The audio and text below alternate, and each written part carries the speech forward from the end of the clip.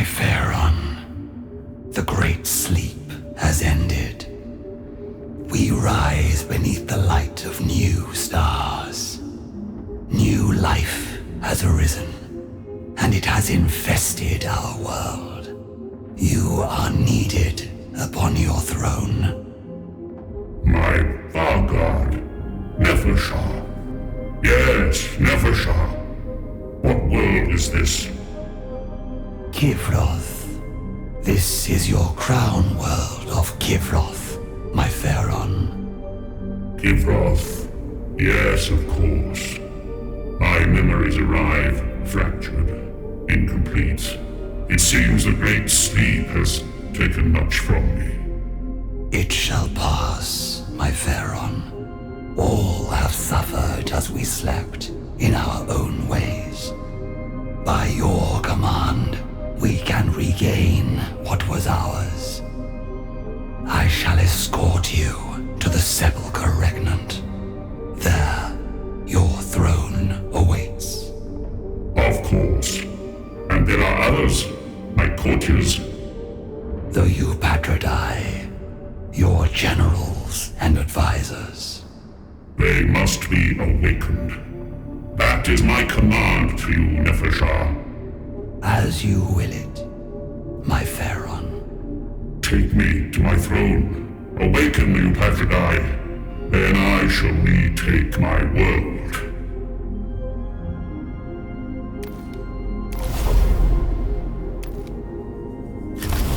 The ancient enemies of the Necrons had indeed withered and retreated, as the Silent King foresaw.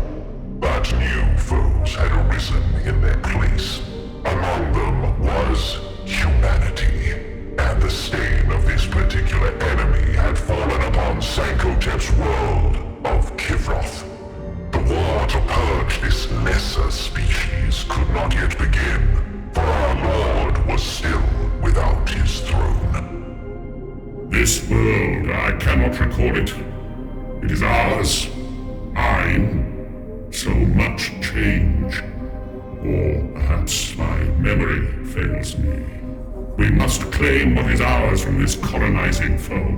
Let the legions march forth. My Pharaon, your throne stands empty. The Eupatridae are to be awoken, and will attend upon you at the Sepulchre Regnant. But the royal tomb is unclaimed. The Sepulchre Regnant. Yes. My command protocols flow from there. We must retake it. My Vargard, go! Prepare it for my arrival. Enthroned there, I shall conduct this war of reclamation. Without delay, Pharaon.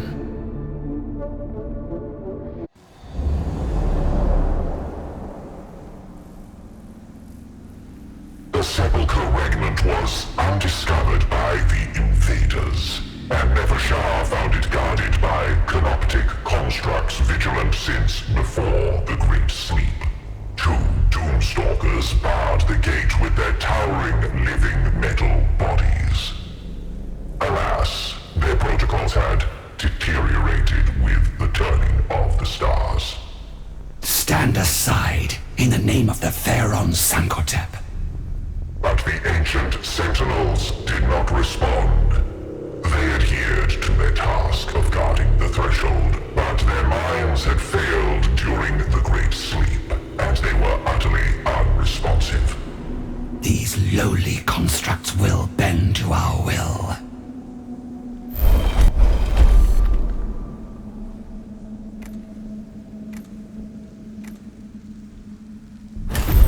The construct's minds had deteriorated past the point of salvage. Though the command protocols flowed through them, they caused their corroded minds to burn out, removing the obstacle but serving as a reminder of the many vicissitudes of the Great Sleep.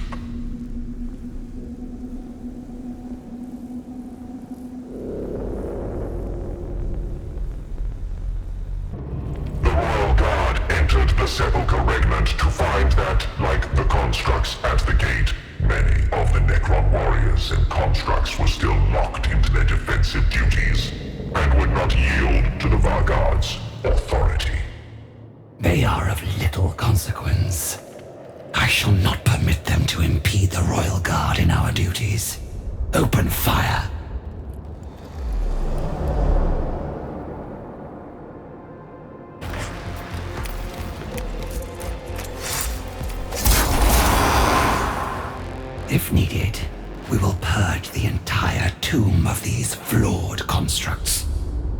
Our duty to the Pharaon is paramount.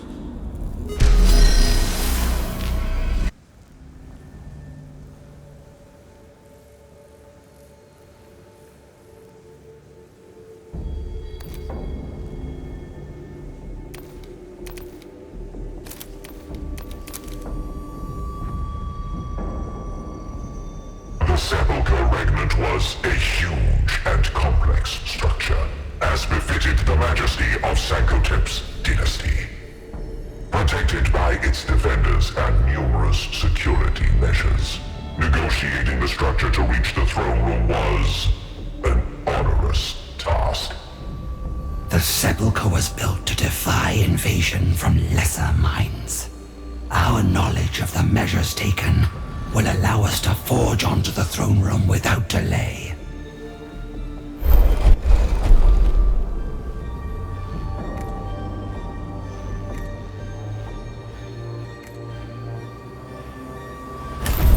The many statues proved perfect sites for anti-intruder countermeasures, unleashing Gauss blasts from eye sockets and pharaonic regalia. Despite being forewarned about the measures, the Royal Guard had suffered much damage by the time they approached the throne room.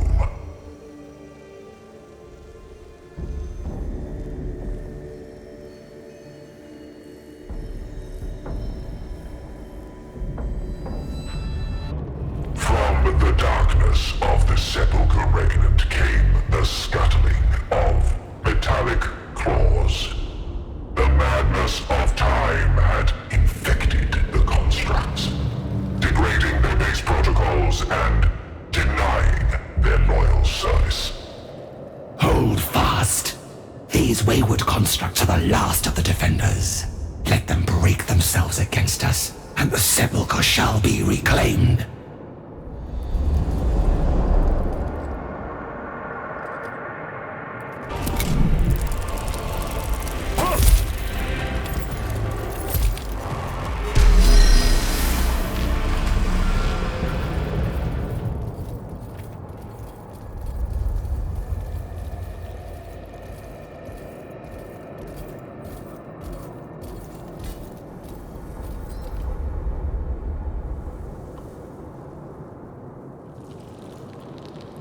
The throne room of the Sepulchre Regnant was in the Vanguard's hands, ready to once more play host to the nobility of the Sankotep dynasty. With the throne's recapture, the Pharaon's commands would be carried across the world, rightful mandate accelerating the awakening of Kivroth's legions. My Pharaon, it is done. Call forth my patroni, my lords, my generals, the weapons in my hand. They shall pay obeisance to my throne as is my due. Kivroth shall march to my will, remembering its glory such as it was before we slumbered.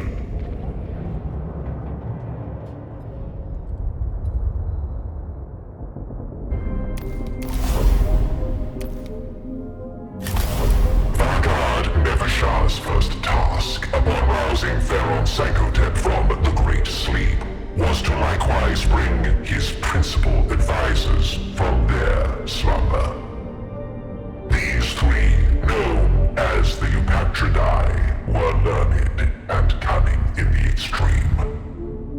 One among them was Hekimheb, Nemesaur of Kivroth's legions and general of Sankotep's armies.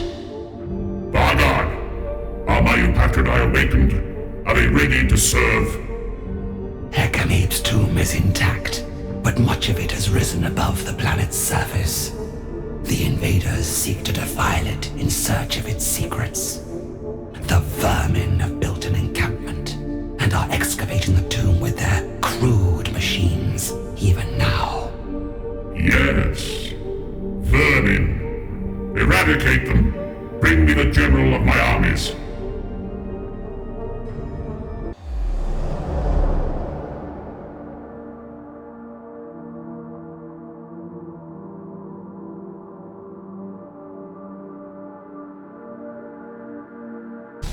The invaders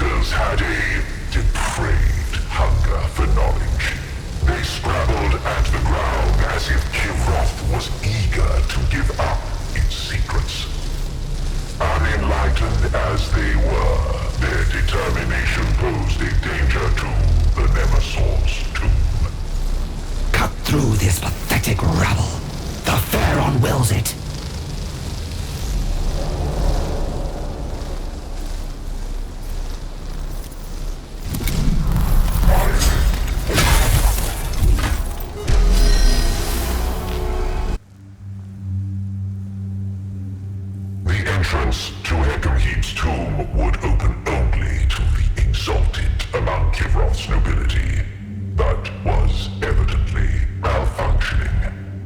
It remained closed, even in the face of the Royal Guard.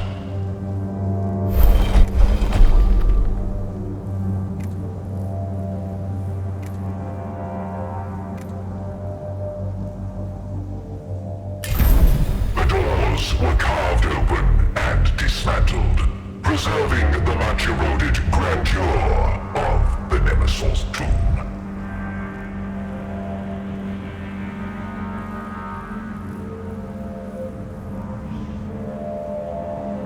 The Vargard's agents were not the first to enter the tomb since the Great Sleep began. One of the invaders had made its own entrance, worming through cracks that had opened up in the structure over the eons. It brazenly scrutinized the many artifacts interred alongside Hecameem. You dare to enter this place, to plunder it for ill-gotten trinkets. Then Scavola's hypotheses were well-founded. These hateful Xenos are not dead, but slumbering. And now they awaken, thinking machines of living metal. Anathema to the Omnicized design. We must know them, the better to destroy them. Such hubris, to presume to learn of us. You, who are beneath our very notice. Very well. I will tear your secrets from your corpses. Though inferior to us, this one is armed beyond the means of its underlings. Do not underestimate it, and eliminate it quickly.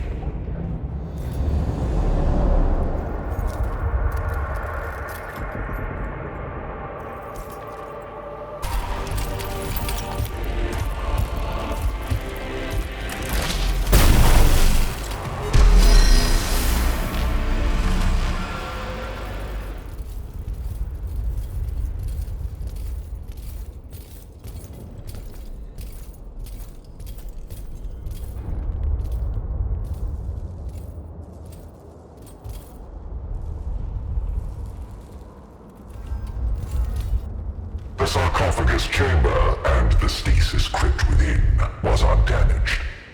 It had remained inviolate in spite of the invaders' attempts to breach it. What crisis demands my awakening? Let it be dire indeed, for I do not stir but for the gravest tidings. It is by my will you are awakened, yes. I have need of you, of my Epilogue. Announce yourself to me. My Theron, I am Nemesor Hecameem, commander of our dynasty's legions, conqueror of our dynasty's foes. Do you truly not recognize the foremost of your noble servants? Has the Great Sleep caused you such ill? Nonsense. I recall you well, Nemesor. Your decisive skill, your firm resolve. I command it all. I command all that I behold. And we are invaded. Yes, hateful primitives infest my planet. You, Nemesor, you will serve me again. You will drive them from my dominion. I hear your will, my Theron. And I trust that you guide our dynasty with undiminished wisdom. Our warriors shall march forth and exterminate these lesser creatures. In the name of Sankotep, as in all things.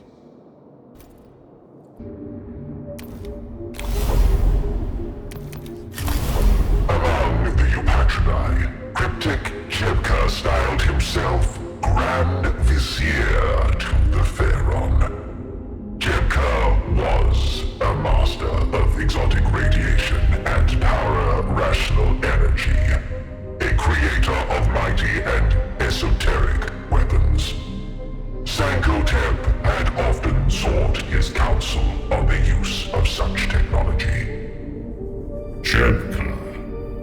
he will have fortified his resting place with such horrors. Yet without our hand he may never awaken. I would have you, Vargard, open his stasis crypt and summon him to my court. I shall see it done, my Pharaoh.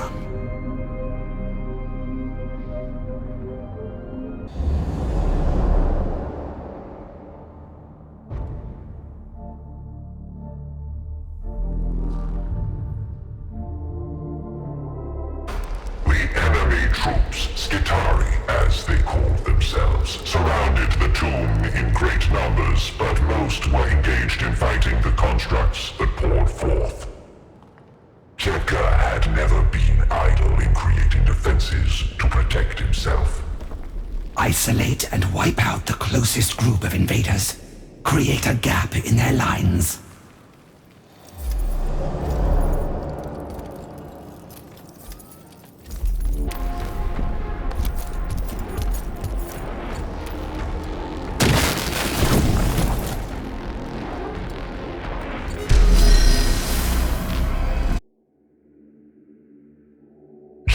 Was famed for his brilliance and notorious for the experimental technology he created.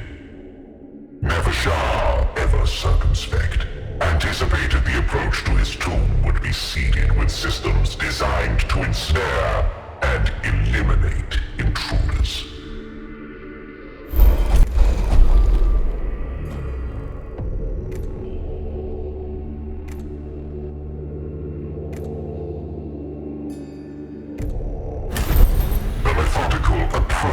Was most logically sound, and indeed the Royal Guard uncovered many of Jebka's sensor boundaries and isotopic tripwires.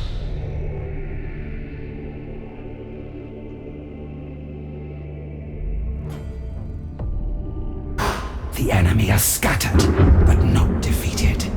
Break through these wretched vermin before they can attempt a defense.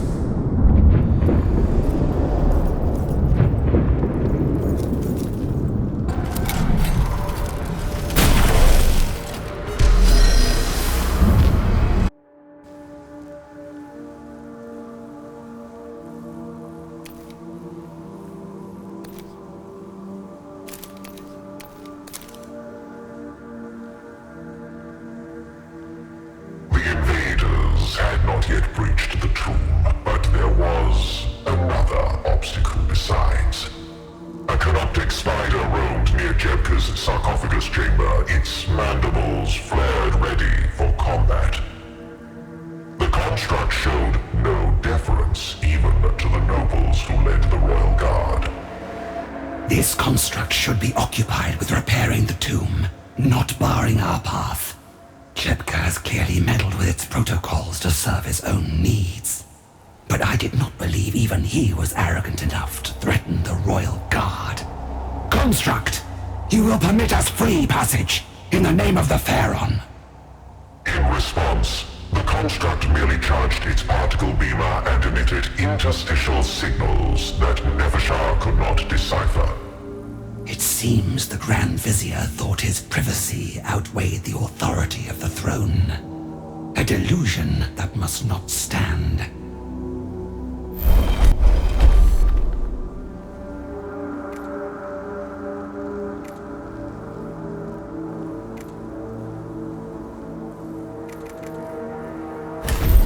It is no more than a broken tool, and a broken tool is best disposed of. The Royal Guard opened fire, and the tomb spider was caught in a storm of Gauss blasts before its own weapons were fully operational.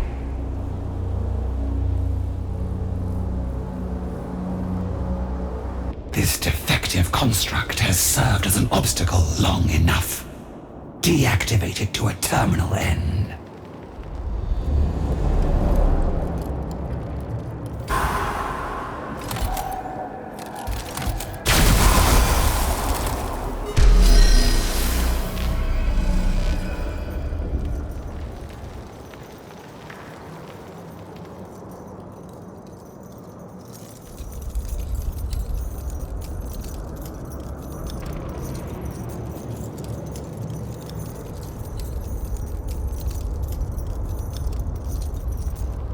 unexpected visitors.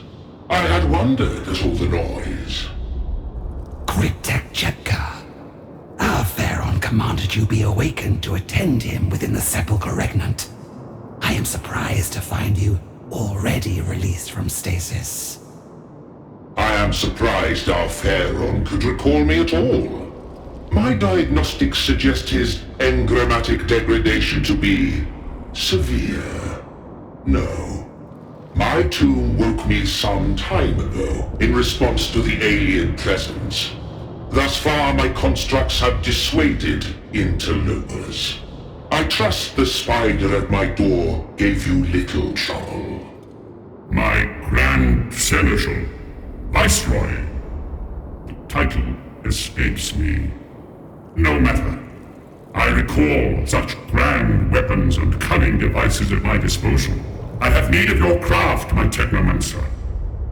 I am your Grand Vizier, my Pharaon. The eons of the Great Sleep have doubtless taken their toll, but worry not. Your loyal servant stands ready to assist you in grasping the principles by which you ruled before your slumber. I rule as ever I did. I need no other's hand to steer my domain.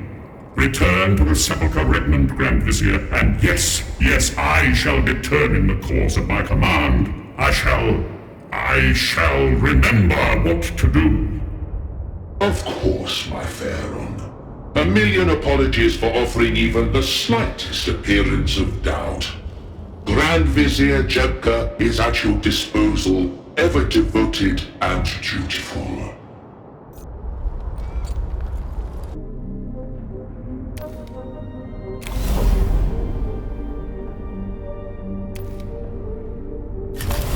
Adherents of the Destroyer Creed are anathema to all non-deviant Necrons.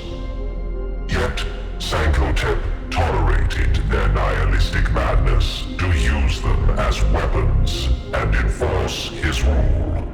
Their master, Nihilarch Ukonsep, was of Eupatridae, and would be necessary for the Destroyers to accept the Pharaon's command. I am told Ukonsep's tomb has not yet been uncovered by the invaders. She slumbers still, and must be awoken. This task I grant to you, Argod. It shall be done, my Pharaon. The Nihilarch's host are known to not cleave to the will of their superiors. The task is complex. They will obey their Pharaon. But until such time as Ukonsep is by my side, the adherents to the Destroyer Creed may need more forceful persuasion to accept the authority of a Vargard. I trust that will not be a significant obstacle, Nefershah. I know well the caprice of the Destroyers. They will be brought to heel.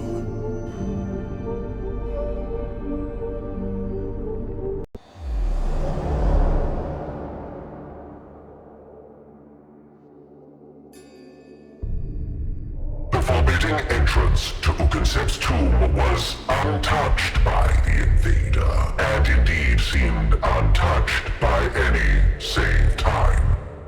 Open in the name of Vargard Nefershah, Hand of the Pharaon. It will not open. No great surprise. The Destroyers in their madness eschew the appropriate protocols. We must make our own way through.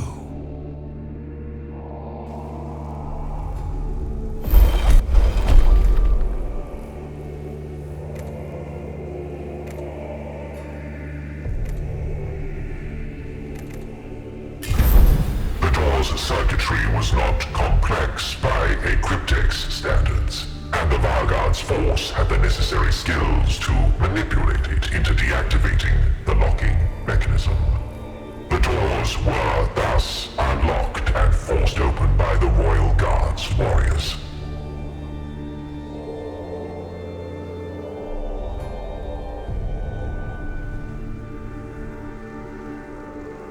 Adherents to the Destroyer Creed were already awake, though Ukonsep herself still slumbered. In the darkness of the tomb, they confronted the agents ways of the Vanguard. The destroyers gave no sign of deference to the Vanguard's rightful commands. The emblematic pathways of their minds twisted, lost in waves of nihilistic madness. If you intend to prove a point by sacrificing yourselves before accepting my authority, then such a gesture is no more than a waste of the materials of which you are constructed. The destroyers were still unmoving, but hyperphase fields and Gauss coils whined with growing energy as the Royal Guard attained firing positions. Such a tiresome game of power this is, when there is but one power on Kivaroth. To stand in the way of the Pharaon's command is to beg for execution. These outcasts know nothing but their madness. If they choose to stand in our way, they shall be annihilated.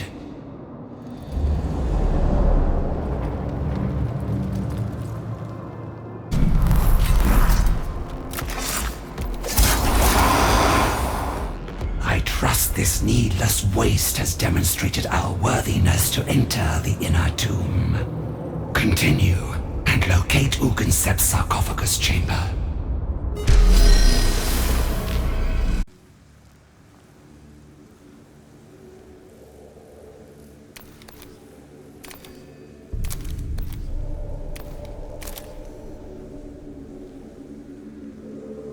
The passageways leading to the inner part of the tomb formed a gauntlet of deadly traps.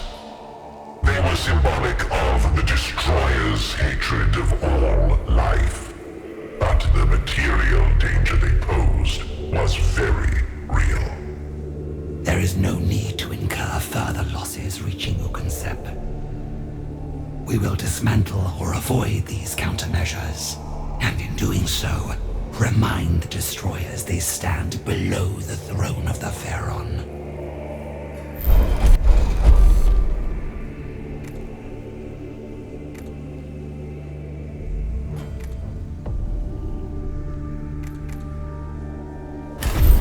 The Royal Guard negotiated the hidden pressure sensors adeptly, but several were nevertheless affected by missteps. Emerald beams stabbed out from emplaced weaponry, and synaptic discharges shredded higher engrammatic functions.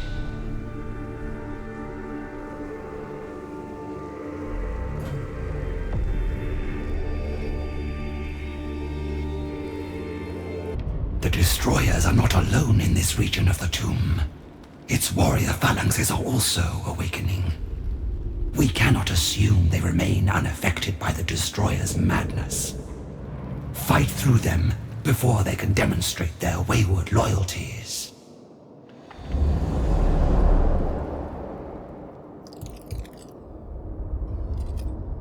King the foe.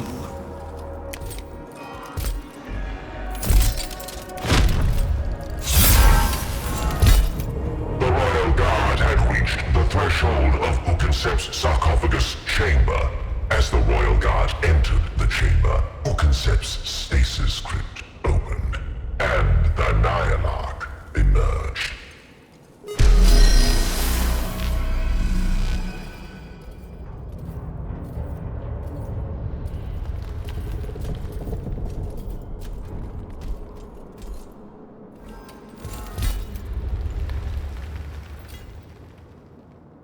Who disturbs my rest?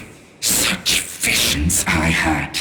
Worlds laid barren, the earth scorched of life, the stars themselves dying at our hand. Now I awake into the foulness of a galaxy not yet dead. Nihilarch Ugansep, the Royal Guard has come to summon you to the court of Sankotep, Master of Kivaroth.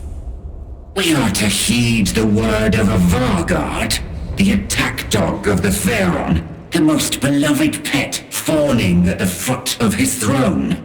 We will not be summoned like underlings to grovel at court. You enter my tomb as intruders in a sovereign realm, not as emissaries to whom we owe deference. Beyond Necrons in stasis had done little to temper Uconcept's brutality or reinforce her proper loyalties. She advanced on the Royal Guard, clearly willing to destroy the Pharaon's emissaries to satisfy her pride as Nyarlath of Kivroth's destroyers. Stay your wrath, Nyarlath. Kivroth is invaded. Interlopers infest our world. Invaders, a rival dynasty, or some manner of alien filth. Human. A new and verminous biological species, daring to seize our world as their own. Acknowledge your Pharaon's authority, attend to him, and eradicate this scourge from our world. Repulsive. The very thought of such hateful, festering flesh. It must be scoured, severed, reduced to sterile dust. If my destroyers will have their rightful voice at Sankotep's court, and we may revel in the extermination of this teeming growth, then I deign to take my place beside the throne. Thus did Uconcept, last of the Eupatridae, affirm her allegiance.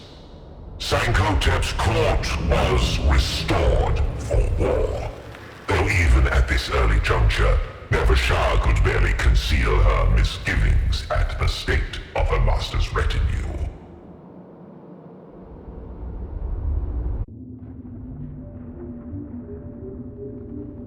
My Pharaon, I humbly submit to the court a matter that requires urgent attention. Speak, Cryptek.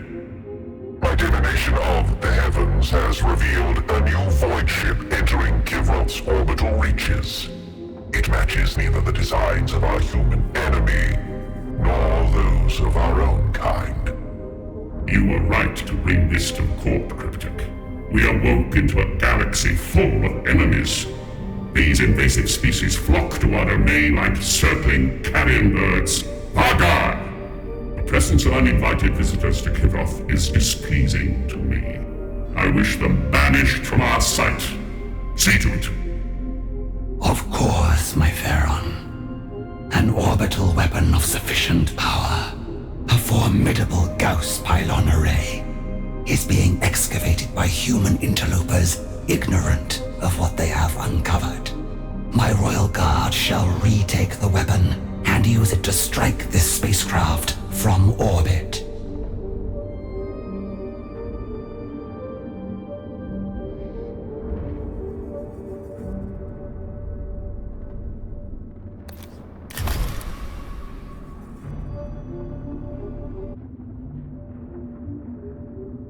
Report, Cryptek.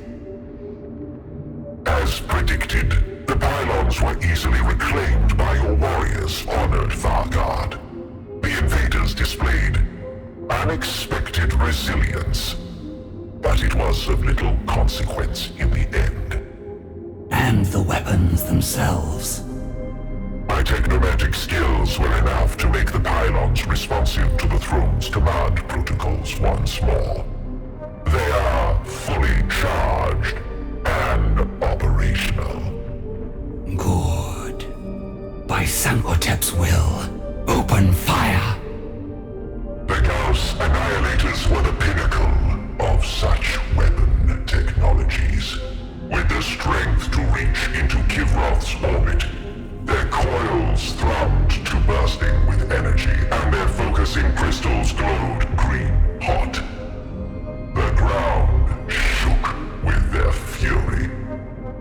Direct hits, Vargard. The craft was not destroyed, but its orbit is decaying rapidly.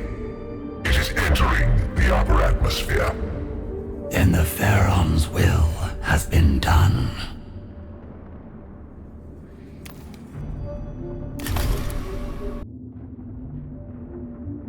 Aliens have dared set foot upon Kivroth. This world of Kivroth, the seat of my dynasty. It is infested. Your duty is clear. Drive the invaders from my domain and reclaim what they have defiled. Our legions are responding to the protocols of awakening. They gather ready to march. My destroyers pledge their strength. The invaders are unclean organic vermin who demand annihilation. They will all be ash before we relent. My archives stir, and the catalogues of oblivion reopen. Soon, your cryptex shall once more construct weapons of wondrous power to aid the eradication of these interlopers. My dynasty heeds its Pharaoh's call. This is as it should be. A lord must rule, must gather his subjects.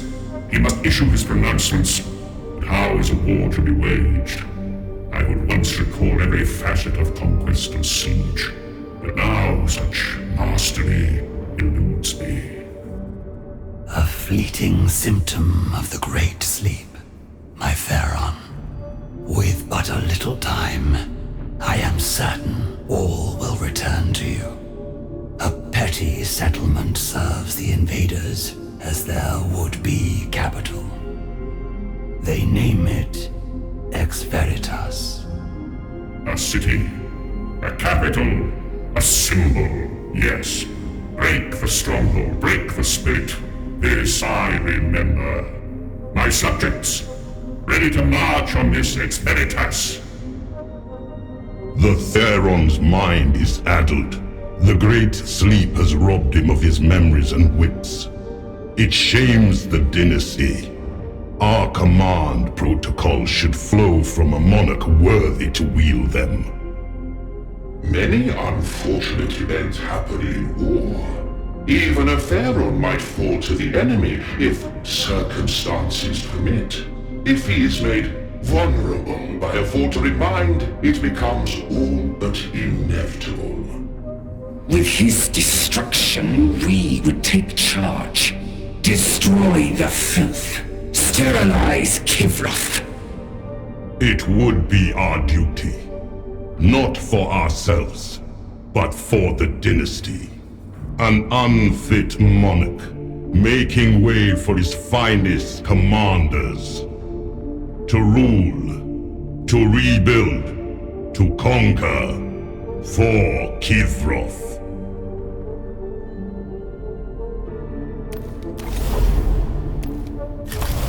The destruction of Ex Veritas by siege will require the commitment of all our awakened legions. As the fog of millennia lifts from me, I see the virtues of a prolonged campaign. It will test my patience, but in a war of attrition with the invaders, we can only be victorious. The fog of reawakening may take further time to fully lift, Lord. We know not how many more vermin gather in the void to reinforce those blighting our world. Swift, decisive victory is needed.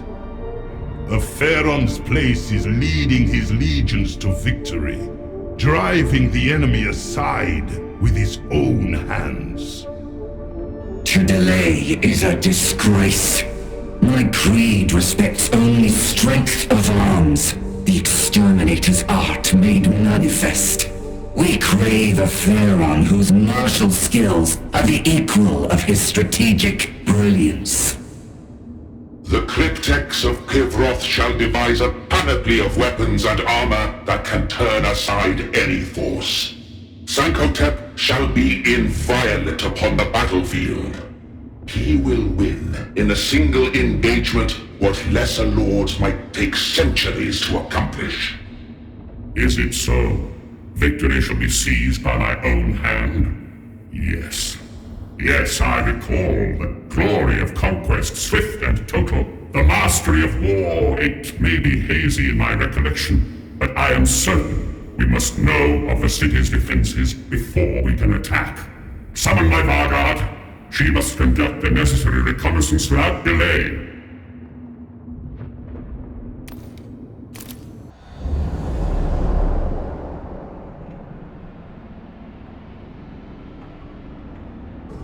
Vanguard Nevershah led the Royal Guard to the outskirts of Ex Veritas.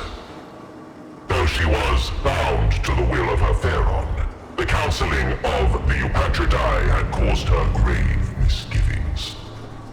If Sankotep truly intends to lead the assault on the city, I fear he will become the principal target for every human within its walls. Even had he not commanded me thus, I would be compelled to fully understand the defenses the humans can bring to bear against him, primitive though they be.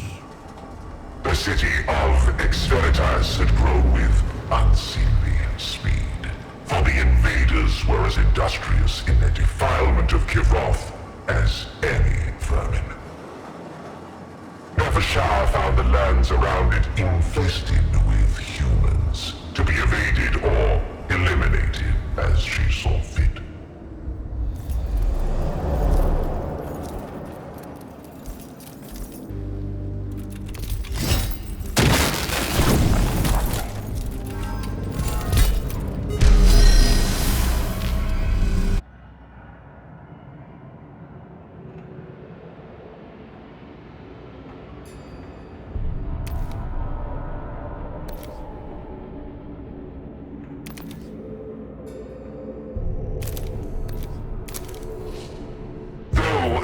Contact had been dealt with swiftly. The patrols around Exveritas defended the interloper's city in depth.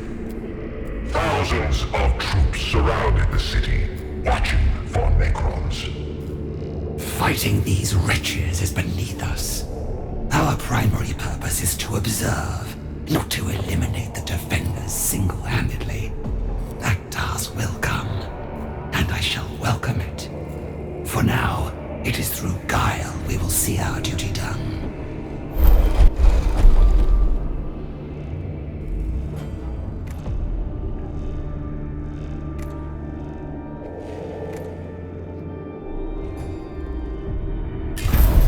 The Royal Guard found an unused fuel pipeline which traveled close to the city's defenses. However, it was not as unused as it first appeared, and the Royal Guard had to contend with a sudden flood of volatile fuel. A temporary setback. Minor corrosion damage is no hindrance to the execution of our duty.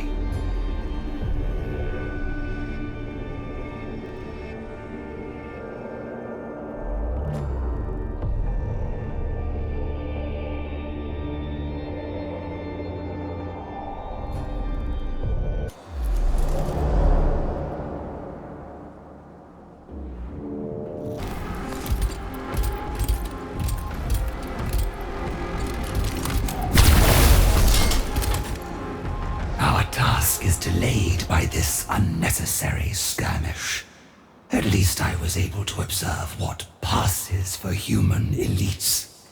A lower proportion of vulnerable flesh, replacing ever more body parts with crude machinery. It seems even they understand the nature of their weakness. Having upheld the ineffable wisdom of Sankotep by deviating from her task, Nefershah still needed more details on the defenses of Exveritas. She directed her force to a point overlooking the city from which she could observe one of its gates directly. A fine viewpoint from which to observe the enemy. A success not without cost. The enemy are aware of an intrusion and will seek to engage us soon. We must be selective in where we put our attention.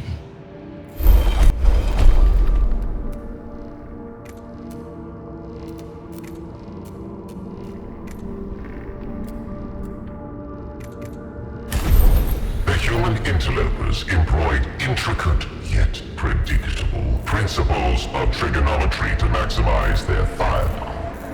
Nefershah took careful note of this and the ways it could be exploited by an attacker.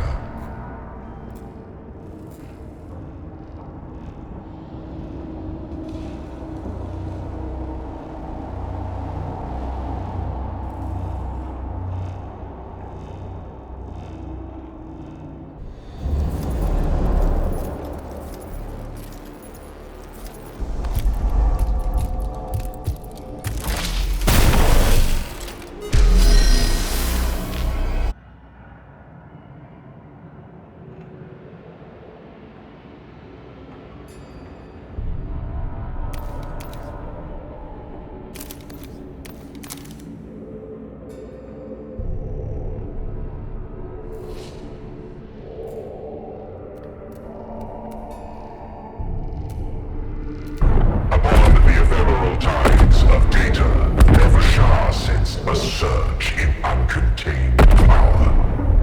Unfettered and unguided, a frenzy of electricity bleeding from fallible flesh. Stand ready.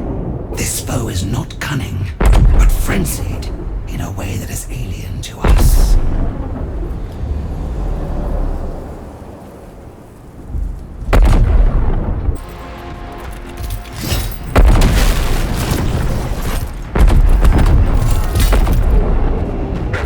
Examined the fallen fanatics. The enemy had a crude intellect in harnessing the very irrational nature of their species and amplifying it into this madness. Their presence among the defenders of Ex Veritas was noted. My Pharaoh, I have seen the defenses of Ex Veritas for myself. The walls and fortifications are formidable. The gates are the weakest point. If we focus the assault there, the gate may fall. Once inside, our legions will find little difficulty in seizing the city and razing it, piece by piece. Swift and brutal, as befits the verdict of a pharaoh. The human scum will not have the luxury of a siege to prepare for death. I remember war. It comes in fury and fire. Our enemies reel its embrace. I believe your warriors can breach the city with ease. There is little need to risk your royal person. There is hardly more glory to be won by crushing this infestation in person, compared to overseeing our victory from afar. I am sovereign of this world, and I will conduct its salvation as I see fit. Remember your place, Father.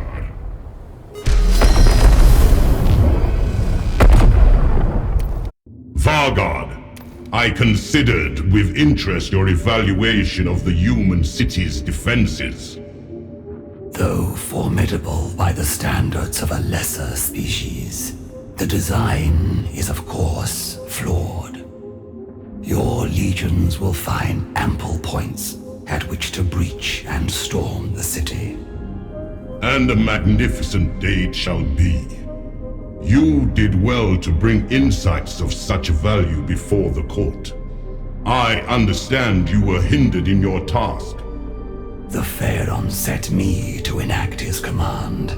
No challenge could outweigh the honor of that appointment. Indeed. Yet the Pharaoh's commands were contradictory, were they not? At a moment's whim, you and your royal guard could have been lost along with our advantage of surprise. It is tragic to see how Sankotep's mind has suffered in the Great Sleep. A great misfortune. But he is the rightful ruler of Kivroth, and has the counsel of the Upatridae and of myself. His recollection will return, and with it, his dynasty shall reclaim this world. Some would say your words are optimistic. There are those at court, and I relay these sentiments only reluctantly, who dare to suggest the Theron is unfit to rule. They would be ill-advised to do so, lest I hear them. Sankotep is my Pharaoh, and my duty is to him alone. It matters not whether I can grasp the full wisdom of his pronouncements. This duty binds a Vargard, as it must bind all the Pharaoh's subjects. Of course, Vargard. You are to be commended for your devotion. I see now that so long as you are at Sankotep's side, his reign shall surely last an eternity.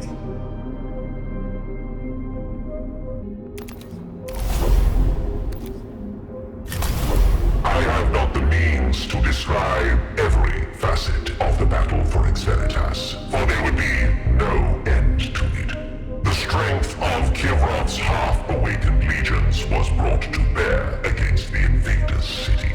The Pharaoh himself led the assault on Erudition Gate, the weak point identified by Nev Shah. legions crash against the walls. The nobles exalt my name as they cut down the invaders. Now is the time to let loose the killing blow. Vargard, we charge! It appears I am not alone in realizing the potential of this gate to fall. The invaders have sent their best defenders. There, on the walls, their armored elites. We have not faced them yet in battle. Their comms chatter names them the Adeptus Astartes, and even their allies speak of them with fear. They are but humans, no more, and thus beneath our contempt. Deal with them, Vargard. They must not be permitted to impede my march to victory. It is my duty to stay beside you and protect you, my Pharaon. It is your duty to obey your Pharaon. You will destroy these Adeptus Astartes, Vargard, at once.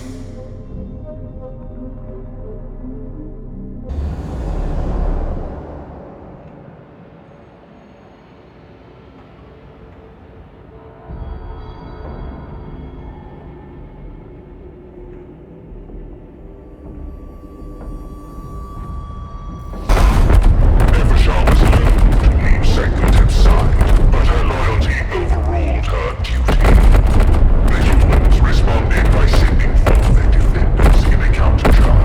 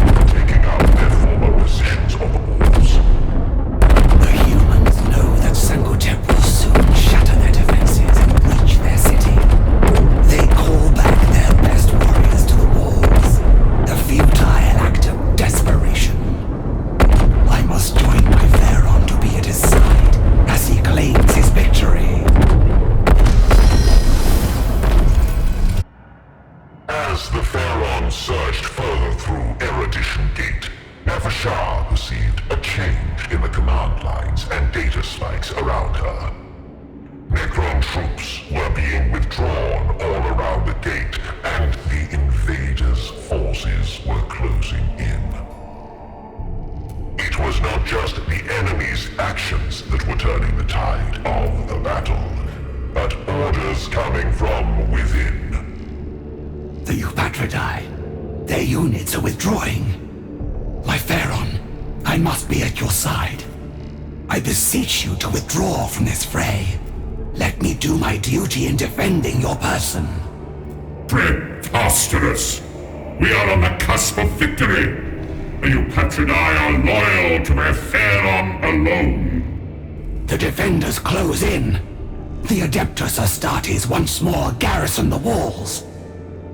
But the Pharaon strode on, laying into the human foe on every side, assailed by a host of enemies.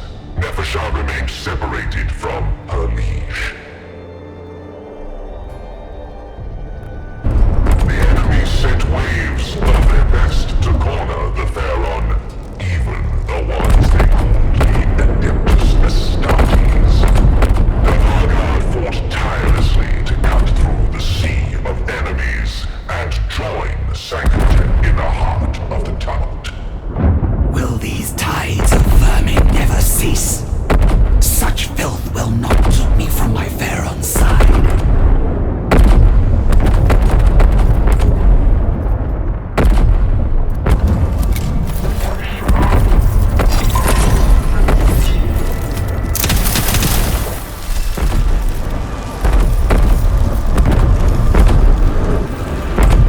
Many are the Vanguard who fell gloriously beside their Pharaon, dying as they should with duty their final fort. But that is an end I must deny, for we are The Eupatridae have forsaken you, my Pharaon. Their cowardice has cast us into disarray. You shall preside over the punishment I will enact. cowardice. No, I was a fool, Nepheshah. In my weakness of mind, I let them outmaneuver me. They watched me walk into this trap and let me think it was a road to glory paved by my own design. Only now do I see the work of my decay and understand. Not just failure, but betrayal.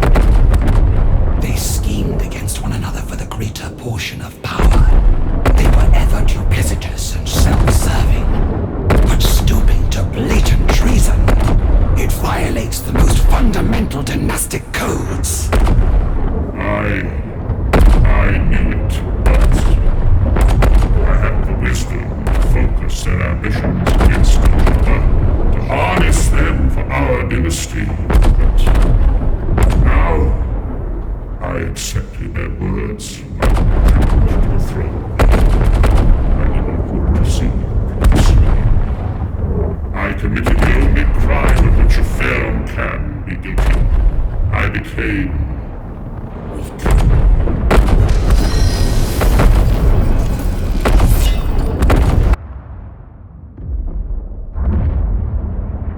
I no longer recall my plans for vengeance in the event of my betrayal.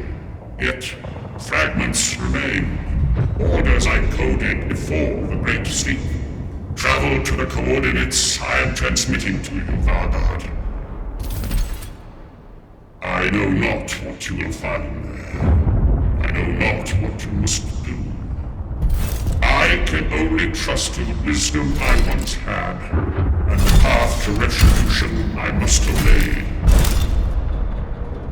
The Sanctum who entered the Great Sleep was brilliant, and without mercy.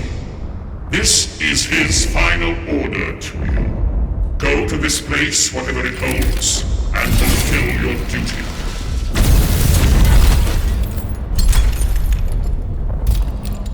As ever, my Pharaon, I obey until my end.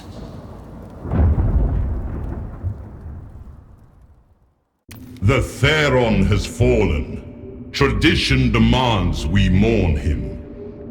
Ceremonies of mourning can be placed in abeyance. The invaders allow us no pause to lament a broken mind unfit to lead us to victory. Now we are free to prosecute this war as it should be. Yivroth is still the crown world of the Sankotep dynasty. Surely you must honor our Pharaon's memory, if not his will. He he restrained my destroyers from pursuing the perfected omnicide of this planet, he would have allowed profane life to flourish in every crevice. Now, Kivroth shall become perfect in its sterility. Our legions are without number, and our strategy is clear. We shall focus our energies on awakening all the warriors we can, and force the invaders into battles of attrition they cannot win. We will outlast them. A grinding engine of extinction, feeding both sides into the jaws of annihilation. I approve. Nemesaur, I must protest this extravagance. Our warriors are many, but not infinite. Kivroth's reanimation systems are yet to fully awaken. Whether Necron or human, all serve the throne by their destruction. The invaders shall quail before our phalanxes, winning us both territory and the time to further restore our systems. My approach renders victory inevitable. Therefore, it is correct.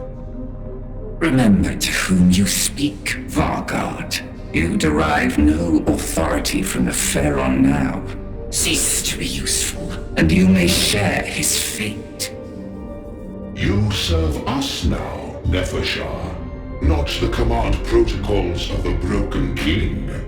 You may have been his favorite, but you will find us far less indulgent.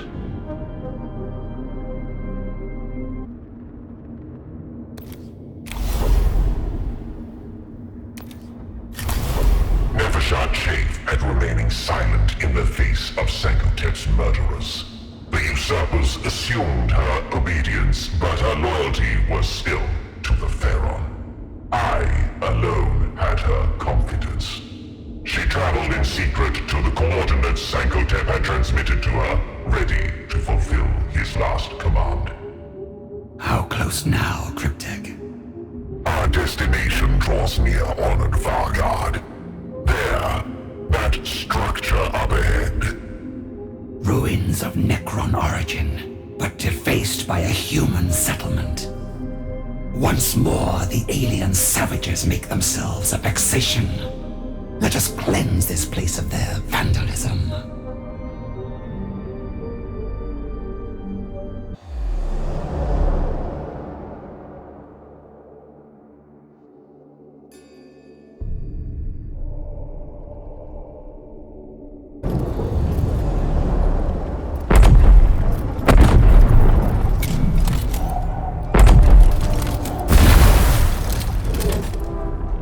Humans were examining this site. They claim to be seekers of knowledge, these Adeptus Mechanicus. They have the conceit to think they could unravel our secrets with this mindless desecration. Let us reach the entrance to the ruins before they can befoul its interior as well.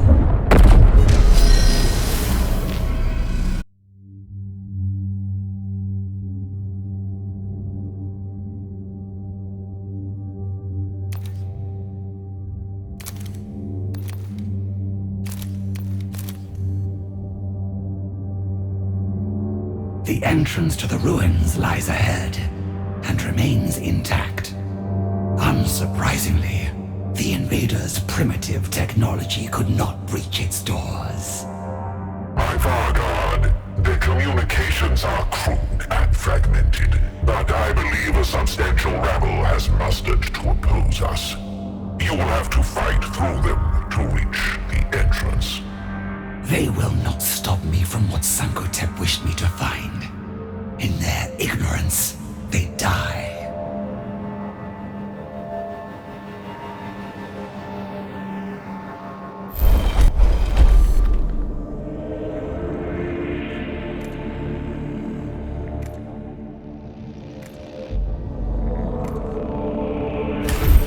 Ever-cunning Nefershar sent warriors to encircle the dig site. At her order, the whole force opened fire, catching the enemy in a crossfire before they knew they were under attack.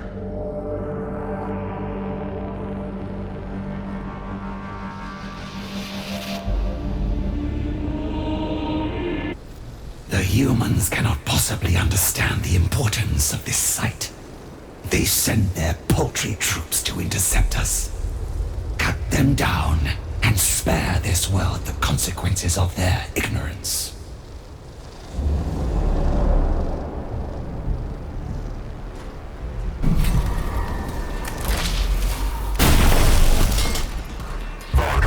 This was just the first of the scavengers.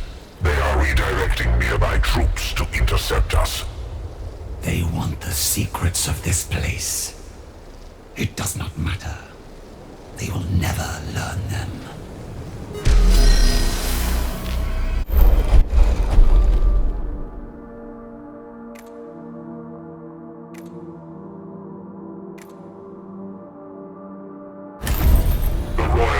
Swept through desperate volleys of fire in their advance, sending the aliens reeling as the unexpected counter-assault hit home.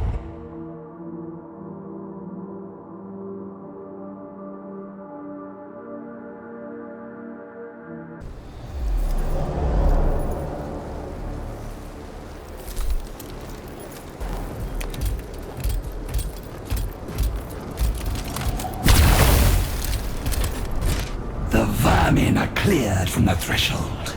Now, open in the name of Pharaon Sankotep. At the Vargard's words, the gates opened. Within was not merely a tomb, but a repository of secrets.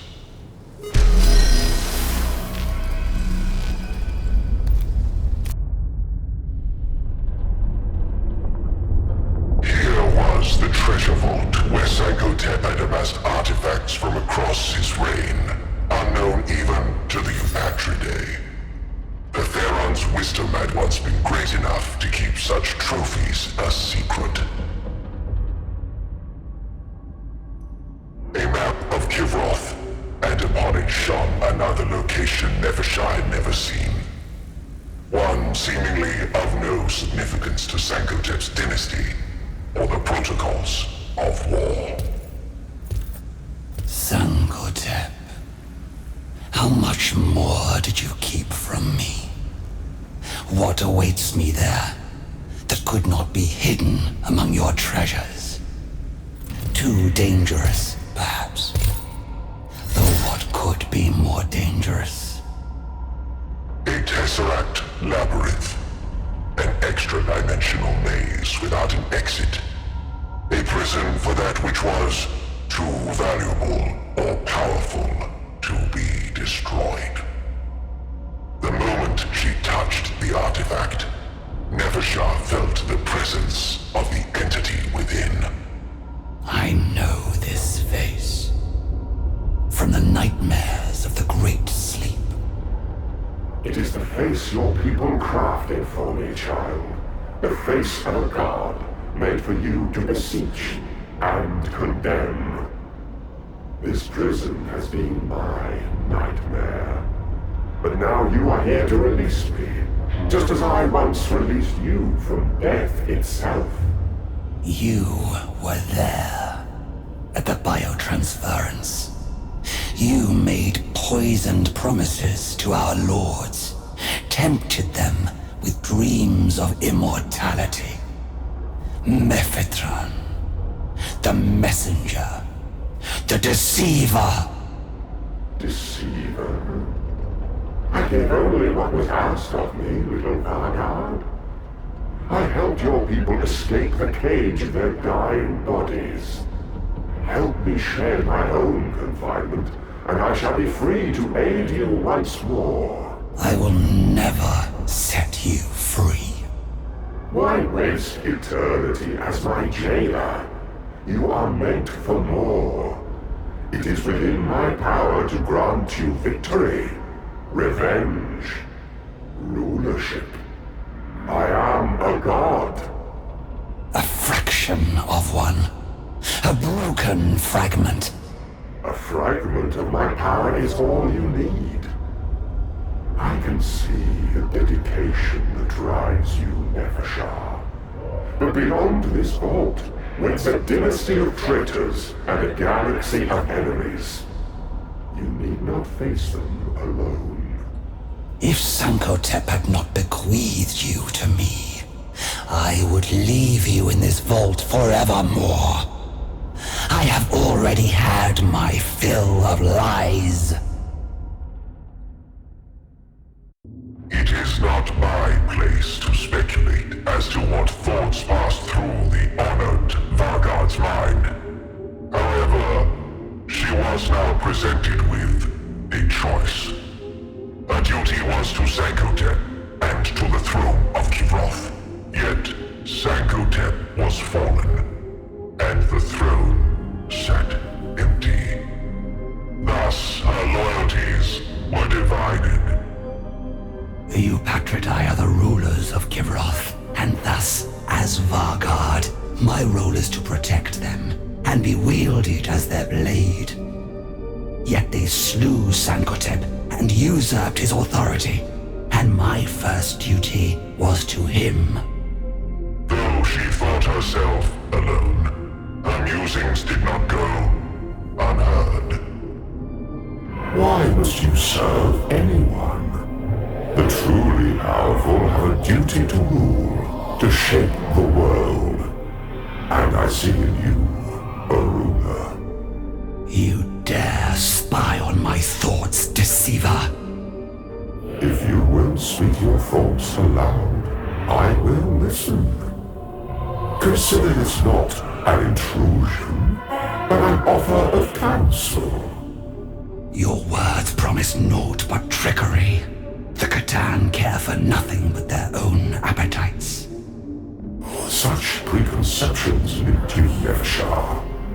I can grant you the power to sweep these usurpers away, and a human vermin with them. You will rule this world as you should, as Sankotep intended. Of course, I cannot do so from within this Tesseract prison. Then I shall do without your help, Godshard. For there you will remain. I will restrain my fury and serve the Eupatridae against the invaders. But I will never suffer them to rule this planet. You will call on me in time, Vargard. Power demands to be used, and your dedication has demands of its own. Thus, the Vargard's path was set. The usurpers could not learn her true aims, and so she would kneel before them while biding her time. She was vastly outmatched by the three lords of Kivroth's armies, but if she fell, it would be in service to the true Pharaon.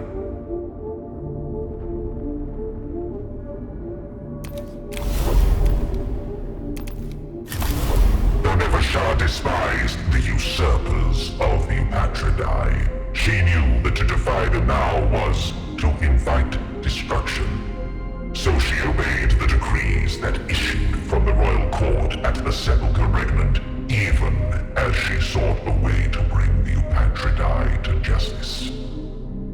Nefershar, our erstwhile Theron's plan for this war was an unwise one, as demonstrated by his failure at the human city. Now my generalship shall undo his tragic missteps, lead an assault against a key point in the enemy's defenses, see that your actions are overt and threatening enough to provoke a response from these wretches. It shall be done, Nemesaur. And the intent of this stratagem? To create a battle in which I can truly observe how these Adeptus Mechanicus plan to defy my legions in the field. From this knowledge, I shall forge a strategy that cannot fail. Heckenheim's plan would occupy time and warriors that Nevershar would rather employ in gainful operations, instead of catering to the Nemesaur's ego. But she could not yet speak openly against the Eupatridae, and so led the Royal Guard to do his bidding.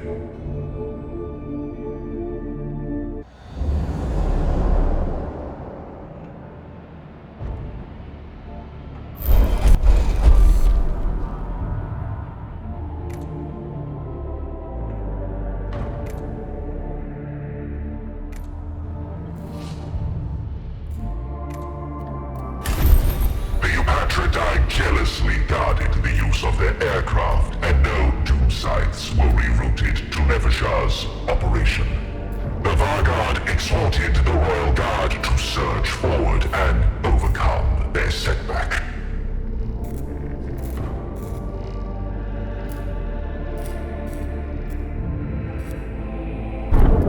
Nevershar swiftly identified a suitable location among the defenses of the Skitari, as the invaders called their common soldiery. A bunker and firing emplacement served as the linchpin of their line, and an assault there would doubtlessly panic the enemy leadership into launching a counter-offensive. We shall strike without subtlety or reserve. The enemy must know they are under threat.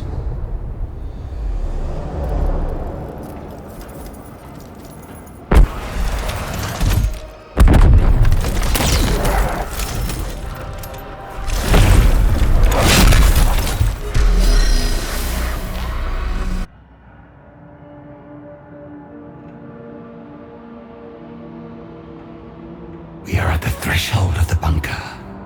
The invaders, for all their ignorance, build their dens sturdily enough. It matters not. The dynasty's might shall prevail.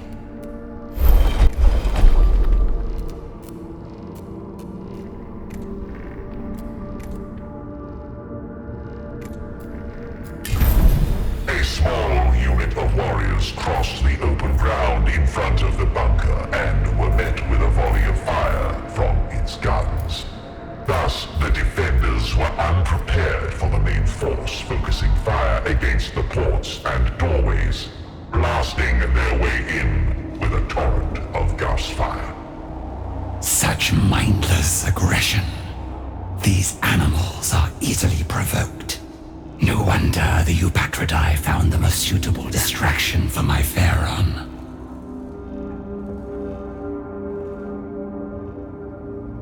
The bunker is in our hands. Cryptek, what is the enemy response? But little, my Vanguard.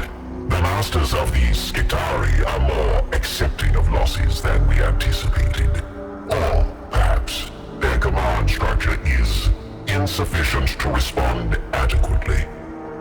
Even in their failings, these interloping vandals find a way to inconvenience us. If multiple targets fall in succession, they will have no choice but to move against us. Find me such a target. The human communications are relayed through an individual in a trench nearby, a leader among their breed. If losing a strong point will not rile them, perhaps the loss of a commander will. It will suffice. Let us reach the target immediately and eliminate it.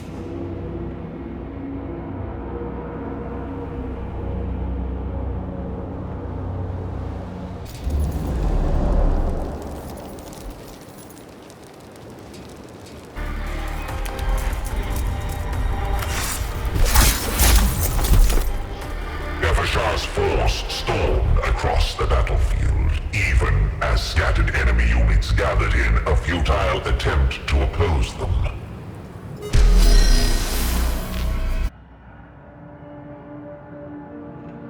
The enemy know we are here. We must be selective in where we put our attention.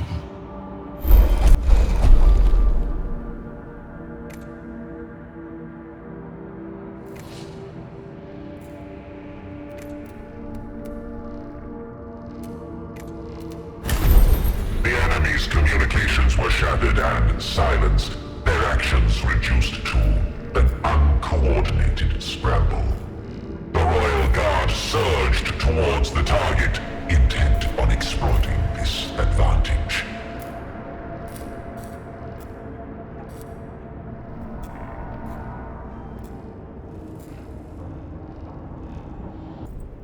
The Xenos approach! Their actions are without reason and can be precipitated only by desperation. To arms, and drive them from the field! Such base and benighted creatures. It is a mercy they do not understand the hopelessness of their fight. It It is the only mercy they shall receive.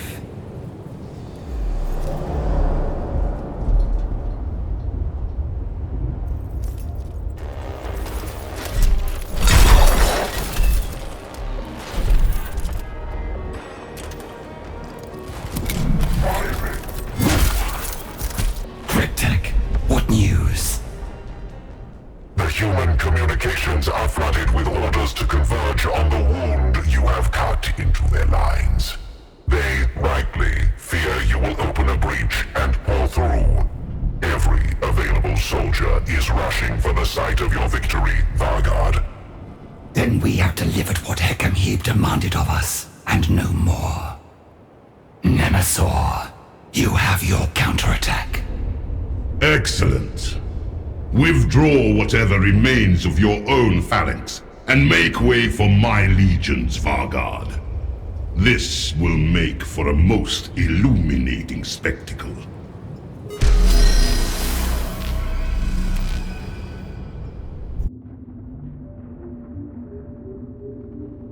Your provocation of the human military has exposed the disgraceful degradation of our own legion's capabilities. Until the systems of Kivroth awaken fully, we shall be burdened with substandard servants and flawed protocols. One unit of warriors displayed such insufficient prowess that I have decided they are to be removed from our ranks. You require this unit executed, Nemesaur. These thralls are still Necrons under the command of your Nemesaur, Vargard. Unworthy they may be, but for them to die, unarmed and passive, would be an insult to my station. No, you are to engage them in combat. Some might describe such a spectacle as an extravagant misuse of the Royal Guard. Courtly gossip is not of my concern. For the Royal Guard to destroy these warriors in open combat will demonstrate the need for our more complacent nobles to improve their performance and show my absolute authority as Nemesaur.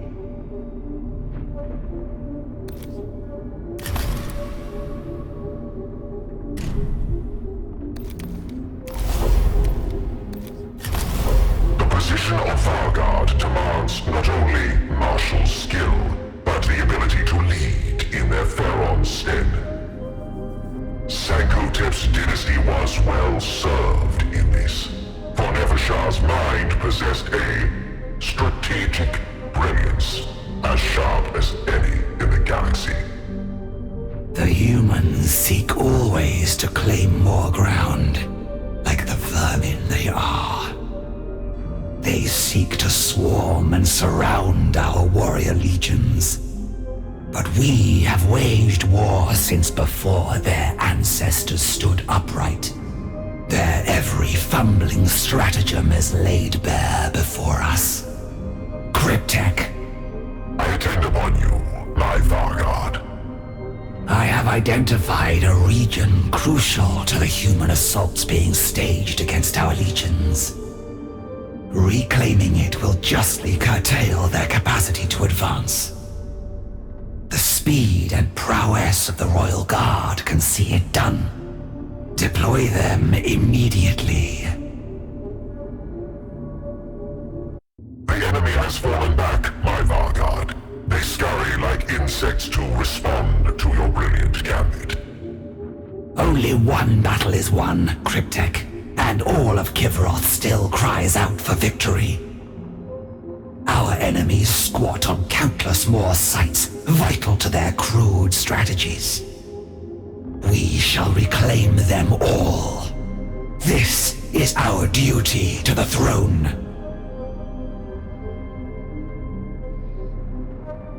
My Vargard, the Royal Guard has engaged Hekimhib's warriors as the Nemesaur commanded. And the result?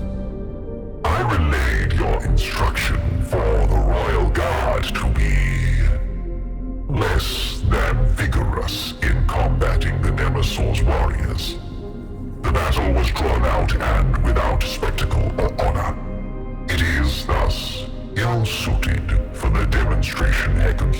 desired. Hekami will have to cope with disappointment. If the Nemesaur is half the strategist he considers himself, he will learn not to use the Royal Guard for such wasteful purposes again.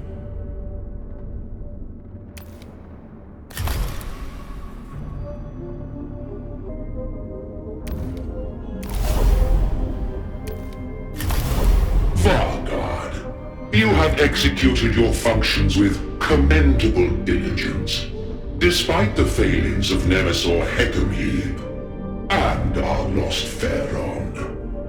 As is my duty and my honor, Grand Vizier. Yet, I sense you share my dissatisfaction with the blunt stratagems of our courtly superiors. We require a weapon to sow terror into the underdeveloped minds of the invaders, to cast the shadow of death where they believe themselves safest. I speak, of course, of the Flayed Ones. The Flayed Ones are a disease, Grand Vizier. They may be a terrible weapon, but they are insane, unbound by royal authority. Their appetite for carnage is their only reliable aspect. The paucity of received wisdom blinds you to their potential. Flayed Ones have overtaken a failed tomb structure close to a route used by human convoys. I believe the Flayer curse draws its victims to sites of slaughter, so it should be simple to lure out a significant horde for study. I must counsel against this, Grand Vizier. Do not be bound by the conventions of our fallen lord, Vargard.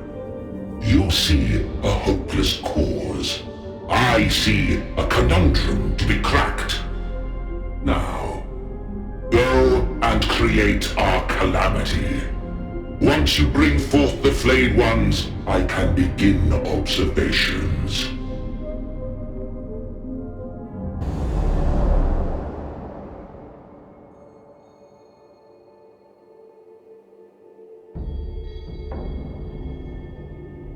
Though burdened by ever greater misgivings, Nevershah could not yet defy the will of the Eupatridae openly. Instead, she sought a target likely to deny her the magnitude of bloodshed Flayed Ones reveled in, and selected an Adeptus Mechanicus convoy ferrying materials plundered from our world. The convoy will be at its most vulnerable at this point, devoid of air cover and far from reinforcements. We must strike with great shock and speed. The enemy shall have no choice but to flee before us and preserve their stolen cargo.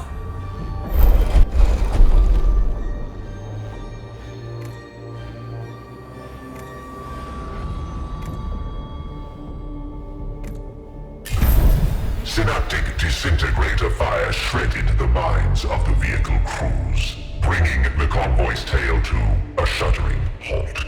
As the Royal Guard rushed to engage, covering fire continued to rain down on the invaders. Herded like the animals they are.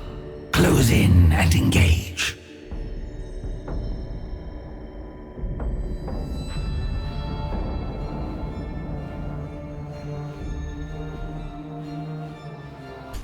With her trap sprung, the Vargard's force continued to perform for Jebka's satisfaction. They fell upon the shocked convoy with a deadly swiftness.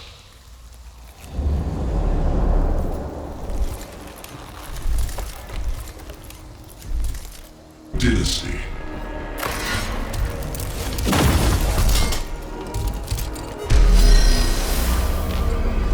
Honored Vargard, the lead vehicle has come to a halt. They are preparing a defensive position. A curse on these stubborn aliens. Even lowly beasts recognize they must flee when death lifts its scythe. Advance to the front of the convoy. Shatter their defenses and force them to understand the futility of resistance. We shall deny Jebka his slaughter yet.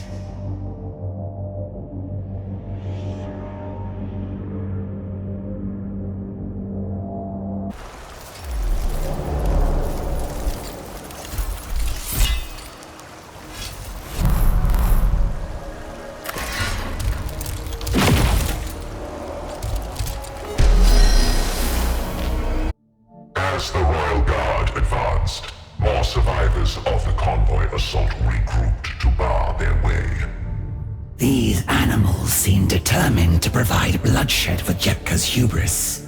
Make quick work of them.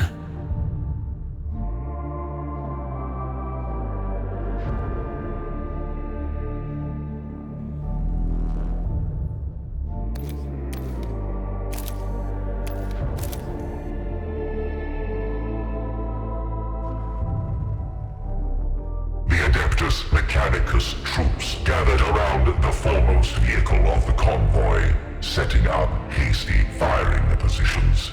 Rad-saturated gunfire fell among the Royal Guard as they approached. Give these wretches no pause. Close with the foe and scatter them.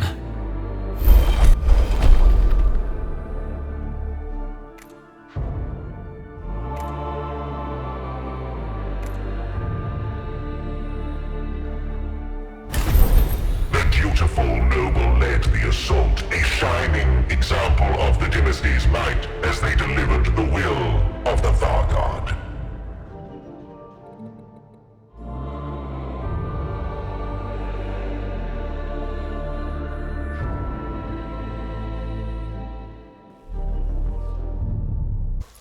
The Royal Guard stormed the front vehicle in defiance of all reason. The Adeptus Mechanicus had chosen to make a futile last stand rather than flee before the wrath of their betters. So be it. Jepka will not be satisfied until every heartbeat is silenced. Press home the blade and end this.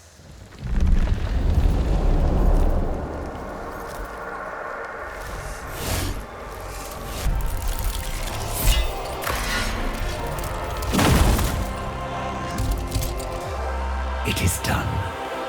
Fortunately, it seems we drew out no Flayer horde. Let us hope the Grand Vizier is satisfied with this slaughter. Indeed I am. Be not concerned, Vanguard. My experiment was anything but a failure. Grand Vizier, I had not expected you would leave your research to watch such petty destruction. But Vanguard, destruction is research. These flayed ones may not have made an appearance that you could perceive, but I detected unique energy signatures from our abandoned tomb. They are watching, and with a little prompting, we will soon see their ghoulish tide sweeping over those who would challenge our dynasty.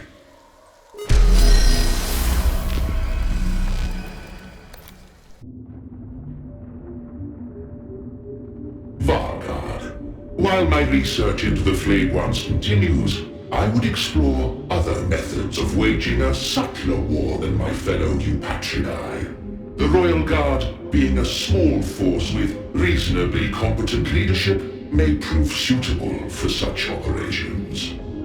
As ever, Grand Vizier, I am at the dynasty's command. I would have you conduct an exploratory mission. An experiment in the field, if you will. The humans have constructed bases behind their lines from which their ramshackle winged craft launch strikes against us. Your force will infiltrate and destroy one such site to gauge how these creatures detect and respond to our operations. Such a target will be well defended and distanced from our zones of dominion. It will present certain challenges.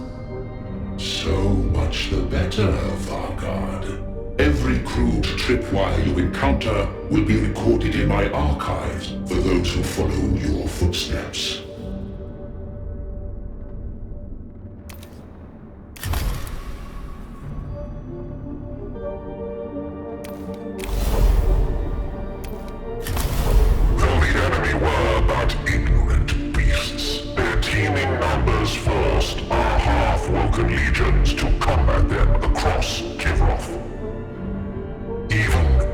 Senseless defenseless animal can inflict some injury in such circumstances. An eventuality Nefershah had anticipated. Cryptek, we have word from an outlying tomb. The enemy has breached its defenses and threatens to overwhelm it entirely. A matter of great consternation, honored Vargard.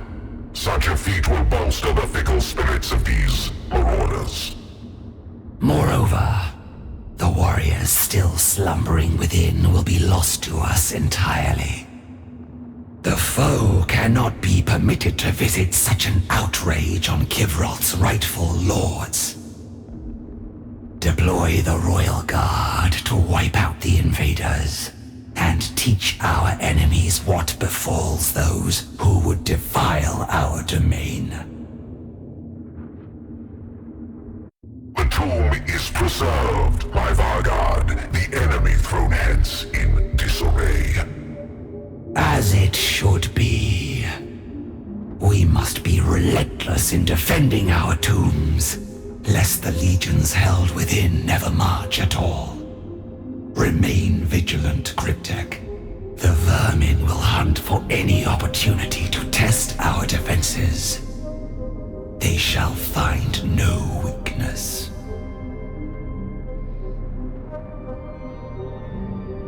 Grand Vizier, I report our task complete. I am in need of distraction. Relay the results with haste. What of my objectives? I have witnessed the invaders make use of volatile chemical and plasma fuels. A brief search revealed a stockpile kept recklessly close to the base itself. My troops breached the containers and left the vermin to burn in their chemical flames. The humans were unable to detect your ploy. My choice of target bypassed the bulk of their defenses. One of their landing structures was put beyond use, along with several aircraft. I estimate the base will be inoperable for between 10 to 14 of Kivroth's cycles. A shame you avoided so many potential sensors. But I suppose one must expect blind spots from creatures so blind in their ignorance. Such infiltration tactics have potential, especially compared to the wasteful military gestures of Nemes or Hekohib. And what of the flayed ones, Grand Vizier? The court speaks of extensive repairs to one of your laboratory catacombs. Is your research proceeding as you hoped? Do not mention those foul things to me again. I have moved on from such notions. No, Vargard. Your force is the key to demonstrating the triumph of subtle wisdom over raw strength. There shall be many more such experiments to conduct. Then I stand ready, Grand Vizier.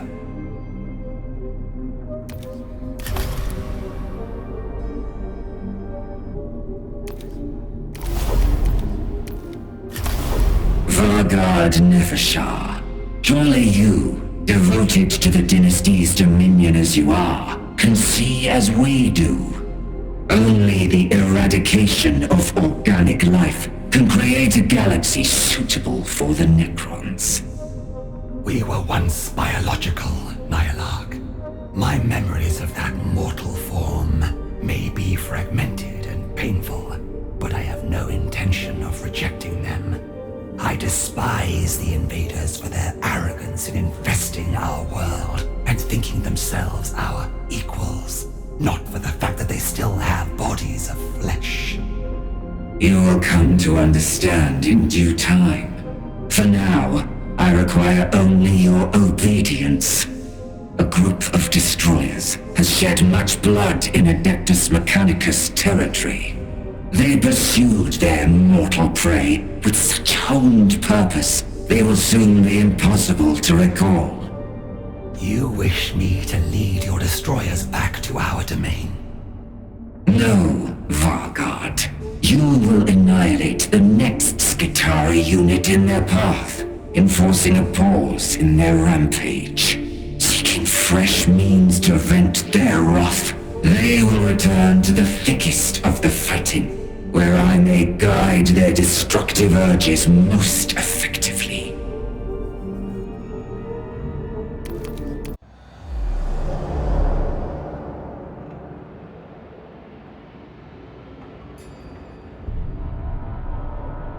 This region is flooded with Skitari fleeing the destroyers or trying to regroup. We must not waste time exterminating irrelevant pests. I shall observe you in this endeavor, Vargard. Your conduct will determine whether the Destroyer cult has a place for you. The curse of the Destroyer shall find no purchase in me, Nihilarch, no matter your opinion. Have you not already waded through abhorrent rivers of festering life? Try to truly conceive of a Kivroth cleansed of biological filth. You will find the truth.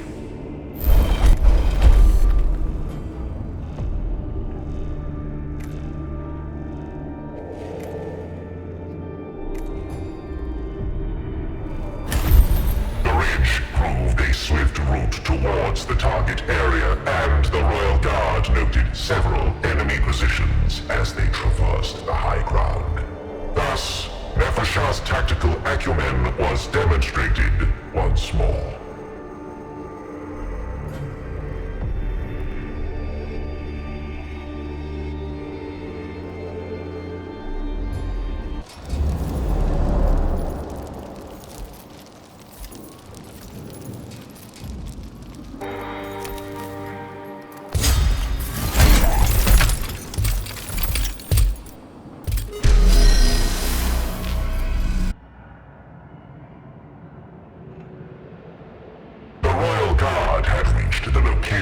Of the Skitari unit in the path of the destroyers. The enemy were dug in and clearly expected an assault from the Reapers who had claimed so many of their kind. If the destroyers get here, they will indulge in such a slaughter, they might never submit to our command protocols again. Attacking a prepared foe defies all strategic protocol, but it seems our only option.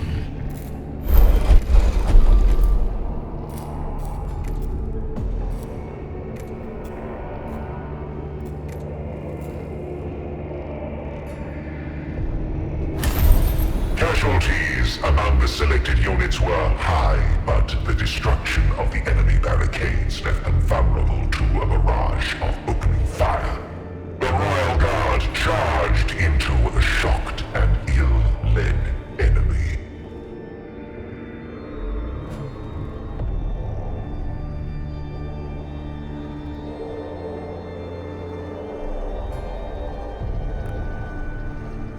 Though they seek to hide from us, there is nowhere on our world a foe can find shelter. Leave none standing.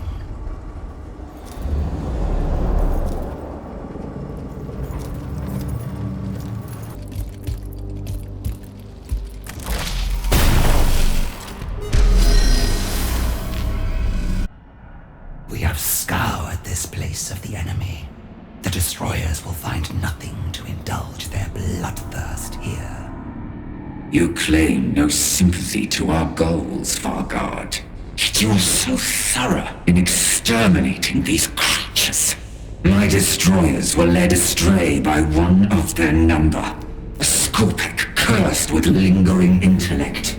He has forsaken my command protocols entirely and hunts willfully in defiance of my direct orders.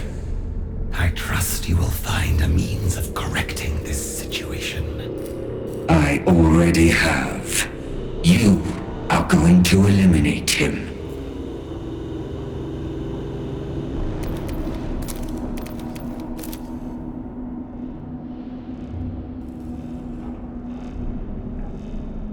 The Adeptus Mechanicus were not content to watch the Royal Guard complete their objectives.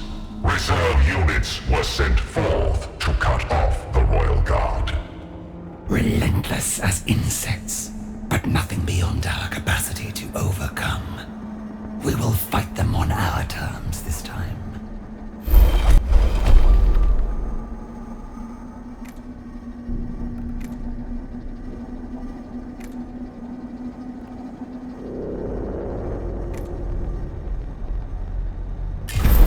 As Sankotep once ruled, so we shall fight. With determination and wisdom, never to stray from the goal of the dynasty's glory.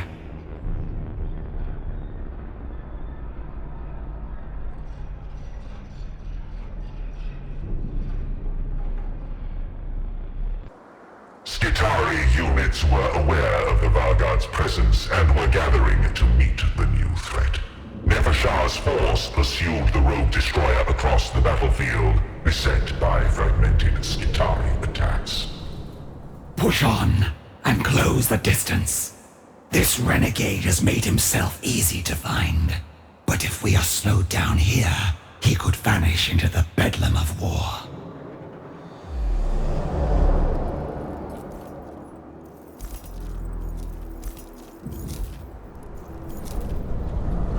Then break their blades against us!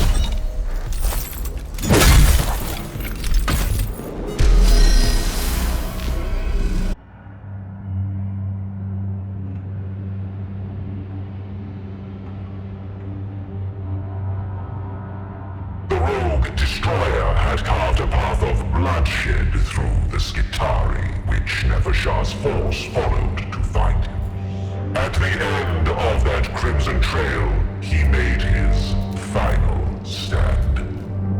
Submit at once. You are a disgrace even to Ukensep's wretched sword. At least their mad slaughter may serve the throne's purpose. Your kind are truly beyond hope. Would that Sankotep had cast you all out long ago.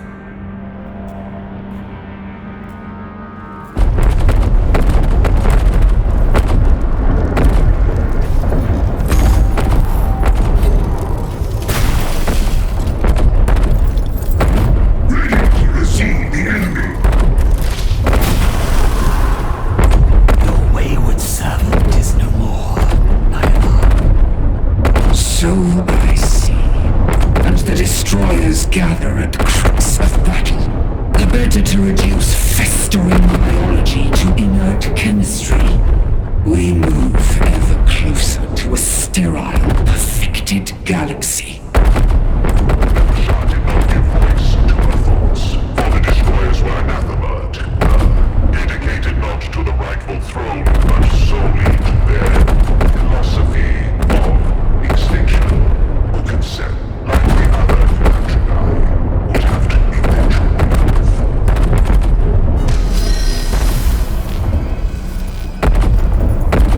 Vargard, your service is required in a matter of interest to us both.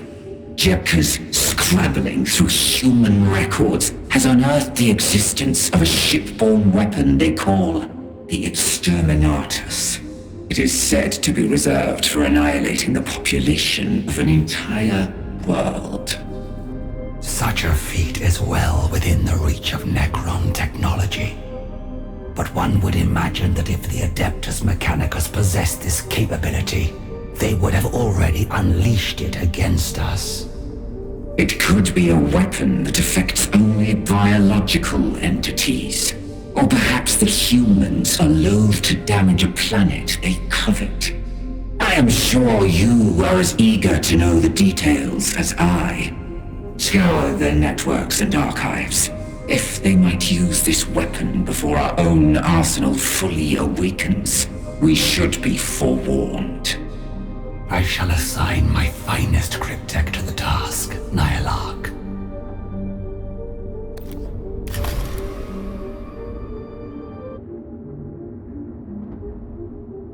I have collated and analyzed all available information regarding the human weapon on Vargard.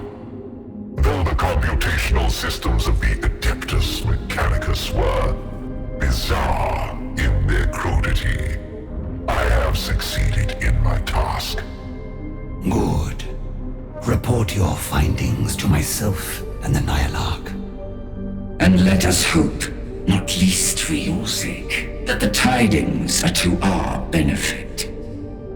The Exterminatus is not a singular weapon, but an ill-defined array of planetary bombardments. Moreover, commanding such a section is reserved for the highest human authorities. The Adeptus Mechanicus on Kivroth have no such mandate, much less possession of suitable ordnance. So the humans have the means to scour a planet of life, but keep it locked behind an arcane web of laws and obligations, where it might as well not exist. A pathetic failing, and one reminiscent of the least effective pharaons of our own kind. All power comes with obligation, Nyalak. If even these borderline sapients can grasp that concept, you should as well. I can see beyond the current war, Vargard. Ours is a greater calling than simply changing the names on a star map. In time, you will see these dynastic codes for the shackles they are. Vargard, I have examined the coordinates you brought me. They refer to a location in a forested region that lies outside any current spheres of battle. The Eupatridae have made no effort to secure this area. Then they are ignorant of its importance. So it would seem. Regrettably, I am in much the same position. I have been unable to divine what might lie there. The only possible element of note is the non-human craft shot down by your efforts. Its trajectory traced a path toward this region. Coincidental, perhaps. Or the newcomers, whoever they were, had an interest in this location too. I must discover what Sankotep wanted me to find there. Keep this location a secret, Cryptek. The Eupatridae cannot know of this. Of course, Vargard.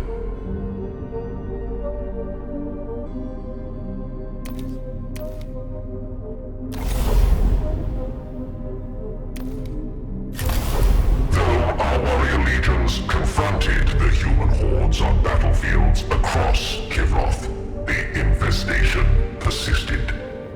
The Adeptus Mechanicus were fed by a crude, sprawling industrial base which leached at Kivroth's resources. Cryptek, what opportunities do your studies reveal? Alas, honored Vargard, the humans employ little logic in their organization. It is baffling how they maintain an army at all. I require insight, not a litany of your ignorance. Of course, great Vargard. I have identified a particular manufacturing nest which supplies primitive munitions to a swathe of the Skitari lines. Its loss will strangle their capacity for sustained combat, but our legions might surely drive them back in hapless disarray.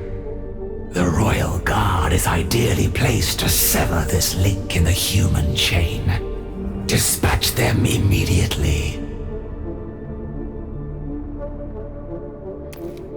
As the human forge pit burned, the ripples of its loss were felt on the front lines almost immediately. Guns fell silent, fuel tanks ran empty, and the legions of Kivroth were in the ascendant.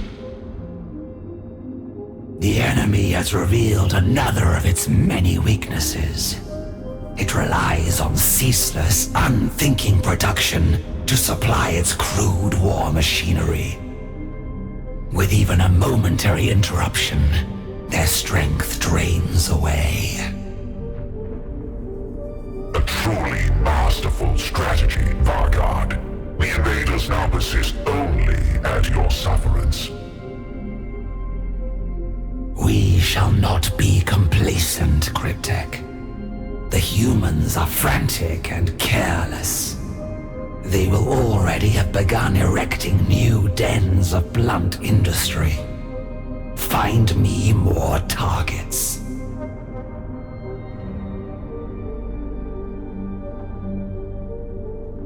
guard Nephshar, just the functionary. The war for Kivroth proceeds with glacial slowness. The invader mocks us with its continued presence on our world. Only the enlightened application of superior Necron wisdom will break this deadlock.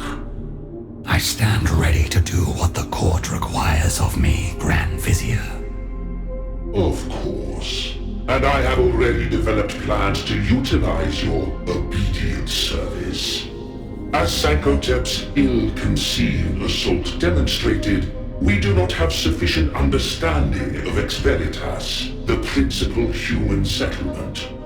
Fortunately, I have developed a form of specialized scarab. A scarab? The lowest form of construct. And one I have transformed into a perfect weapon. These scarabs will spread through Ex Veritas, relaying all I need to build a complete map of the human lair. To avoid detection, they must begin from the city's lowest point. I would have your royal guard release these scarabs at my chosen location. If it be the will of the court, Grand Vizier, I shall dispatch the most suitable units from my royal guard to see it done. It is indeed the court's will. More importantly, it is mine.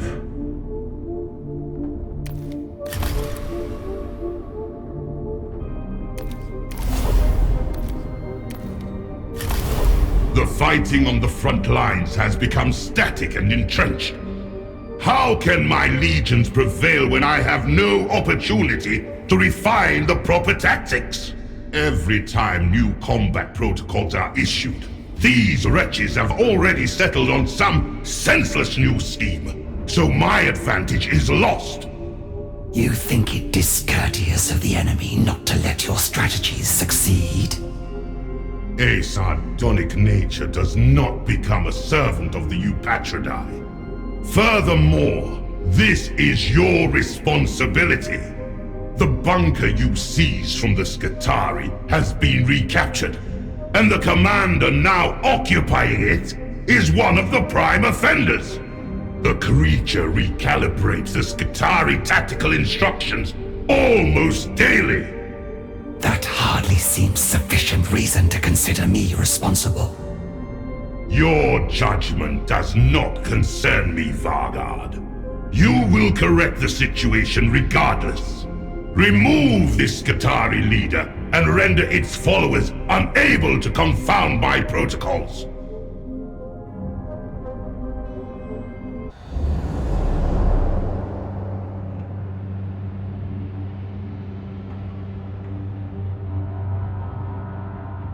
We have reached the enemy commander's last known location, but it moves frequently, always inspecting the fortifications or consulting its officers. We must find it before it learns we are coming for it.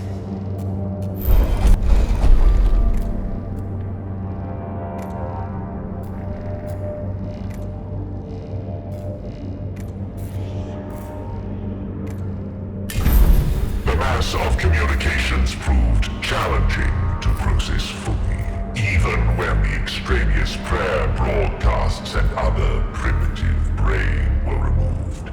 The Royal Guard pinpointed the target's location, though the task was excruciating.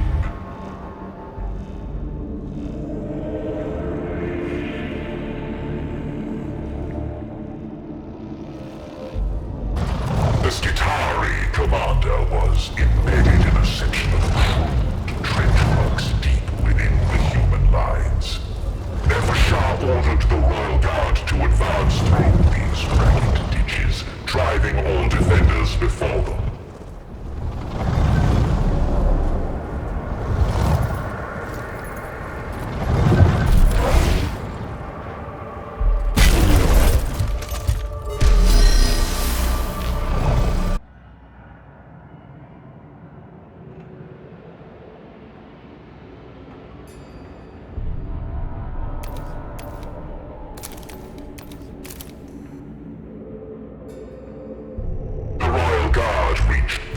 its location, only to find not a command post, but a structure more typical of the invaders' places of superstitious worship.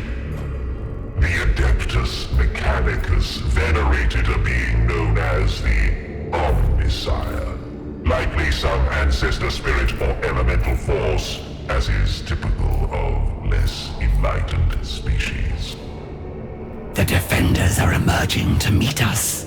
An unsound tactical choice, befitting such belligerent creatures. Let us demonstrate their folly. The defenders were true fanatics of the humans' cult, who had invited unfettered energies to course through their altered bodies in crude imitation of a plasmancer's craft. They chanted prayers to their primitive god as they rushed to meet the royal guard. Lunatic zealots, defending an altar to their laughable faith. Hecamede may ponder their peculiar tactics once they are all dead.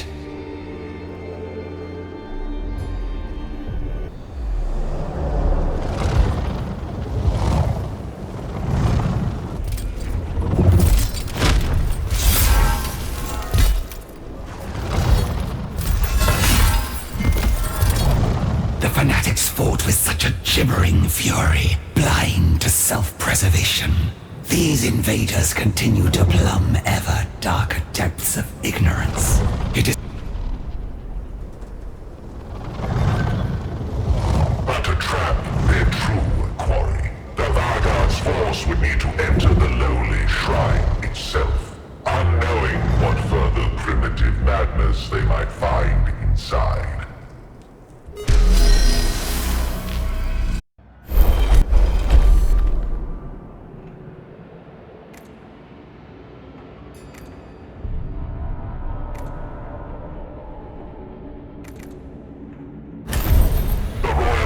Stormed the ramshackle shrine's entrance, striking deep into the structure according to their finely tuned assault protocols. The royal guard swiftly reached the center of the shrine, where the Skitari leader tended to an altar in prayer, his superstitious observations interrupted by the assault. Yet, he did not immediately rise, even as the royal guard surrounded him. Your kind are a truly perverse species. No civilized being would accept death so readily.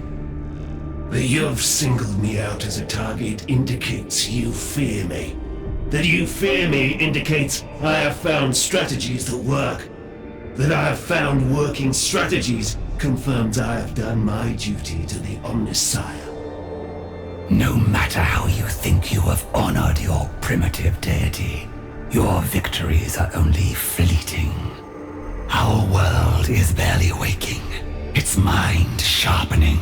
We waited an age of the galaxy to reclaim our domain. We are patient. The passage of time will prove you wrong, Xenos. It will not take long.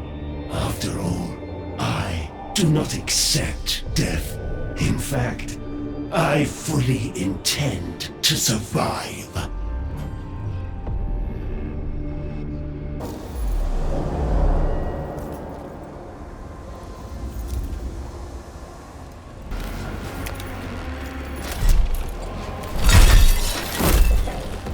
The arrogant enemy war leader was slain, and its ichor stained the altar of its indifferent god. Its swift death gives the lie to its delusions. This rabble could never rise to our levels of intellect, no matter how long they might persevere. Time is our ally. The Necrons will prevail. Time is not your only ally, Nefajar. These primitives keep faith with a distant and shackled god. And the traitors who command you worship only selfish ambition. But you have a true god at your side, woken from the stars. Place your trust in me, and we shall surpass them all. Trust. Trust is the bond of a rightful master and a loyal servant. You understand nothing of trust, God Shard. Only control. And so long as you are held within your prison, that control remains with me.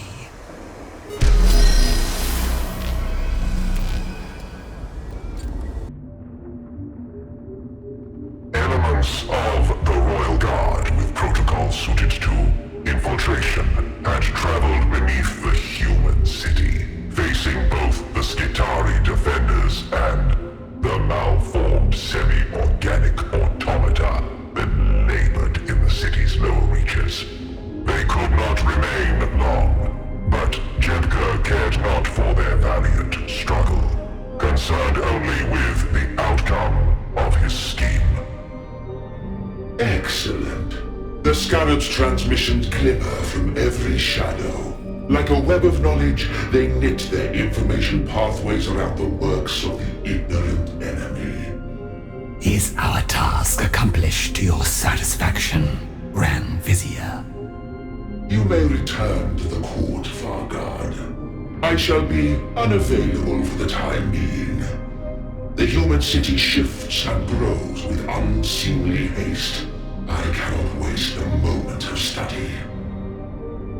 That tinkerer treats you as his underling, and Kivroth as his personal laboratory. Yet you are the hand of the Pharaon. You bear his legacy, a rightful authority that far outstrips any treasonous cryptech. Truly, you must suffer to see this usurper behaving like the Pharaon himself. I can bear such suffering as long as needed. Jelka thinks he has every eventuality planned for. You may seem beneath his notice, but he is surely prepared to eliminate you the moment you become a threat. Be not afraid. Nothing can prepare that traitor for the power of a deity, and that is what you hold, ready to serve at your command. And will that deity remain under my command? No more than I will remain under Jepka's. The Grand Vizier will fall, God Shard, but I will not have to call on your power to see it done.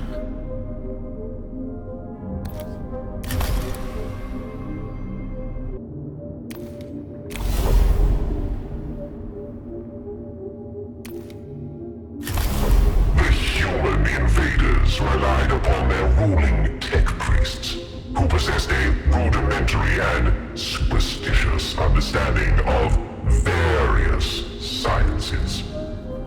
Without such specialists, the Skitari hordes would surely be left impotent and directionless.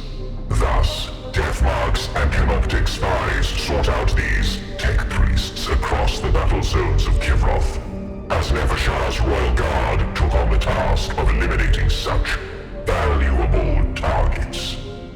Cryptech, attend upon me. A tech priest target's location has been confirmed. They are animals to us, but by human standards, they are considered masters of their sciences. Then this creature's elimination would be a most expedient measure on Vargard. Our legions are too unwieldy to pursue such specific targets. The Royal Guard must be dispatched to engage and destroy them. See that it is done.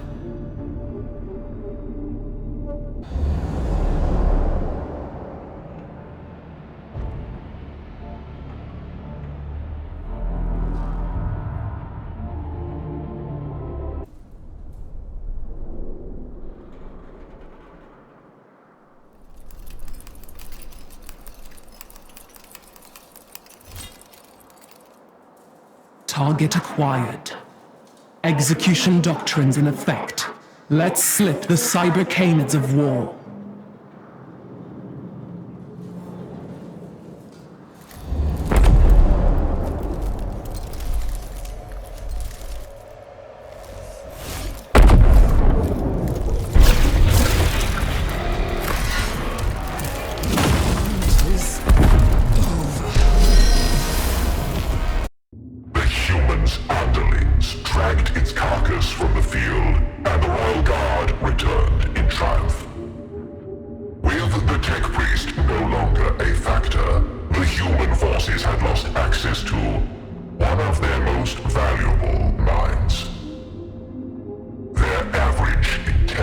was thus devolved towards the dismal human norm. Our strength is best used when it reaps those who stand most firmly against our rightful dominion.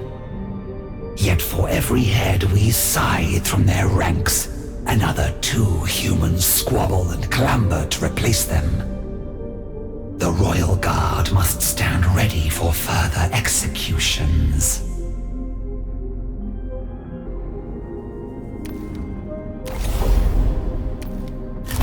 Vanguard, your attention. The war develops in a manner not in accordance with the needs of my destroyers. Your destroyers are but one faction within our dynasty, when you care to be counted as such. Not every decision can be solely in their interest. But this one is of particular offense to us, and easily corrected. A circle of cryptex is cataloging the life forms that have arisen on Kivroth for study, once the humans have been driven from our world. A laudable goal once our dominion is restored, though hardly a military priority. It is a foul perversion. Life is a rampant cancer to be excised from Kivroth, not collected and molded as if it was something benign. No, this expedition must be halted, and its leaders made an example of, so no other will seek to replicate their folly. I acknowledge a need to punish those who become distracted from our dynasty's current war. The expedition will be executed, if such is the will of the court. It is the will of every Necron with the wit to understand what is at stake. See it done quickly, and without mercy. Trapped in the service of monsters. Your Pharaoh meant you for more than this, Nefershah. Together, we could destroy Ukensep and her abominations at a stroke. I could set a crown atop your brow, and we could continue what Sankotep began. The only destruction you will cause is to my patience. I will follow Ukensep's commands and destroy these cryptics, and so draw Jebka's ire down upon the Nihilarch. Be silent, for you will not trick your freedom out of me. Already setting your rivals against each other. I understand what Sankotep saw in you. But think on it. Your only desire is to see Kivroth ruled by someone worthy of the throne. Whether you hatch a diadon, who can fulfill that role other than you?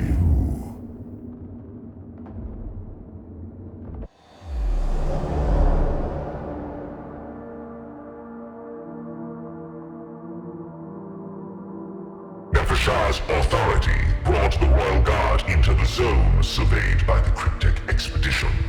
However, the area was contested by human forces. The Cryptics expected to encounter violence, albeit not from Necrons, so their presence was masked by crypto shrouds and sensor-baffling radiation fields.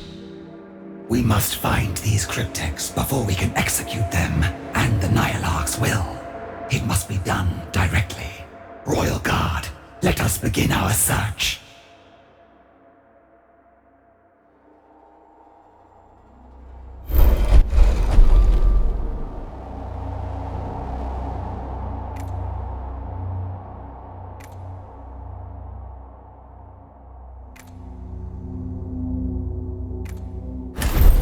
Shrouded by their defenses, the cryptic trail was difficult to detect consistently, but revealed the direction of the expedition. Rapid calculations gave Nefershah an approximate location, which was duly cut off and surrounded. We have their location. Now, close in and tighten Ukensep's noose. Be aware. The cryptics will be ready to defend themselves, and some may even anticipate a betrayal from fellow Necrons. '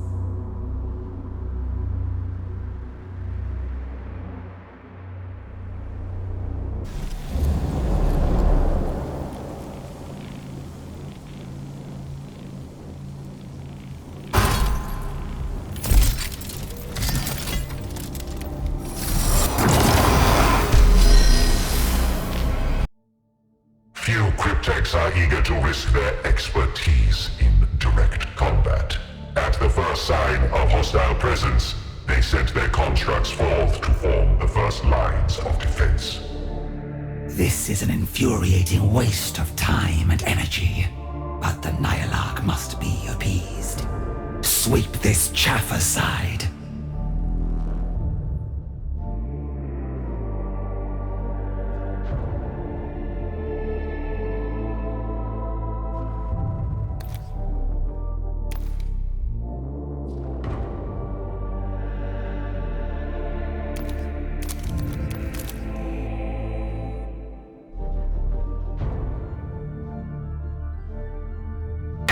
Who concepts obsessions? We should be laying waste to the human invaders instead of wreaking havoc on our own. Nefashah's frustrations had not ended, for as the Royal Guard closed in on the Cryptex location, new foes leapt from every direction. An ambush. The Cryptex have tasked their most dangerous underlings to lie in wait for us. An admirable gambit, but mere cleverness will not be enough. Form up and repel the enemy.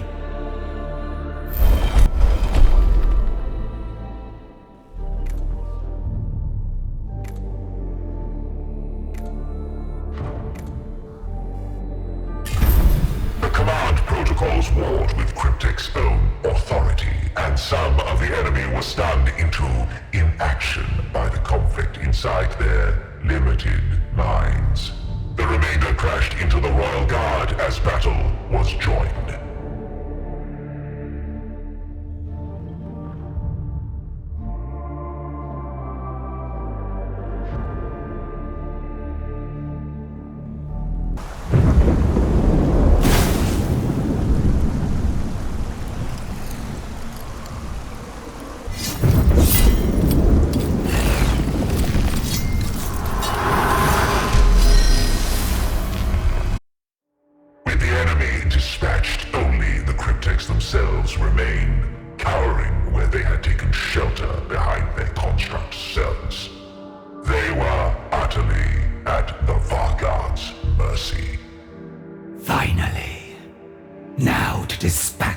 Unfortunates, and Uconcept's wretched errand is done.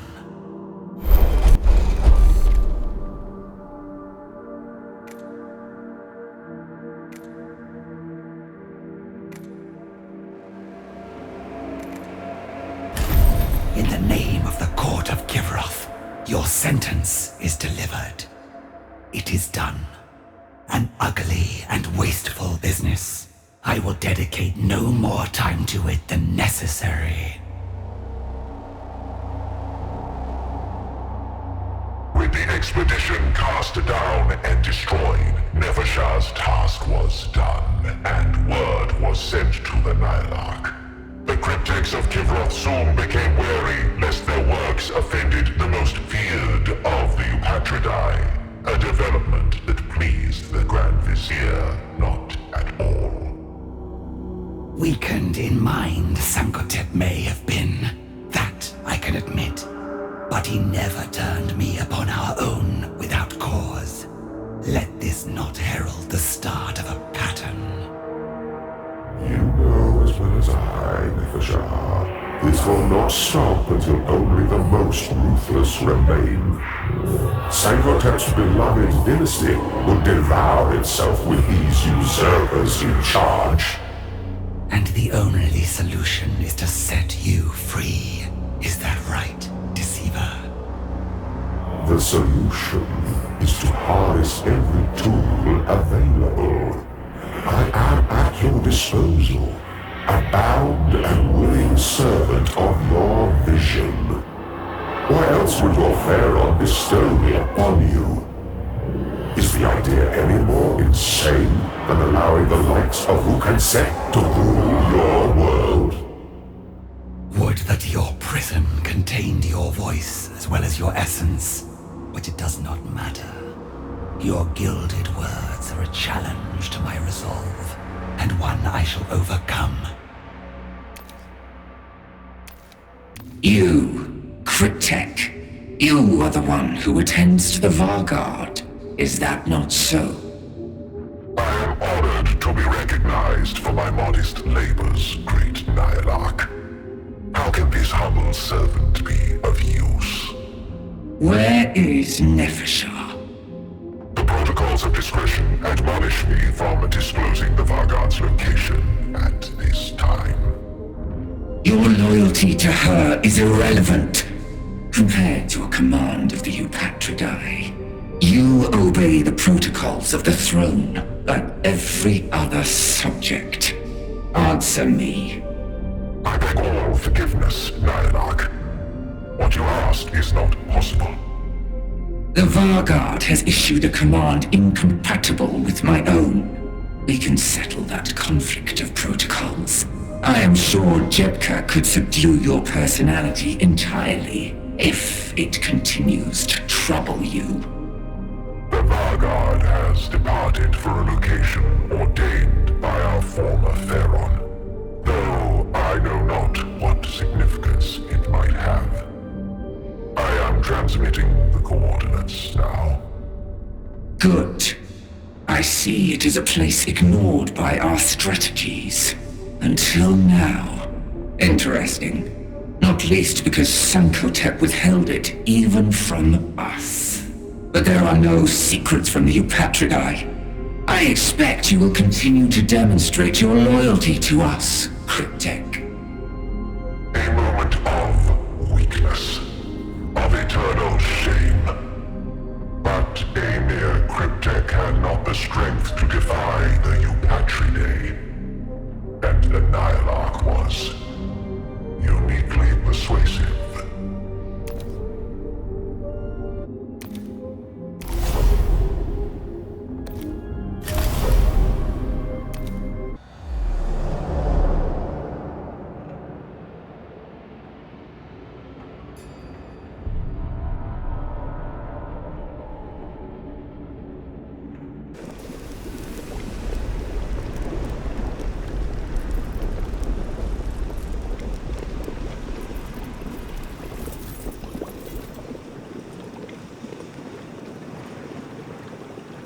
Negate. Disassemble. Destroy.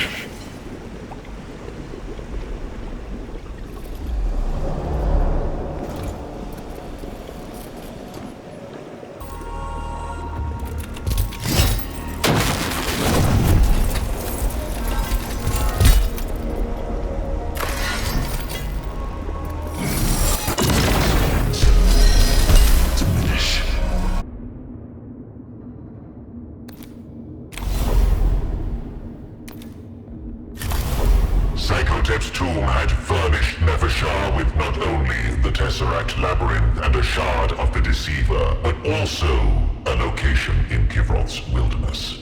It lay far from any known tomb, but clearly held importance to the late Pharaon, for he had entrusted its coordinates to his Vanguard alone.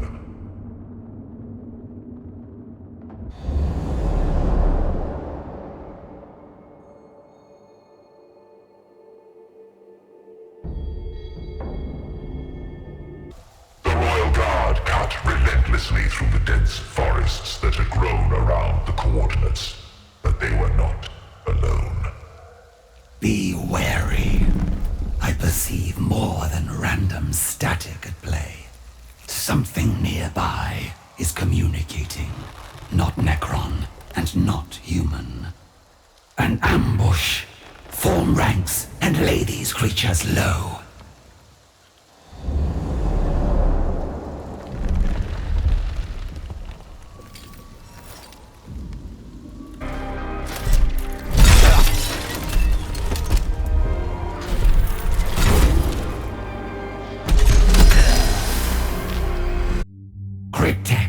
What are these creatures that sought to waylay us? Translation of their guttural tongue is still in progress, Honored Vanguard, but suggests they refer to themselves as kin. A pseudo-familial clan organization, if I may dare to speculate. The disposition of their communication nodes indicates that this was a scouting party for a much larger force. The unidentified void ship. The one we struck from our skies. It would have crashed nearby. Is that not so? Astromantic calculations would place its carcass in this region, yes. Then we have invited a new factor into this conflict. A possible ally of the humans, and a certain enemy to our dynasty. We must know more of these new intruders before we can risk venturing deeper into the area. Follow them to their fallen vessel, or wherever they have made their nest.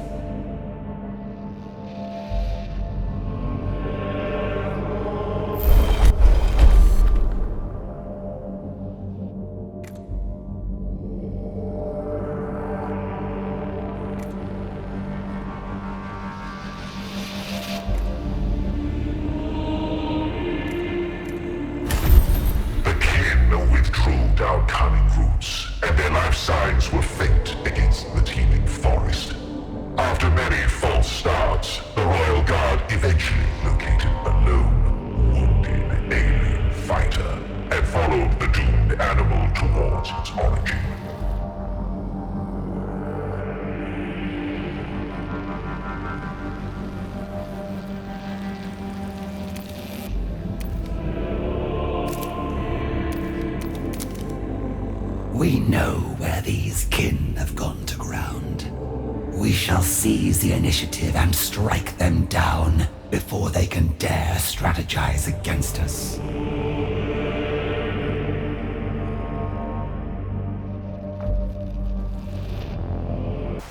From the forest rushed another band of attackers. These kin laid bare the savagery inherent to all lesser species, swinging crude weapons and bellowing war cries as combat stimulants rush through their veins. But for all their mindless ferocity, Nevershah was not dismayed. Fear gives rise to desperation and the frenzied throes of a dying animal. A spiral typical of mortal flesh. A Necron is not overcome by such crude intimidation. Cut them down and teach them what fear really means.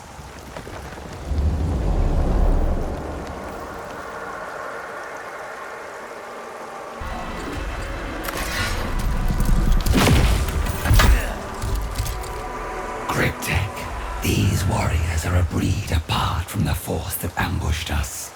I trust you have some insight to share. Like the previous kin, they possess musculature and morphology typical of high-gravity environments.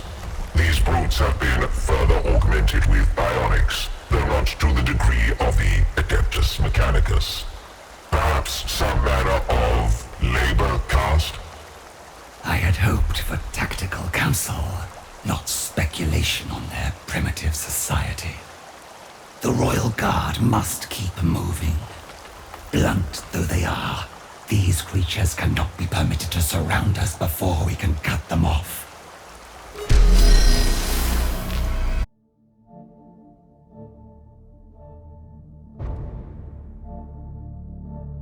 The kin are attempting to regroup. Hunt the survivors in this region and engage them before they can establish any rudimentary defenses.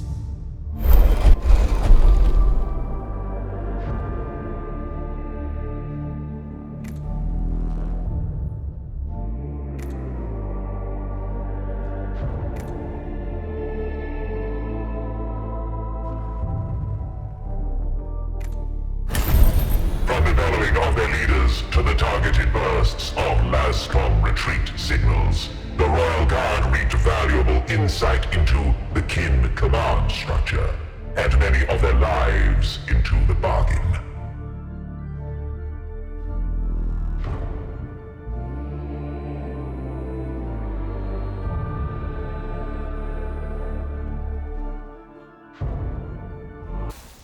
The kin are swarming around an asset they wish to protect, or a secret they have failed to hide. It is no coincidence they are massing at the very coordinates our Pharaon wished us to reach. Cast down their last defenders and find Sankotep's legacy before they can respond in full.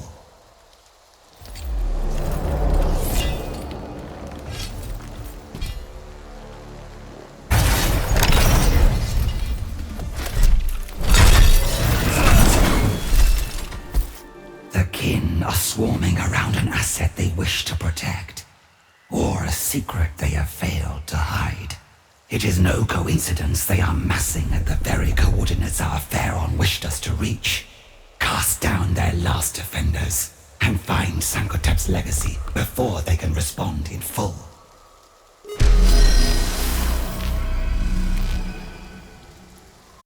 Lords of Kivroth, it seems Sankotep suffered one last bout of madness. He assigned to his Varguard a task that, out of misplaced loyalty, she tries to complete beneath our notice. The location you have plotted is of no strategic import. There is nothing there. Not so. I have issued commands to Doomside flights that have identified a structure of Necron origin. Sankotep hid something there that he would not trust even to us. A tantalizing glimpse into the lost Pharaoh's mind. What might he have kept there? Something that threatened his very throne, but that he could not bear to see destroyed. My curiosity must be sated. Then we shall use the strategy that has taken us this far. Send legions of warriors there, and drive the enemy from it with force of numbers. Whatever Sankotep concealed, it shall be brought to the light. One concern. The Varguard must be kept away. Her residual loyalty to Sankotep is ordinarily superfluous, but may prove an impediment here. Whatever this location contains, it must be in our hands, not the Varguard's. Honored Varguard, I cast myself prostrate and beg your mercy. I divulge the secrets entrusted to you by the late Pharaon. In my contrition, I shall scourge my... Cease this, Cryptek. The Eupatridae enforced your obeisance. I shall have need of you yet.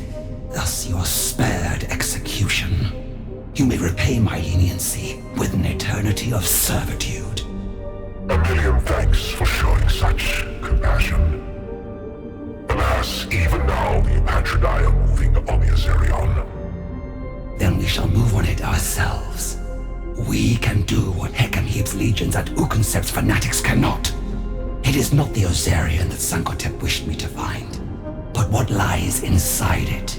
By the time the Eupatridae open its doors, the secrets within shall already be mine.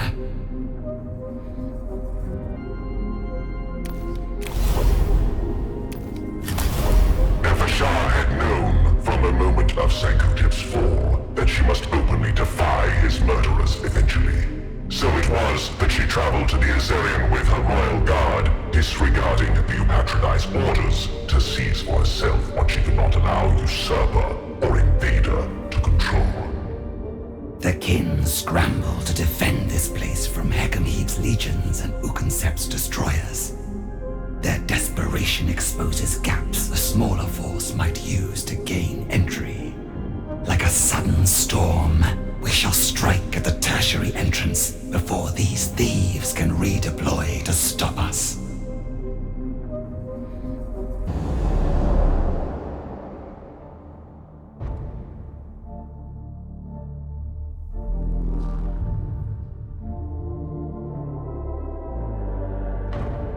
Humans and kin had made common cause to occupy the Azerion, a grotesque menagerie of lesser species. Yet only a token group defended the entrance that Nefershah, wise in strategy, had made her objective.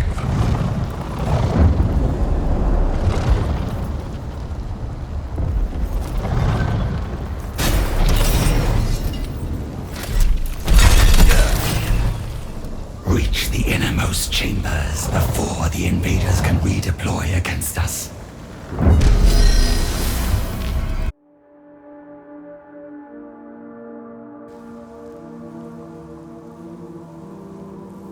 The Osarian may have been built by Sankotep himself. Certainly its architecture shows the cunning he wielded before the Great Sleep. It forms a labyrinth to confuse and divide attackers. We shall not permit the aliens to turn our Pharaon's designs against us. Push on to the inner chambers.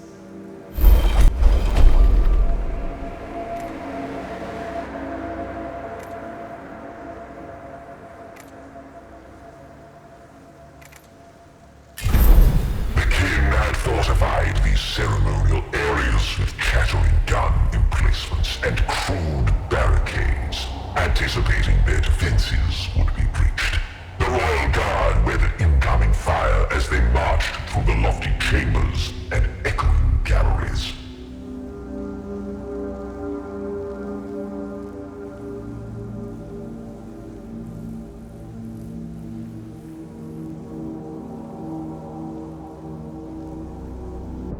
The enemy gathers to bar our way.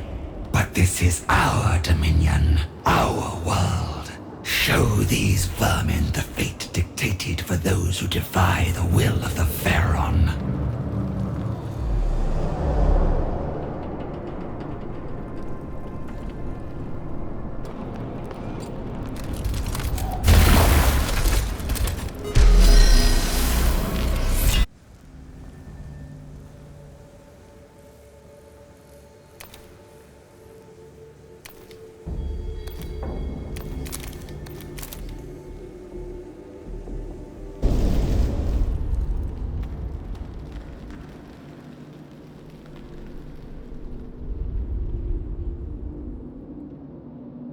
An eternity gate, and of a scale far greater than any other on Kivaroth. Sankotep anticipated our need for allies. Wherever this gate leads, whichever dynasty waits on the other side, it is my duty to open it. As the Pharaon willed, so it shall be. The Eternity Gate had baffled the simple minds of the kin and the Adeptus Mechanicus, to whom its technology was impenetrable. But it responded to the presence of a Necron, and to the command protocols of the fallen Sankotep.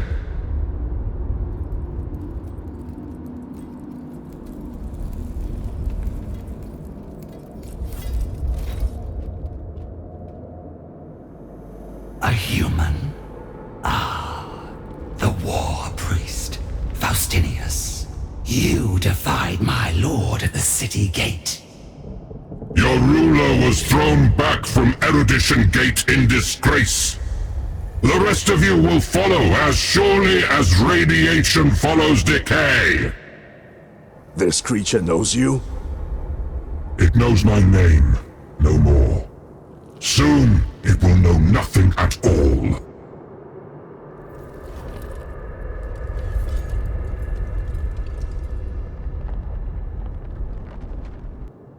You will never make use of this artifact, Xenos. We will dismantle its blasphemous technology, and every Necron on our Forge world will follow suit.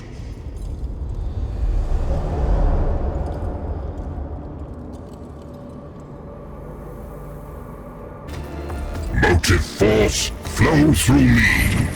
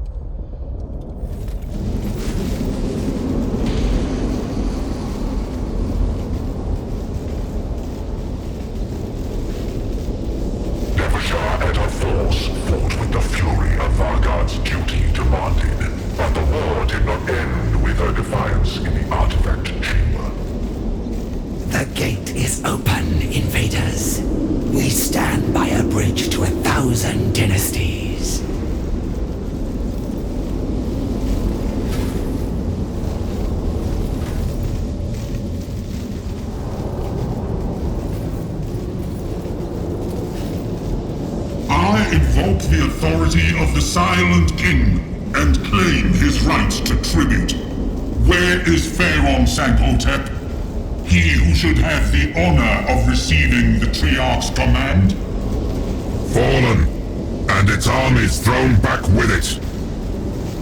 The alien speaks the truth. I am Nefelshah, Vargard to Sankotep, and inheritor of his will. An unforgivable failing, but it does not alter my purpose.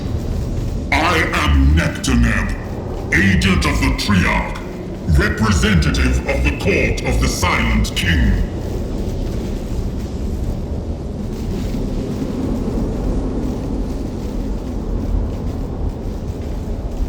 Vargard, the translocation corridor is becoming volatile.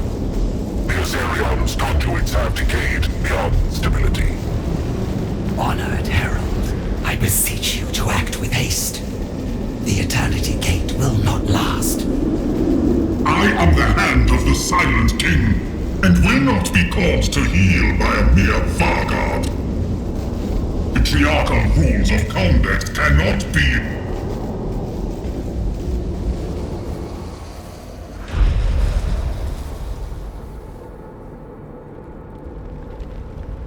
Your bridge has collapsed, Xenos. There are no 1,000 dynasties to help you now. My Praetorians are not yet assembled. In the name of the Triarch, you will reopen this gate at once. I cannot. There is no power left in it. The Eons have left it dry. Such neglect is unacceptable. Your dynasty's duties...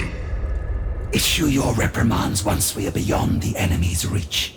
Without your Praetorians, we have not the strength to reclaim the Azerion, nor to fight off the invaders' reinforcements.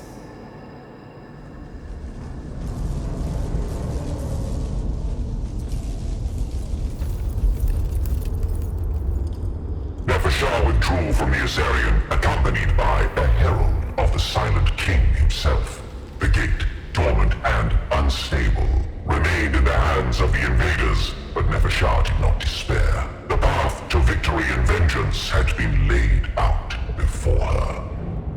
Her lost Pharaon's will was at last known to Nefelshah, and as surely as if he still reigned, she would see it done.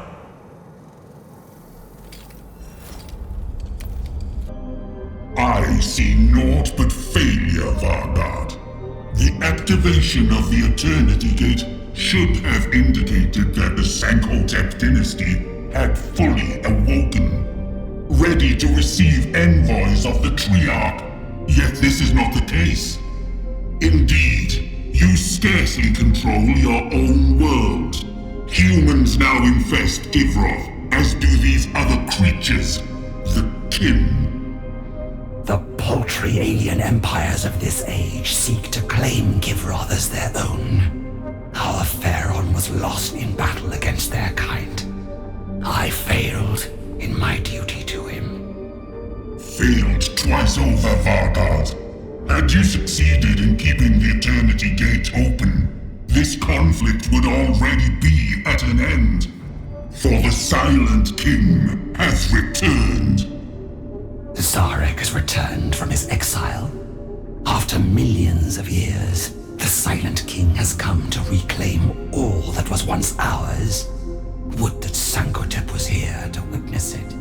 He would gladly have kneeled before the Silent Throne and renewed his eternal fealty. But he is not. For that, you must atone.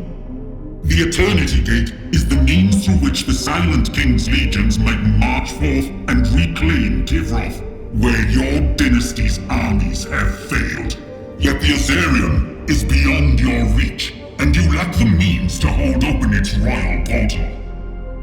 I shall retake it myself if I must. For now, I see another obstacle in our way. The Upatradai regard Givroth as nothing but their personal trophy.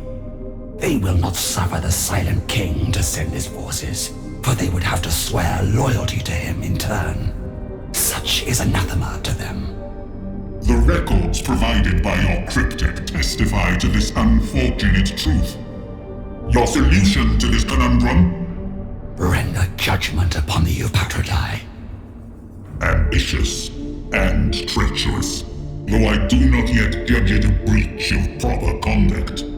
The Praetorians serve the Triarch and enforce their time-honored codes. We are loath to become embroiled with internal dynastic conflicts. It is not the first time I have contemplated how the Eupatridae might be deposed. It is beyond my capabilities alone, even with your help. But the invaders are actively seeking to eliminate our leadership. Some unseen assistance could help them succeed in this objective. You speak of treading a dangerous path.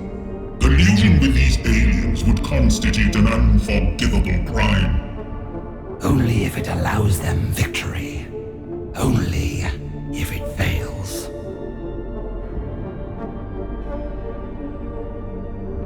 Until the Ozarian is reclaimed, I will be without allies against the Eupatridae. Instead, I must employ an enemy. At my instruction, Kynox has forged evidence of Nemesor Hekemib's location, simplified enough for even a human mind to decipher. Once they possess it, they can invade Hekemib's tomb. A risky stratagem, Vargard. The enemy of your enemy is a pestilent species that still infests a Necron world. Gifting them an advantage in this war could cost us Kivroth in its entirety. Take care not to jeopardize the Silent King's dominion for the sake of petty vengeance. If this world is ever to become a part of the Silent King's dominion, the Eupatridae must be destroyed. They will never kneel before another, and we too, even with the Royal Guard, cannot face the usurpers directly. I do not relish giving the enemy what they desire, but there is no other way. I support your ploy only because it advances the authority of the Triarch. But have no doubt, Vargard. Should you hand a Necron crown world to a species I have yet to even formally judge as sapient, you will be held solely responsible. As I should. My force will insinuate the fabricated information into an Adeptus Mechanicus listening post and slay all within. The transmission of our lie shall seem a valiant last act of defiance. Kynox insists evidence gained from such a futile sacrifice will be more believable to human minds. These creatures' minds are truly so fragile, so prone to be swayed by such unreason. Theirs is an alien mindset, made incomprehensible by its own limitations.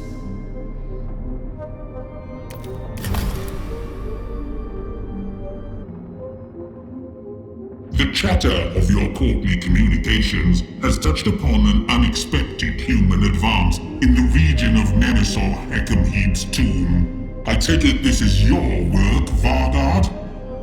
Indeed. My Royal Guard planted enough clues to lead even the humans to our Nemesor's location. The vermin at the listening post put up a more spirited defense than expected. But that merely made the ruse all the more believable. Satisfaction is unbecoming, Vargard. Your lines are pushed back. Your numbers are diminished. You have sacrificed much that was not yours, all for this deception. Even if it succeeds, you may have done irreparable damage to your dynasty's prospects of reclaiming Kivroth.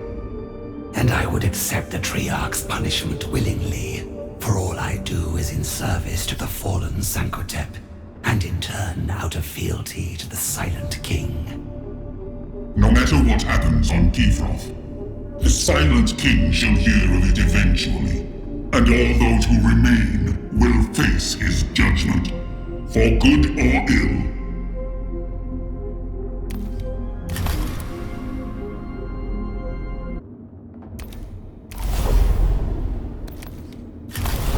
As the Skitari closed in on the tomb of Hekam-Hib, the Nemesaur prepared to defend his refuge, wielding his undeniable mastery of the battlefield and the endless numbers of his legions. The very crudeness of the human strategy provides us with our masterstroke. We shall permit their forward units to reach deep into my tomb, drunk on false victory.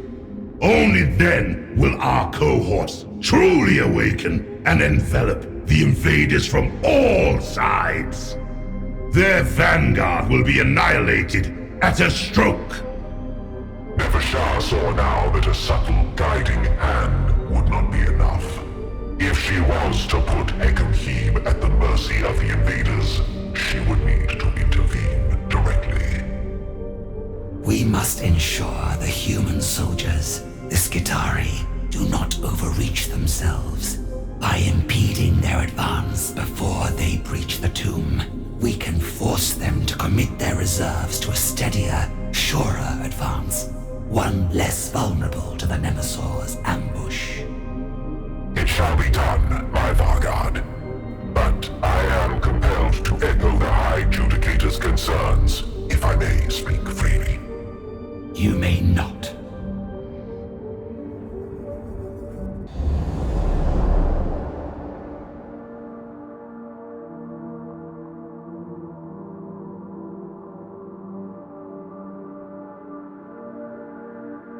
Upon approaching Hekam-Hib's tomb, the Royal Guard saw the Skitari had deployed scouting units to survey the entrance. They would be sure to relay any attack by the Royal Guard to their fellow invaders, thus serving Nevershah as unwitting accomplices. Rangers, as the humans call them. Forward troops used for reconnaissance tasks. Teach them fear, so they might pass this new wisdom on to the rest of their verminous kind.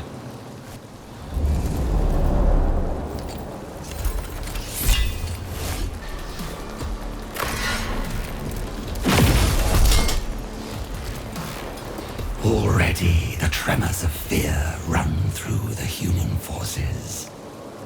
We alone do not have the strength to blunt the main attack, but nor do we need it.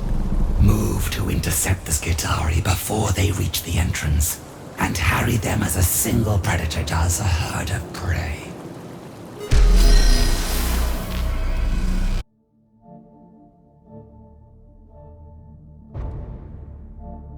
Hekam-Hib's ambush relied on luring the Skitari deep into the tomb, which they would believe to be sparsely defended and ripe for plunder. If Nevershah was to frustrate his strategy, she would need to teach the humans to appreciate the tomb's dangers and the depths of their own folly. Blunting the assault will not be enough. We must ensure the Skitari accurately assess the tomb's defenses. It should be done with subtlety. They are simplistic creatures, but even they will grow suspicious if our manipulations are too bold.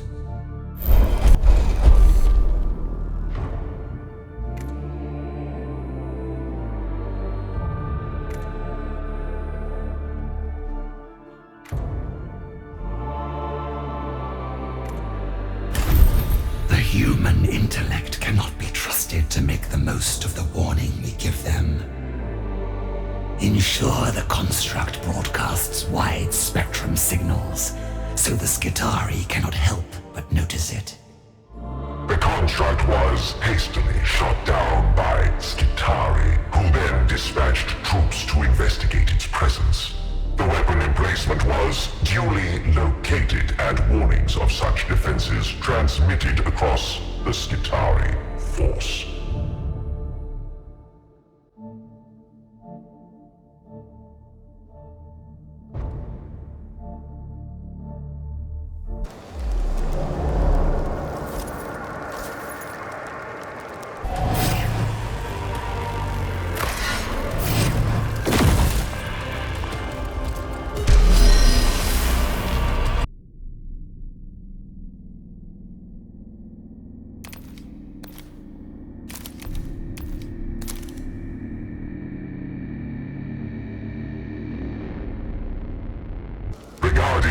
As a whole, the Skitari force was enormous. Thus, Nevershah elected not to fight in a pitched battle, but to isolate and destroy an element of the main force to sow discord and confusion among the invading ranks. Embody the protocol of the dread strike. We shall land a blow that will send every Skitari soldier reeling.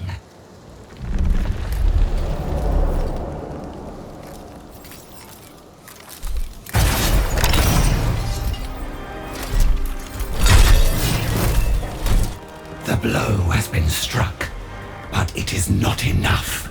The invaders were clearly prepared to suffer losses, but it is perplexing that these mortals are so accepting of death falling among them.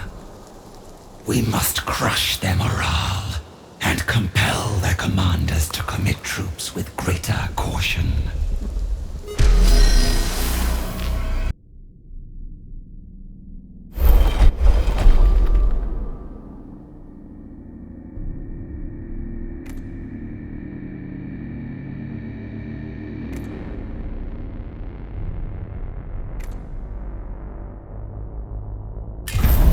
Taking inspiration from the depravities of the flayed ones, Nevershah instructed the Royal Guard to display the mangled corpses of dead infiltrators. The Skitari were unexpectedly steadfast in the face of such horror, but their commanders feared the force was being surrounded by flayed ones. An uncivilized chore, and one that did not spread the panic I had hoped. Perhaps the Adeptus Mechanicus have altered the emotional responses of their frontline troops. Nevertheless, the advance has halted.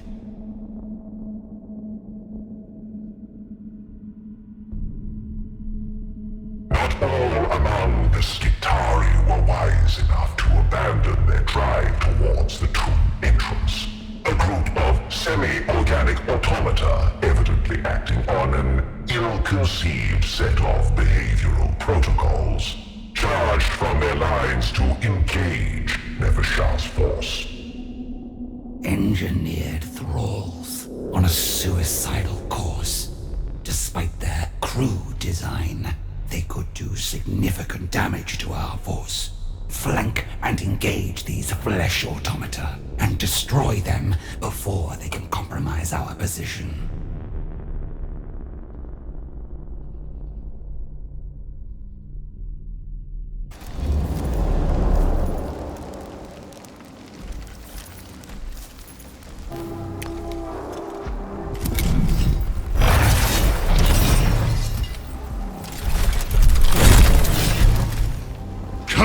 The incompetence of my enemies.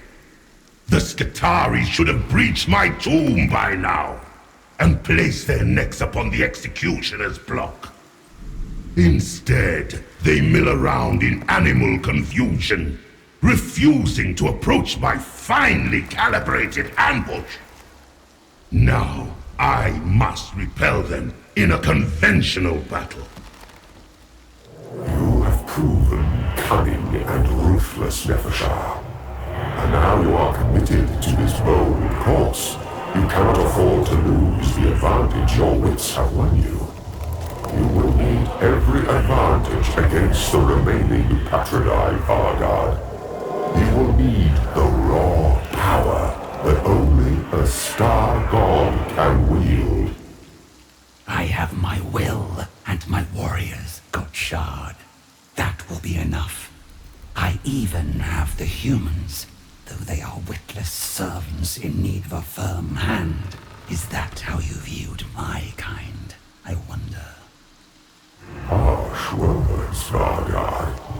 But know that for all your scorn, I shall not forsake the savior of Kivroth. I will be with you until the very end, awaiting the call to elevate Sanhotep's rightful heir.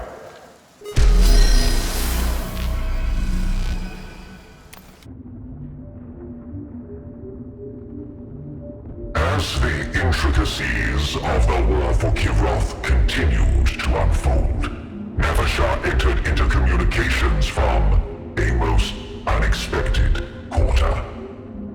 The creature that approached her was a human cyborg, one of the mindless flesh automata commanded by the invading Adeptus Mechanicus. Yet, the voice that echoed from its crude audio implants was one she recognized. I identify as Tech Acquisitor Scaevola. I am addressing the one designated Vargard Nevershah, correct? Scaevola, the one who disturbed my tomb. You dare compound your crime with this further intrusion. And this time, you have not even the courage to show your face before me. Risk of exposure outweighs reward of personal contact. This equation may rebalance in future. I apologize for that unfortunate episode. The data in my possession provided no context for the exalted personage to whom the tomb belonged. That info lapse has been corrected. Your attempts to mollify me only provoke my suspicion further. I aim to establish a dialogue, Vargard. I will initiate a demonstration of sincerity. This transmission contains routing coordinates for a convoy of senior tech priests. Predictive models indicate their loss will impact the Skitarii ability to coordinate efforts against you. Utilize this information as you will. A diplomatic offering. And one that I receive with caution, human. A Vargard is not some courtly wastrel to be flattered and bored. The Necrons have had millions of years, as you reckon them, to perfect the art of manipulation and treachery. Know that in a battle of wits between us, I will emerge the victor. Acceptable. You will thoroughly investigate the validity of my intelligence, upon which you will reassess this exchange. The possibility of an information source within the Adeptus Mechanicus is too valuable for any other conclusion. Critic. Assemble a mobile force to seek the truth of the invaders' claims. Should it prove true, eliminate whatever targets are made opportune, and return with all you have learned. Of course, honored Vargard. You are most wise to be wary of this alien sycophant. I shall bring back all there is to know once I see to the disposal of this unsightly fresh construct.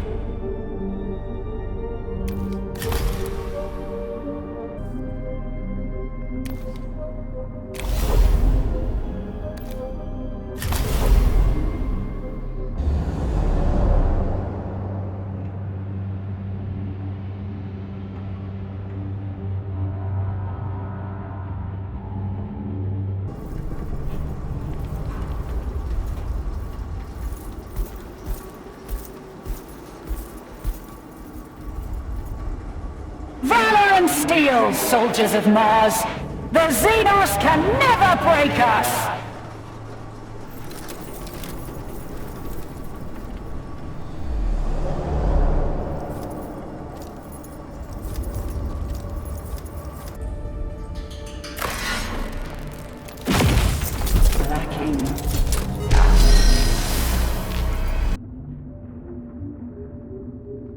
Vargard Nevershah. The loss of several senior tech priests indicates you have authenticated my intelligence. Correct? Indeed, you spoke truly. My forces intercepted the convoy and left nothing living. It was as you said. A target worthy of my attentions. Then a foundation for further dialogue is established. Cryptek Kynox.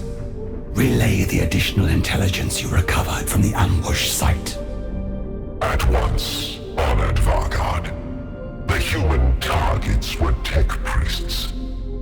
Recreating partial memory engrams from their cranial implants revealed this group was assembled to inspect a laboratory and ensure it adhered to the strictures of their creed.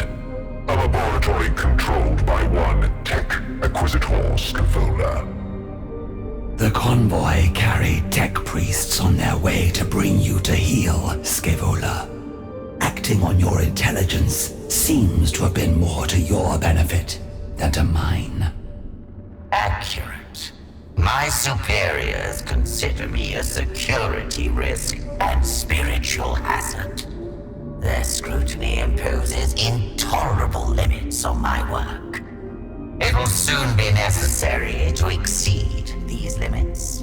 Hence, establishing an honest dialogue with you. Honesty is not a quality I have detected in you, Tech Acquisitor. Nor is loyalty.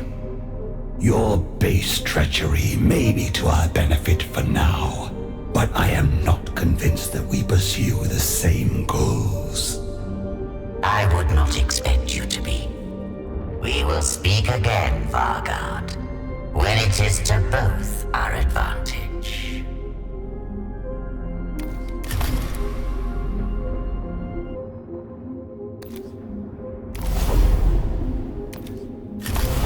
By reviewing our dynastic deployments, I have gleaned something of the defenses mustered by the Upatridae. I believe the tomb of Chepkai is defended only by a selection of Canoptech constructs. The Grand Vizier trusts none but his mindlessly loyal engines to protect him. His caution is now his weakness. Even if he has allowed himself to go unprotected by your dynasty's forces, his tomb is secreted far behind the active lines of battle. Even if it were feasible to lead the human invaders all the way to the Cryptek's haven, I would judge it deeply unwise. I have no need of pawns in this matter, High Judicator. The invaders cannot reach Chepka before he realizes his vulnerability, but the Royal Guard can. I shall send my own forces to the tomb and render judgment upon the Grand Vizier. He may not be as amenable to your verdict as you hope.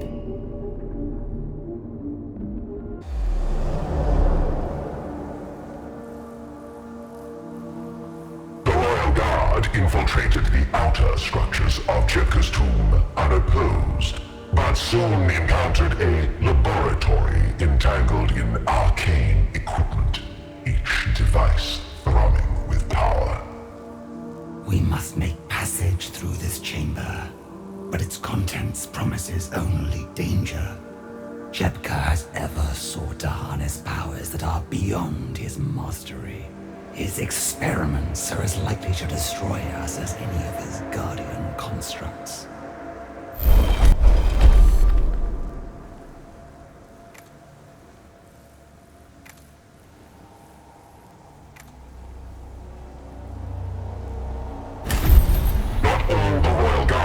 Successful in traversing the forest of energy coils and lightning towers. Warriors who strayed too close to a particularly energetic particle accelerator were dragged into its firing cycle and reduced to subatomic components. The rest, however, made it through undetected.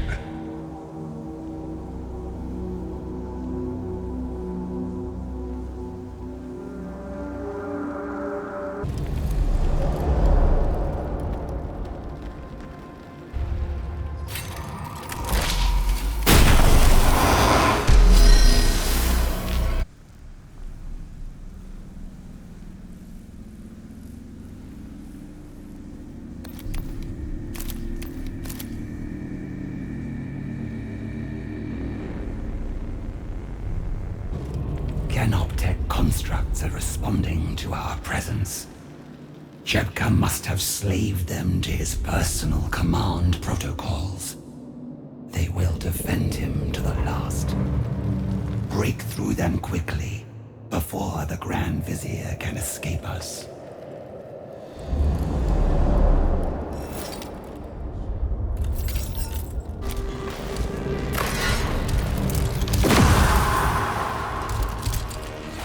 These constructs should have answered solely to the throne, not been wasted in defending a usurper.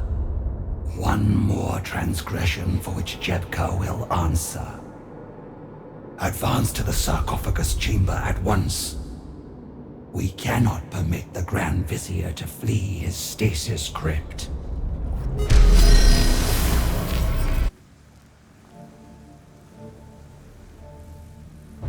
With infinite regret, Honored Fargard, I must warn you I have detected gravitic pulse emitters within load-bearing structures throughout the tomb. They are placed to create a seismic event that will collapse the structure entirely. Then this was nothing but a trap.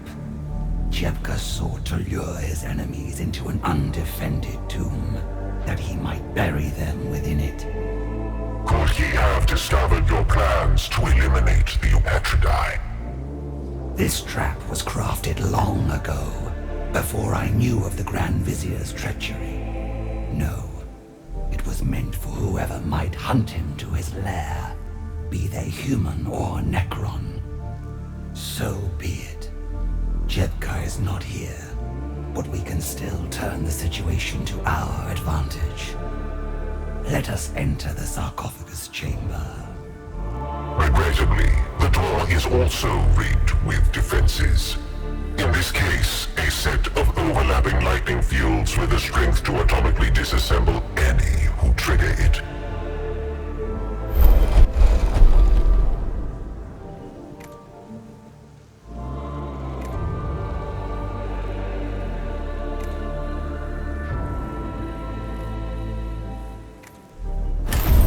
The Margon's force employed focused Gauss fire to slowly strip the molecules from an inner wall. Their approach cost significant time and power, but won them safe entry to the sarcophagus chamber. Conserve your energies from here, for we do not know what we will face inside.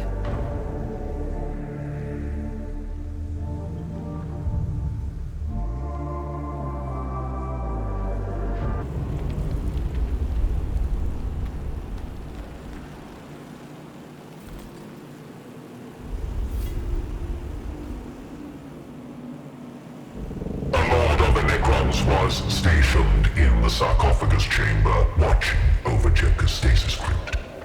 He showed no recognition of Nepheshah or the authority she carried. I know this noble.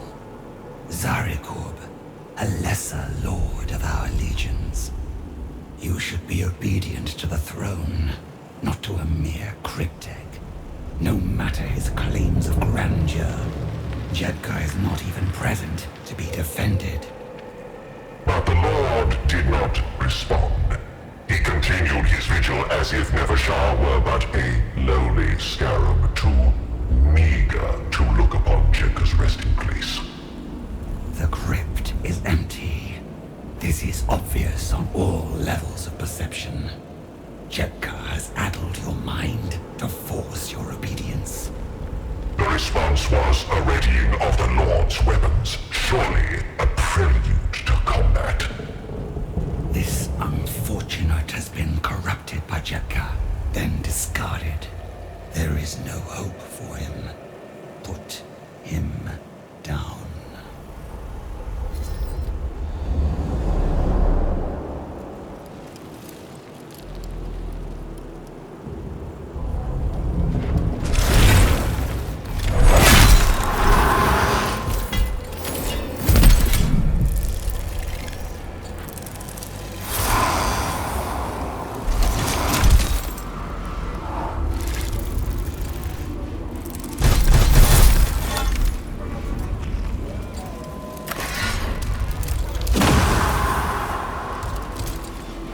A noble who should have served the throne of Givroth well. Instead, he opposed his rightful ruler's authority at Jepka's command. Each time I believe I have grasped the extent of the Grand Vizier's wanton ambition, and each time his list of treacheries grows longer. Nevershah had formed a plan that, in its brilliance, rivaled Jepka's own intrigues. She did not order the seismic charges that laced the tomb to be dismantled. Instead, she left the whole elaborate trap in place, but with an addition of her own. Cryptek Kynox, assemble the intelligence we have gathered on Jepka. His favored catacombs, the routes he frequents, his panoply of devices. Anything that might allow the Adeptus Mechanicus to track him down. At once, honored Vargard. Jepka has often indulged in new forms of weapons technology that emit radiation of such magnitude and strangeness even the humans cannot fail to take note of it. Several examples of his craft can be found within that very sarcophagus chamber. Then we shall plant the details all across this false tomb, displayed plainly enough that even the humans cannot help but stumble upon them. When the invaders are caught in Jepka's trap, if even one of them survives, they will ferry the seeds of the Grand Vizier's doom back to their leaders.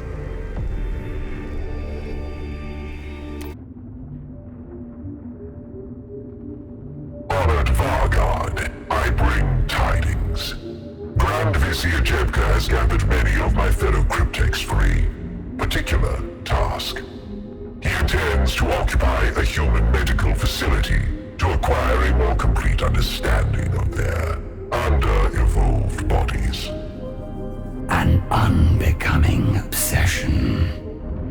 This sect of humans replace as much of their born flesh as they can.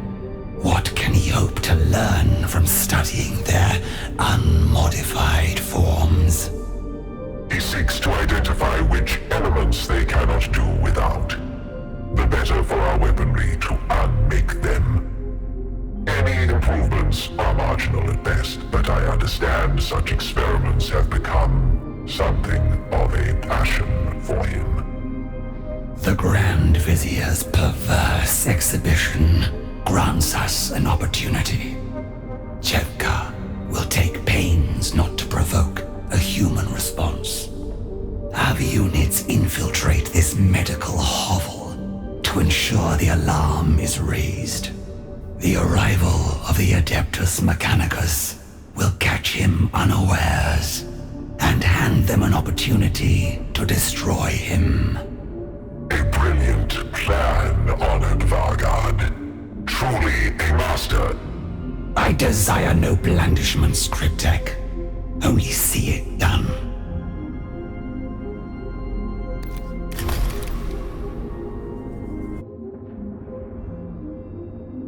Kynox, the court speaks freely of Jepka's venture to the human facility. He and his cryptechs perused a gallery of disassembled anatomies and departed long before the Adeptus Mechanicus could respond. Explain this at once. Alas, honored Vargard, the Grand Vizier must have anticipated sabotage from his rivals in court. A circle of Canoptek wraiths had been tasked with guarding against any Necrons not bound by Jepka's own personal protocols. They stalked the facility's halls even as Jepka's followers butchered its human staff. Is there any sign the Grand Vizier discovered your involvement? Judging by my continued existence, I conclude he has not. The invaders arrived only after Jepka's research was concluded, but it is possible they gathered some intelligence that will aid them in their hunt. A hollow consolation. Their war leader, Faustinius, has proven a remarkable outlier amongst his species.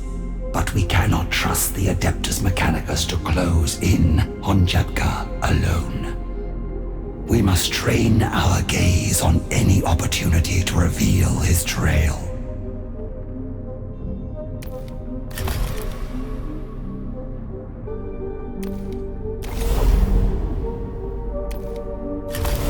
Cryptek, you soared to my attention. Indeed, honored Vargard. Our efforts to herd the humans into destroying Jebka have reached an impasse.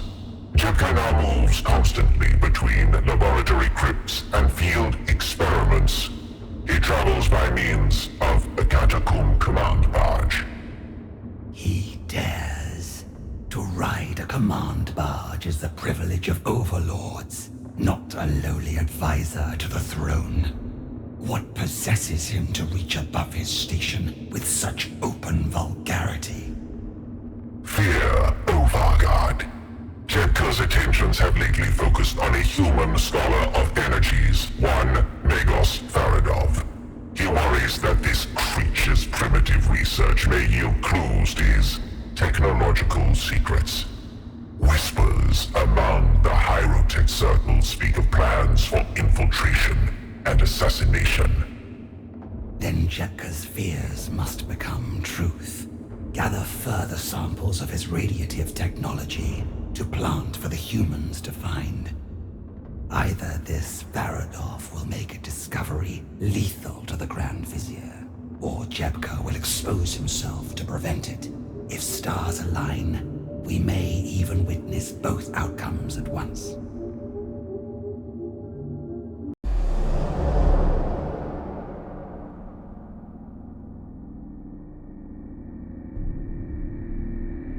Swiftly identified a region of the Skitari fortifications badly damaged by aerial bombardment near hours before.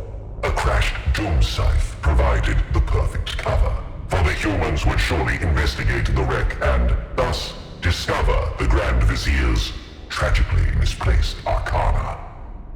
The humans have been unsurprisingly slow in sealing the breach from our aerial attack. Their lethargy affords us an opportunity to infiltrate the crash site. Move quickly, and do not become trapped behind their fortifications.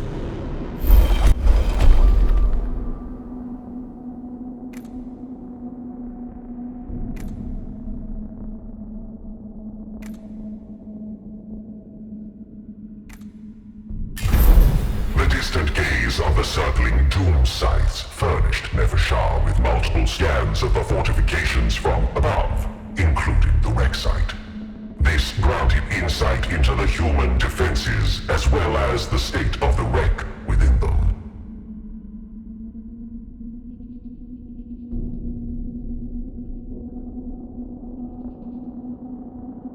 The Adeptus Mechanicus were not completely idle in responding to the doom scythe attack. One of their number, a senior tech priest, was accompanying a work detail to seal the breach. As fate would have it, the creature's path crossed with that of Nefershar's force. Necrons, heathen Xenos, by the machine god's holy will, urge the alien and drive them hence. Our task would be finished if we could simply hand Jebka's trinkets directly to this fool. But his fellow humans would never accept their provenance. He cannot serve us as a courier. Slay him.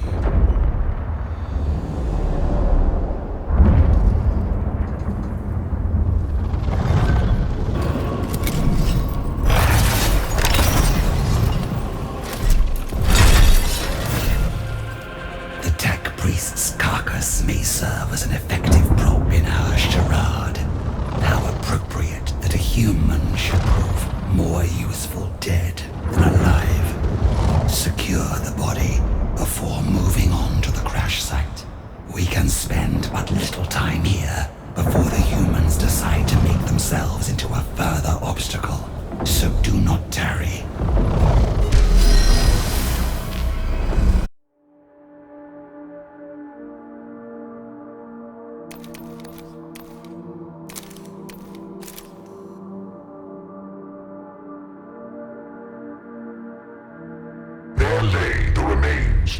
Doom Scythe, the swift pinnacle of Necron technology, struck unjustly from the sky by crude projectiles and left smoldering in a crater. Plant Chepka's technological baubles along with the human carcass and ensure the scene is believable to human eyes. Remember, they tend to perceive whatever most supports their existing beliefs. An unsophisticated mentality, but a useful one for us.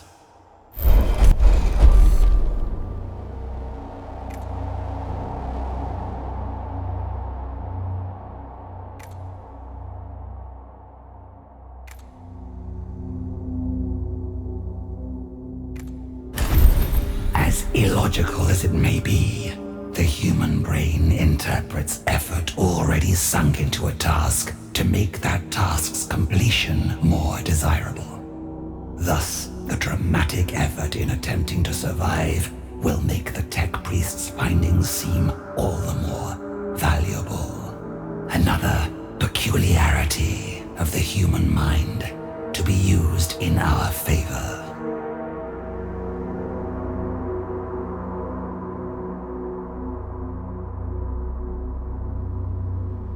Nefershar's ploy was complete, laying out a diorama worthy of the galleries of Solemnus for its eventual and unwitting audience. But at that moment, a lower-ranking noble of Kivroth's legions approached, accompanied by a formation of immortals. This lord must be here to recover the Doom Scythe and the immortal that piloted it. An unwished-for complication, but not an unforeseen one. Vargard Nefershar ostensibly greeted the noble and exchanged the required protocols.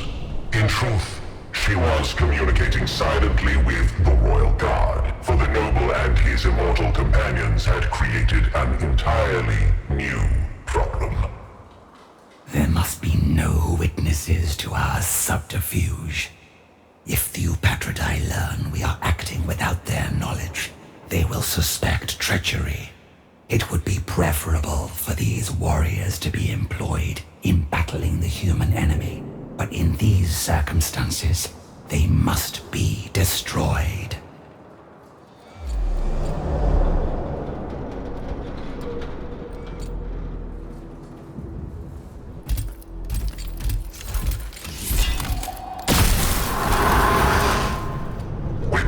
Of the noble's retinue fallen, there were none left who knew of Nefershar's mission, save those who had participated in it. Or rather, there was only one other who at that moment could do nothing with such knowledge. Another artful betrayal of the betrayers, Vargard. They will surely fall before your machinations, and no sooner than they deserve. Even I can perceive only one flaw in your plan. Why still your tongue now, deceiver? Reveal your great insight. Your heroic efforts rest on the frail shoulders of the humans, a species who have proven at once capricious and stubborn, inept at all but destruction. If the Eupatridae could be ousted without relying on the vicissitudes of humanity, your victory would be all but certain. For once, Godshard, we concur. Had I full command of Kivroth's legions, or the Triarch's enforcers at my side, I would never stoop to harnessing these beasts. Take pride in the fact that I still consider them the lesser of two dangers, compared to harnessing your caged power.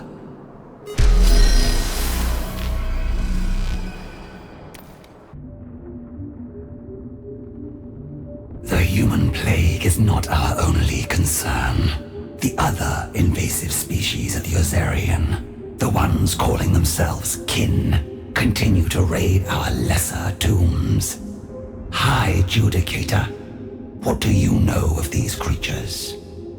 The galaxy overflows with vermin. These kin are not unknown to the Triarch, but exist beneath my notice. I take it you feel otherwise? I will not permit any foe to scurry in Kivroth's shadows. The kin have shown a particular avarice for plunder. By leaving a Doomside landing area exposed and vulnerable, I shall draw out a raiding band, and thus learn more. A reasonable ploy. If executed well, I shall look forward to preparing my judgment of this species. I have already dispatched forces to lie dormant in ambush. This unknown factor will soon be rather less so.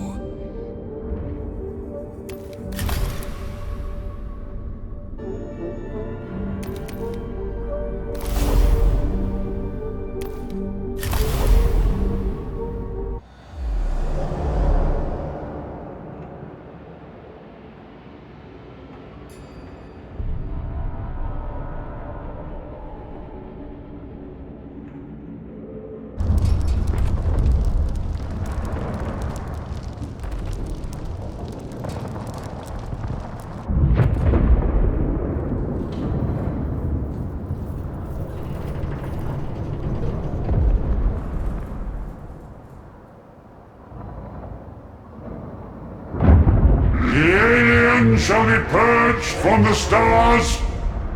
So it is written, so it shall be!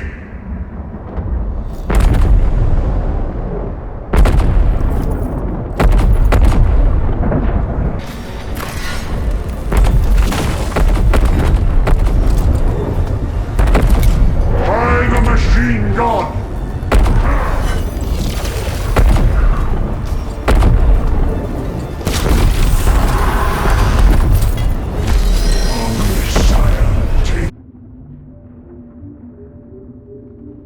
Curious outcome. Our ambush of the kin yielded several captives. All required firm persuasion to speak anything but curses. They were indeed aboard the unknown spacecraft we shot down, led to Kivroth by a figure named Magda. Some manner of shaman, it seems. Then blind chance brought them to your world? Hardly. They came here seeking a prize of great value, which they had learned lay hidden on Kivroth.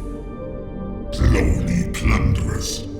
Did they divulge the nature of this supposed treasure? Indeed. It was the Ozarion and the Eternity Gate inside. One wonders how they divined its existence, much less its location. Disturbing and inexplicable. On your world, Sankhotep alone was privileged to know of the Ozarion, such that with his lapsed memory, it became lost.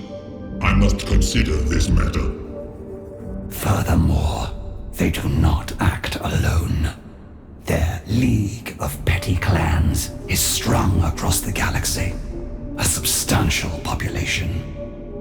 Then I must judge them all the more carefully. The kin are a hardy breed. They might even prove useful servants, if they will submit to the Silent King. On current evidence, the Silent King should not count on that.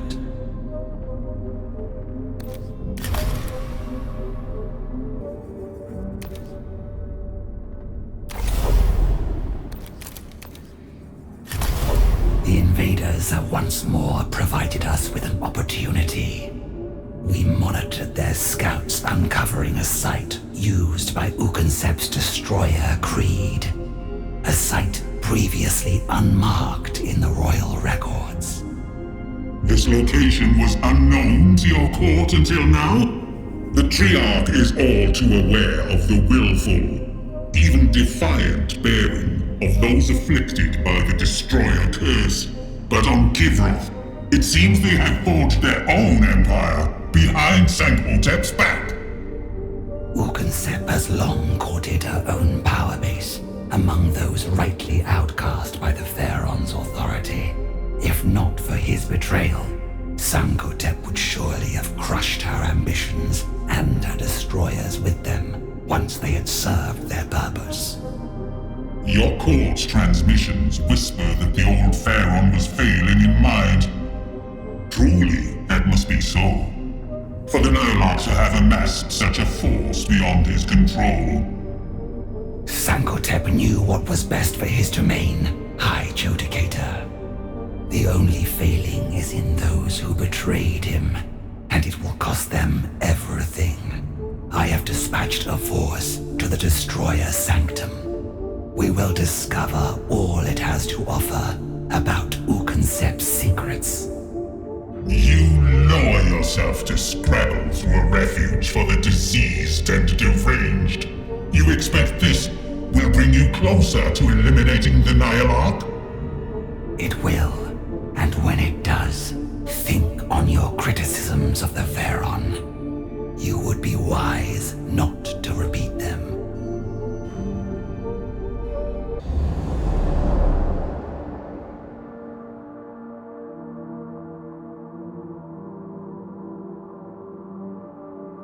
Few sane minds would trouble themselves with the inner workings of a two worlds wretched destroyers. Alas, this sensible distance had left Nefershah blind to much of Ukansep's activities, including the places from which she operated. Encircle and observe. I would learn all I can of the structure before plumbing the depths of the madness within.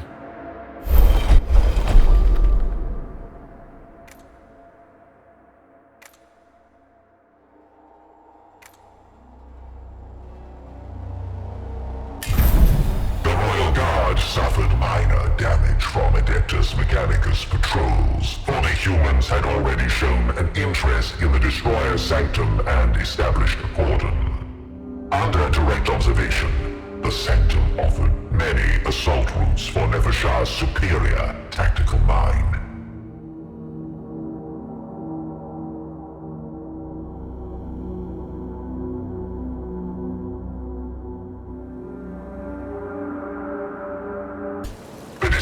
Were damaged maniacs bound only by a philosophy of endless loathing.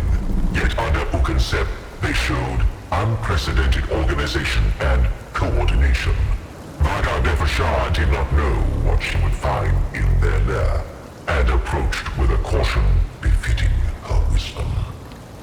If the Adeptus Mechanicus have not yet entered the structure to loot and pillage, as is their wont, we may yet recover some trace of the Nihilarch's plans. Scatter the invaders and reach the gates.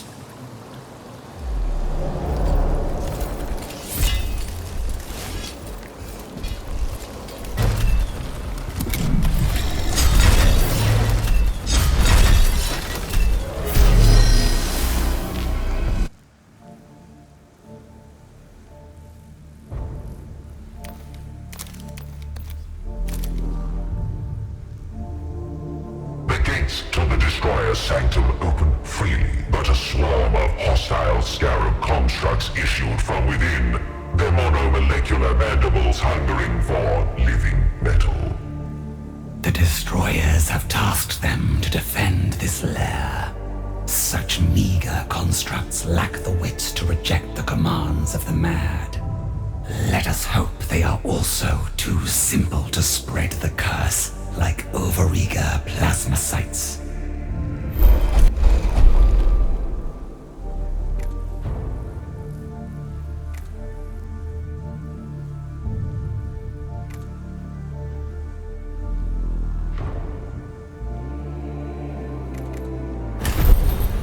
Fire tore through the scarabs, and though the tiny constructs proved impossible to wipe out in their entirety, the remainder were too few to threaten the warriors of the Royal Guard. The destroyers respect violence. It seems only fitting to clear our path with the same base force.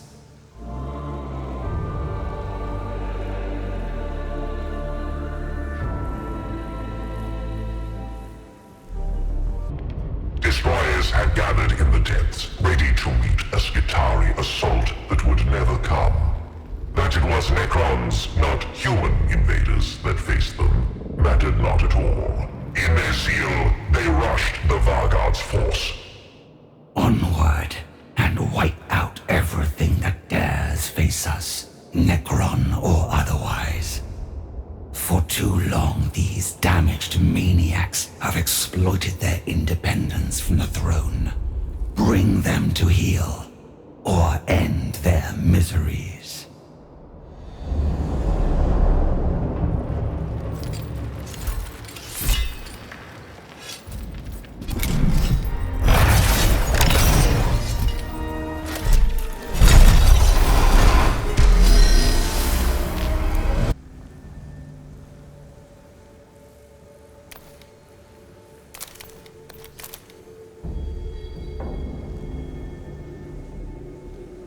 This is not a place of honor or esteemed deeds, yet we may still find something of value here.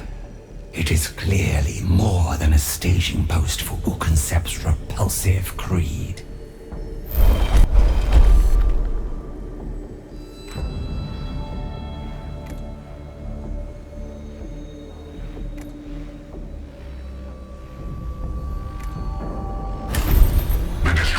Sought refuge in life-denying rage, a mad desperation illuminated by carved images and glyphs. Amid the madness, I gleaned an even more abhorrent philosophy. That nothing should stand above their mission, not even the most exalted of pharaohs. As I hoped, this sanctum is more than a simple refuge for the Nihilarch's deranged followers. It serves as a communications nexus. Clearly, Uconcept commands a domain beyond this one secret tomb. But the sanctum remains unconquered in its entirety. There may be yet more treason lying in wait.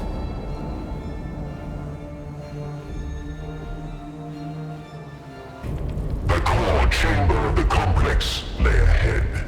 There lurked a destroyer set apart from its fellow degenerates. Its living metal form, already twisted by permissive cryptex, had been further enhanced to mark it as a champion of this hidden tomb. Deviant One, stand down and accept the consequences of your master's treachery, and the end will be quick. The chamber erupted with transmissions of searing hate, infused with images of Nefershar and her royal guard ground to atomic dust of the stars themselves turned black and dead. An unambiguous refusal, to say the least. As expected, eliminate this abomination.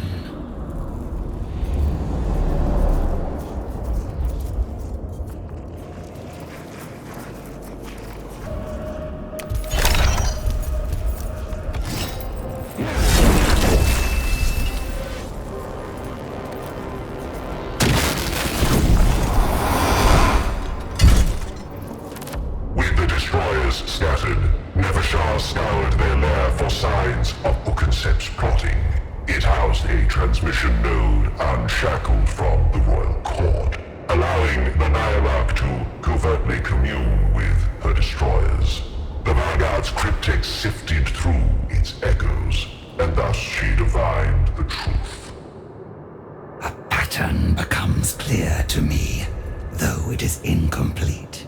Uconcept has prepared long under cover of madness. She is more coherent than any of the court realized. She anticipates the others will turn on her once Kivroth is won. Perhaps she even anticipates me. No dynasty can be permitted to descend into mindless butchery. Such is the policy of the Triarch themselves. Have you achieved anything beyond confirming the Nihilarch's suspicions? She prepared even for defeat. She fully expects to be tested in personal combat, though her plan is still obscure to me. I cannot merely set the Adeptus Mechanicus on her trail like slavering hunt animals. I must discover her contingency and ensure it cannot save her. A step closer to deciding the Nihilak's fate, then. But a step closer also to oblivion. Thus, tread carefully, Vargard.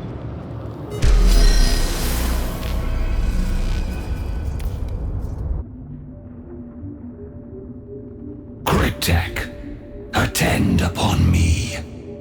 I have need of you. Of course, honored Vargard. We know Nihilak Ukensep fears not her own destruction. I would know why. The Destroyer's Communion Nexus yielded clues, but there must be more hidden tombs across Kivroth. Issue forces to infiltrate these sanctums. They shall leave no sign of their presence, and return with whatever they find.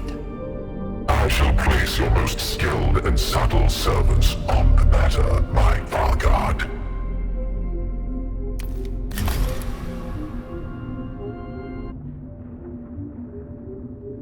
Honored Vargard, as you commanded, I uncovered several destroyer sanctums. Most proved impossible to infiltrate, for Ukensep's devotees are both vigilant and worryingly numerous. However, one was abandoned and fallen into ruin. I see. And what was found there? A number of sculptures remained therein, purporting to depict Nihilak Ukensep's deeds during the war in heaven. I humbly relay the imagery for your perusal. Vain depictions of a half-remembered fantasy. They prove nothing beyond the depth of Ukensep's ambition. Look, here.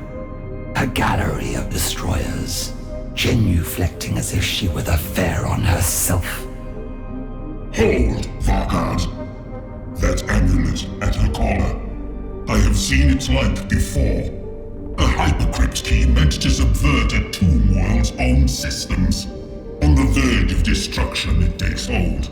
Teleporting the bearer to secure haven, they appear destroyed, but truthfully persist to reanimate in secrecy. Then Ukensep's contingency is revealed. Even if the other Eupatridae turned on her, even if Sankotep ordered her unmaking, this device would remove her to safety.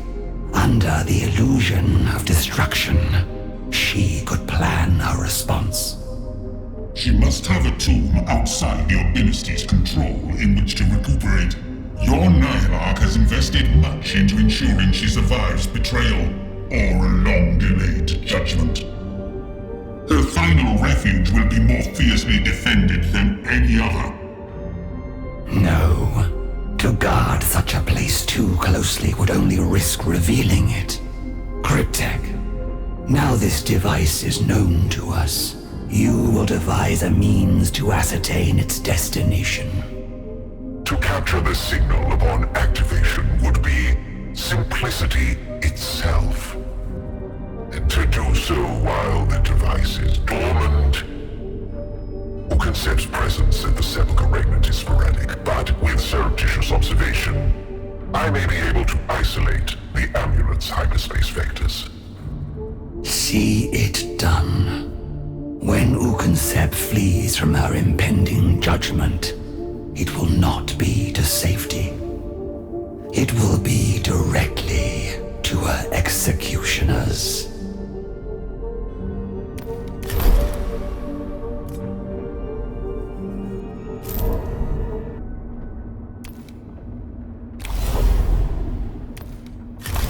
Cryptek, attend upon me. What news of Ukensep? But moments Moments ago, Honored Vargard, my orreries detected the anticipated hyperspatial signature emanating from Ukensep's tomb. The Nihilarch's amulet has activated, transporting her away from her sarcophagus chamber. So the humans managed to corner her. Enacting her escape plan for such a lowly foe is a humiliation she richly deserves. Has she arrived at the destination you divined? An isolated tomb, seemingly ruined and subtly disconnected from the command protocols of the throne. It would have proved a fine hiding place had you not anticipated her actions. I am pleased to say that the corresponding signature was detected in just that location. The Royal Guard must hasten there at once, and we must go with them. Human looters have already blundered upon its surface ruins, though they are no doubt ignorant of its hidden nature. I have permitted the humans to strike down 2 of the Eupatridae on my behalf, but this final blow is reserved for me alone.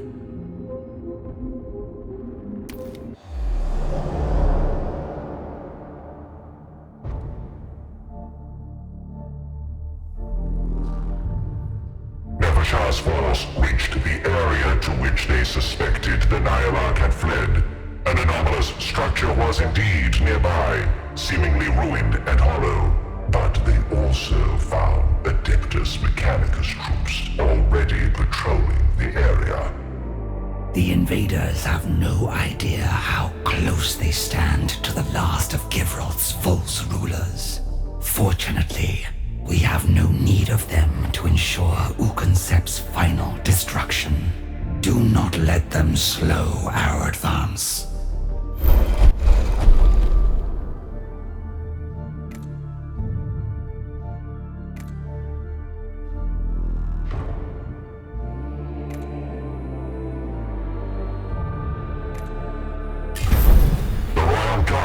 Swift progress through the broken terrain around the outer ruins.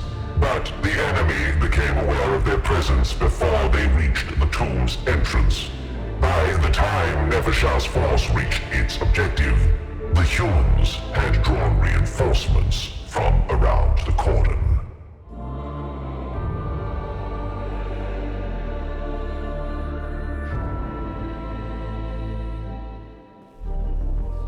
Human vermin already circulated through the tomb's outer levels, clashing with its superficial assortment of canoptic guardians. They thought themselves mighty explorers, fighting to conquer this shallow structure, little realizing how little they knew.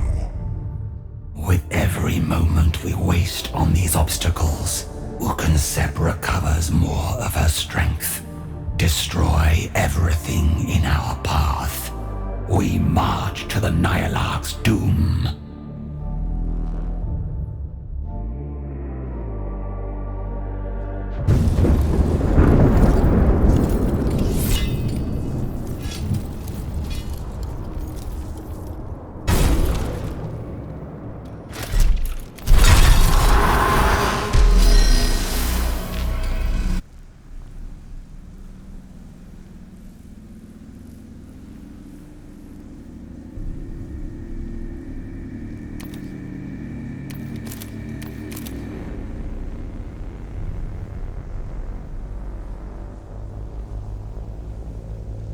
At last, the sarcophagus chamber. Ukensep chose her sanctuary with care.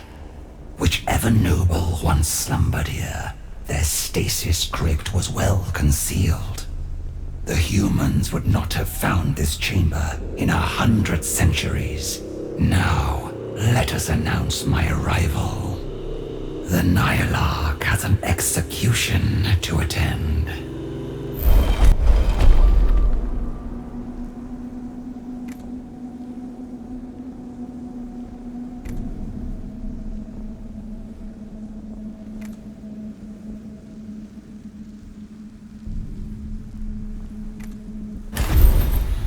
Concentration of cleansing power could never be fully contained.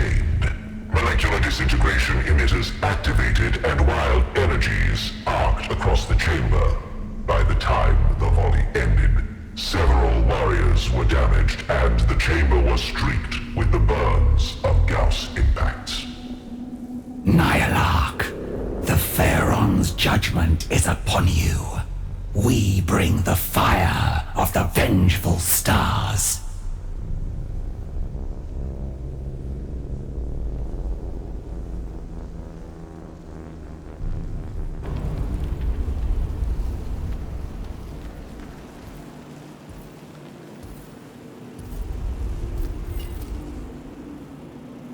While the walls still rang with the ruin of her arrival, Nefershah stepped into the sarcophagus chamber. There waited Nyarlathotep Oakenset, the final traitor to her throne. The Vanguard, bowing, scraping Nefershah, the Pharaoh's loyal dog. It is you who comes to betray me. I had not thought you had the intellect or the daring. I knew my fellow Eupatridae would move against me eventually. But you, I overlooked you. Sankotep did not allow his downfall to go unpunished. Even in destruction, his will is done. I see it done, and it demands your end. Oh, I see you now. That seething rage, wasted in service to the broken mind of a fallen lord. A fury that will not end until you cleanse all that taints your world. That is the Destroyer's truth, Nefershah. You could grind every living thing on Kivroth to dust, and it would not be enough. You are the foulest stain on my world, Nyarlathotep. A traitor to the one you owed loyalty. I am no destroyer. I am the Pharaoh's wrathful hand, and by his hand you will be cut down.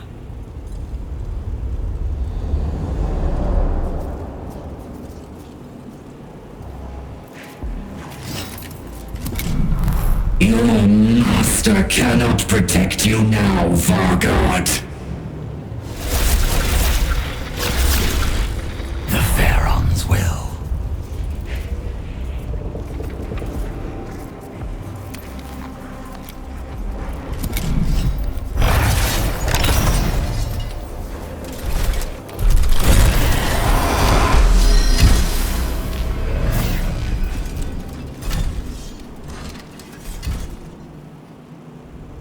You lie bested, Nyarlathotep, as helpless as Sankotep was when you murdered him. No, Vanguard. The fury of the Destroyer still burns. We are an understanding, an inevitability. A truth you will come to understand. I tire of your talk. Your trinket has no power to save you now. It will only teleport you back to this very tomb, where you thought yourself hidden from judgment.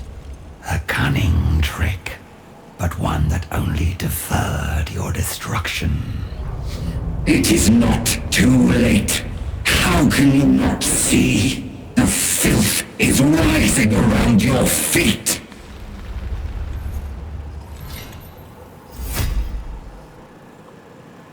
Thus, sentence was passed on a traitor to the Pharaoh.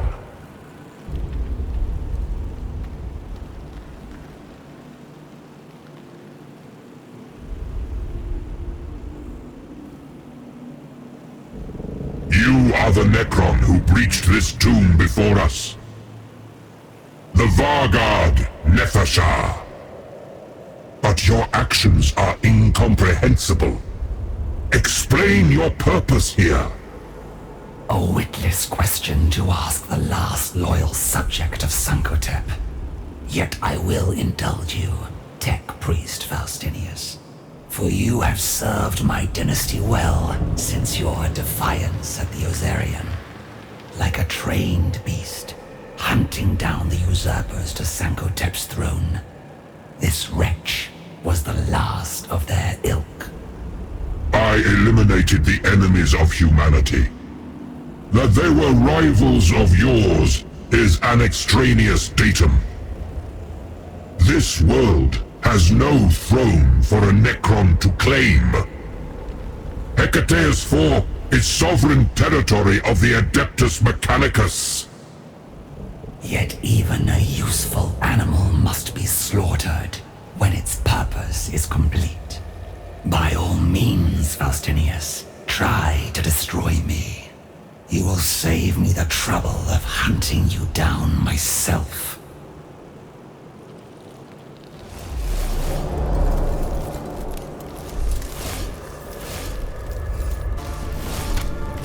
Motive Force failed the Omnisire in not destroying you with the Ozerian.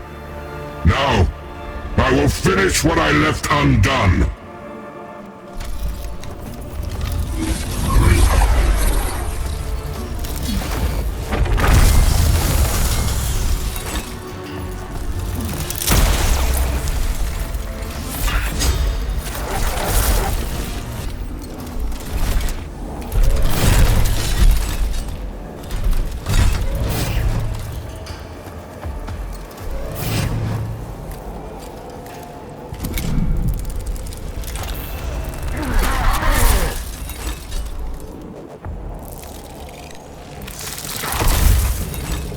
Stand ready.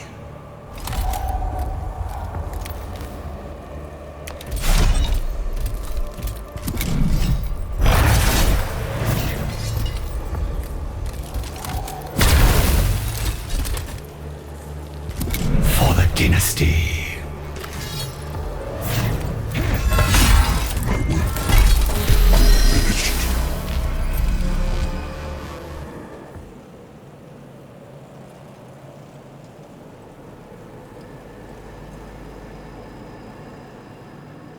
My Lord Sankotep called you vermin, but you are more than that. You fight with cunning and resolve. The courts of the Necrontyr would have made great use of a servant such as you. But you are beaten, Invader, and you will not see another dawn on Givroth. I do not die on a world called Givroth.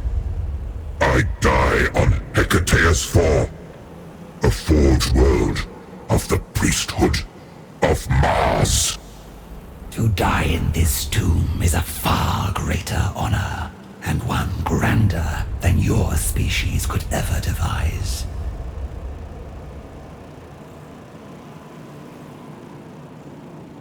The Fargard, speaking like a conqueror, as if she is not a tool still wielded by a dead king. You have doomed this planet, Neversha. Only the Eupatridae could have kept these insects at bay. Without us, Givroth will be theirs. Nefershah, is it? Your usurper is not quite as executed as you believed. By the command of Sankotep, this delayed execution is concluded.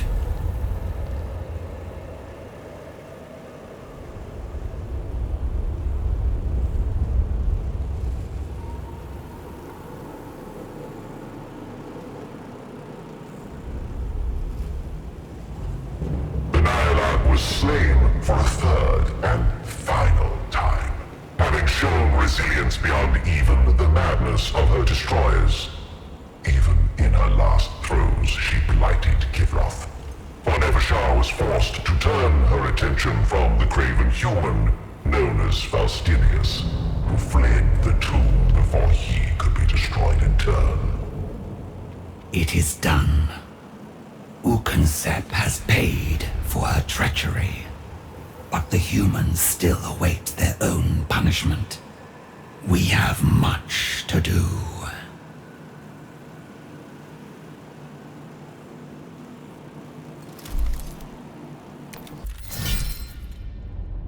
So fell Ukensep, Lord of the Destroyers, and last of the Eupatridae.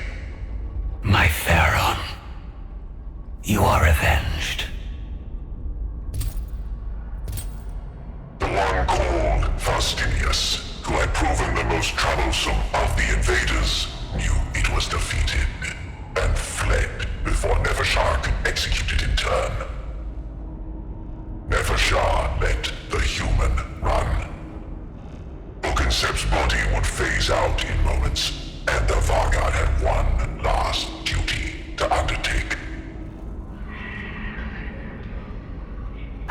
cunning contingency, Ukensep. If only you had invested as much thought into serving your Pharaon. The teleportation amulet had ushered Ukensep away to this hidden tomb. Her ruse was almost successful. But now the amulet was in Nefershar's hands, and the usurper would never be restored. Now there were none to take the throne, save Nefershar herself. The command protocols ran through her alone. Kivroth was her world to save.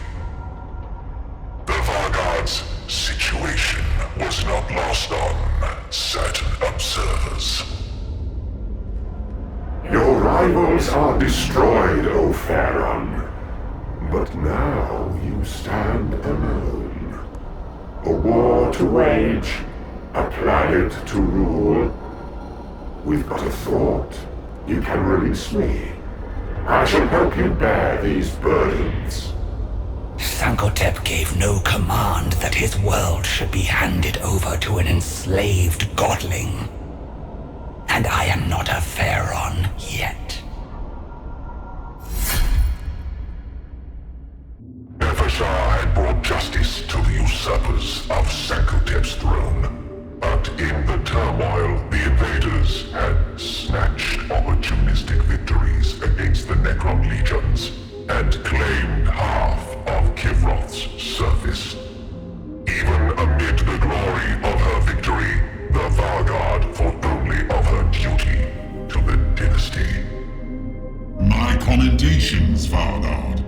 You have demonstrated a ruthlessness and cunning befitting a formidable Pharaon.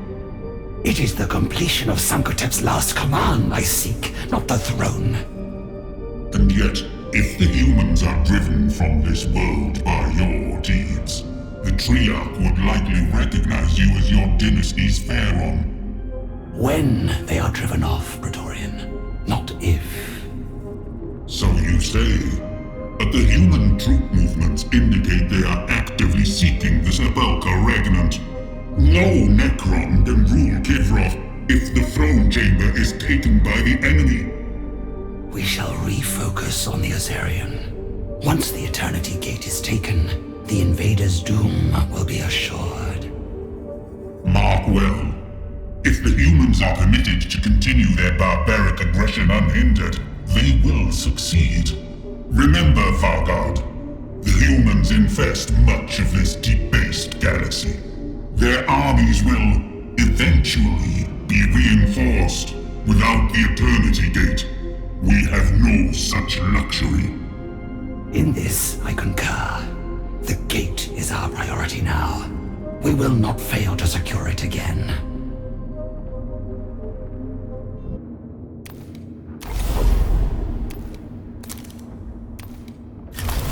The war, for good or ill, was coming to its end.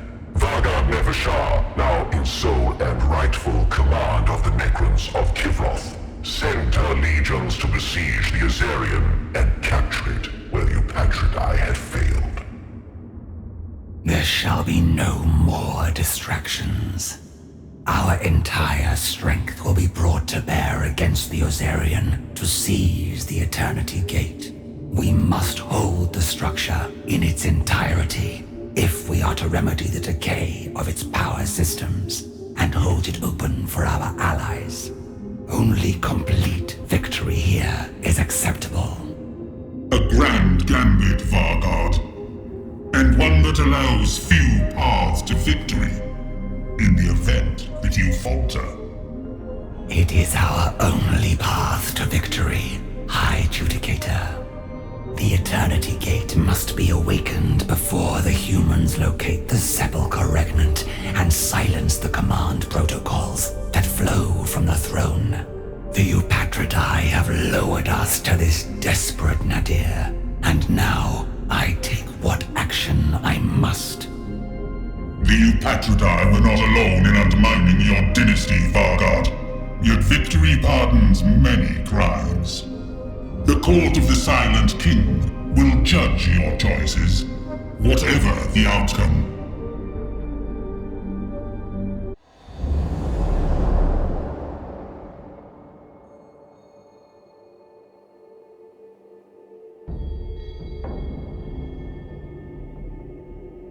We will reach the threshold of the Ozarion, even as the massed legions that once were Hecamebes advance. These phalanxes are unwieldy, but they have their uses. While the humans engage the warriors at the fortifications, my royal guard shall punch a hole through the defenses and reach the Ozarion beyond.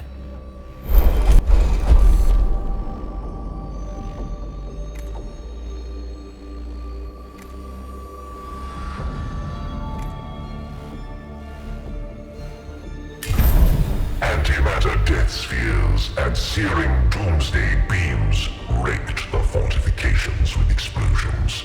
The humans had grown used to such tactics and quickly emerged from their fixed bunkers to engage the Necron warriors that marched on them. The humans follow their standing orders, as mindlessly predictable as the machines they venerate.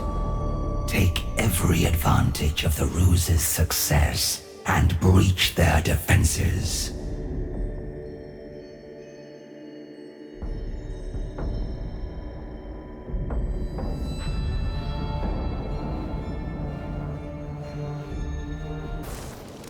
Adeptus Mechanicus had left themselves vulnerable to a precise and determined strike against a breach point in their fortified lines, and the Royal Guard was the perfect blade to pry their carapace open.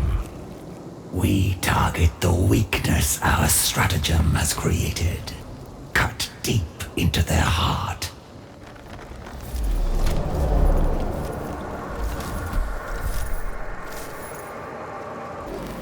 Scour the foe!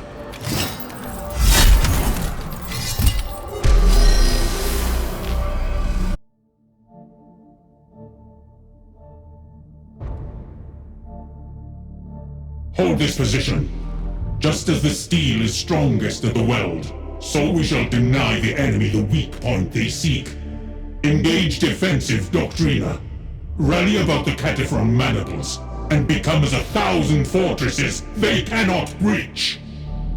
Their command impulses flow through that tech priest, a commander among their kind. Take his head, and the Skitarii will be left a leaderless rabble.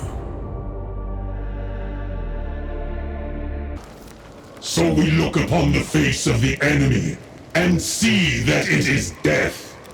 But we have exorcised and excised our fear of death, sliced and burned it from our brains, to be replaced with the blessed logic of the Omnisire. Then we shall teach you what you have forgotten. We are indeed death, for we were killing when your stars were young. This world will be as it once was. It will be ours.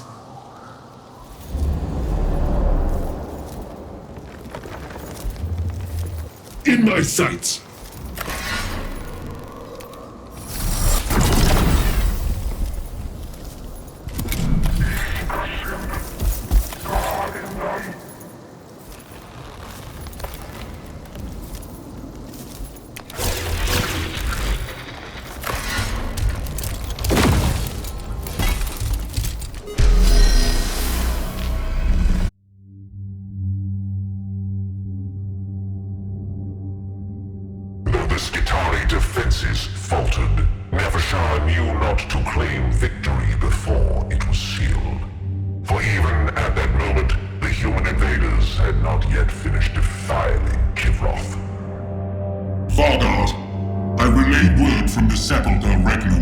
Human scouts have been observed closing on its location. I thought it beyond them, but the Adeptus Mechanicus have all but discovered us. I have ceased to be surprised by their animal cunning, Praetorian. There is no decision to be made. If the Sepulchre Regnant is lost, so is Kivroth. Only my royal guard is positioned to respond. I must withdraw from this siege and erase those who threaten to unearth our stronghold.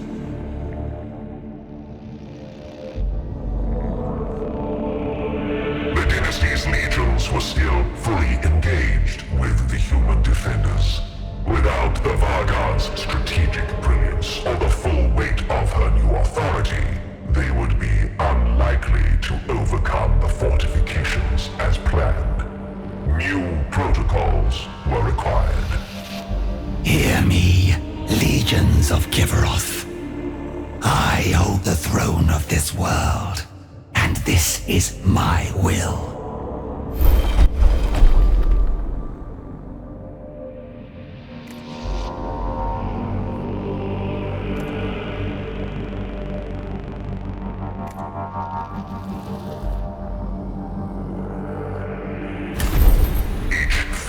Executed their strategic protocols with precision.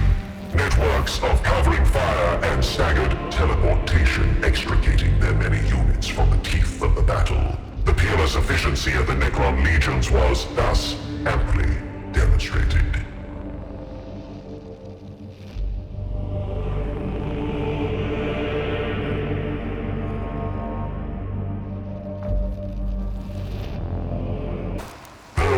Shah was loath to abandon the assault that could end the war.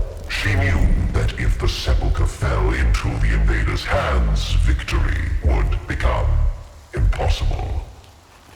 But withdrawing from the heart of the assault was far from simple. Fall back. Keep in order, and punish all who pursue.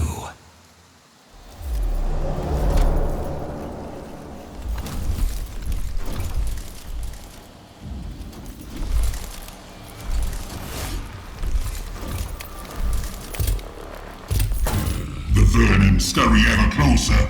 They will stumble upon the threshold of the Sepulchre within hours. I have withdrawn from the battle and am on my way. We will intercept the human advance and eliminate their scouting force. Cunning they may be, but no human can withstand the ageless wrath of a Necron.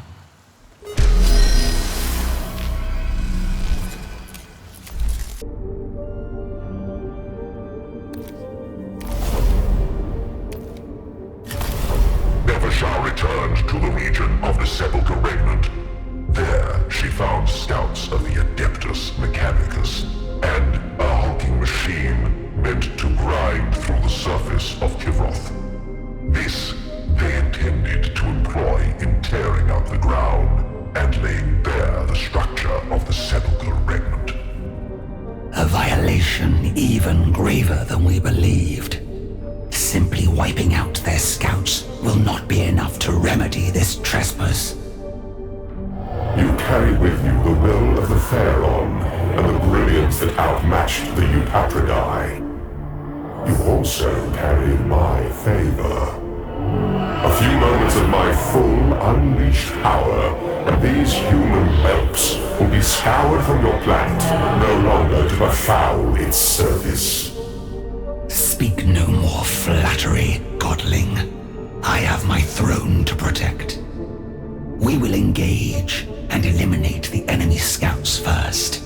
If they discover the Sepulchre's location, even the power of a Catan may be insufficient to hold back the tide.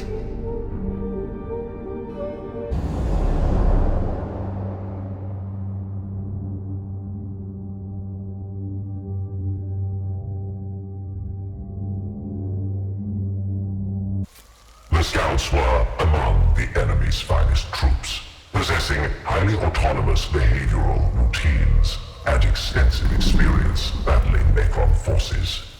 But Nevershah's commanders possessed experience no mortal could match, and were the superior of any human on Kivroth.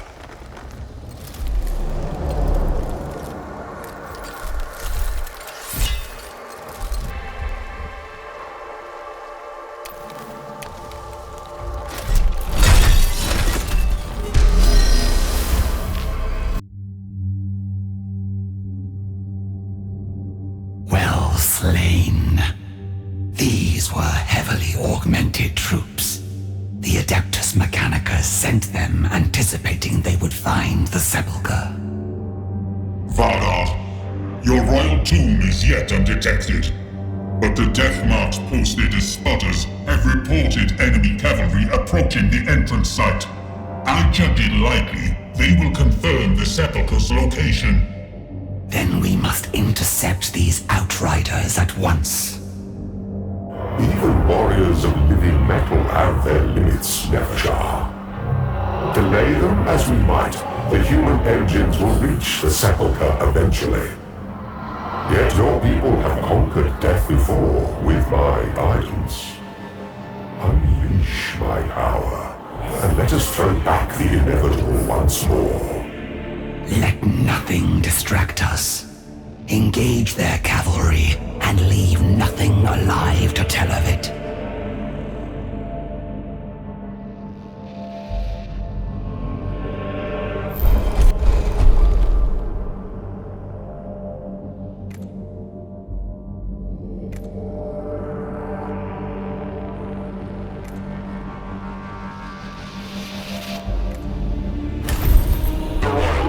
Selected a narrow pass for the ambush and encountered scattered Adeptus Mechanicus units as they approached the location. These enemies were caught unaware by the appearance of the Royal Guard, who set about cutting them down with admirable ruthlessness.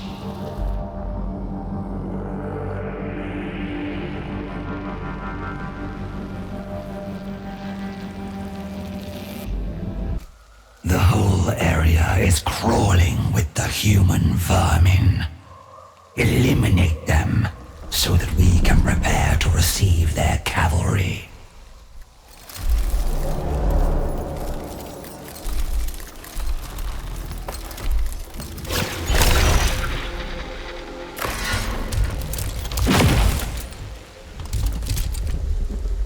Respite ensued, and even untiring Necrons benefited from the time to recalibrate their combat protocols and prepare for the cavalry to arrive.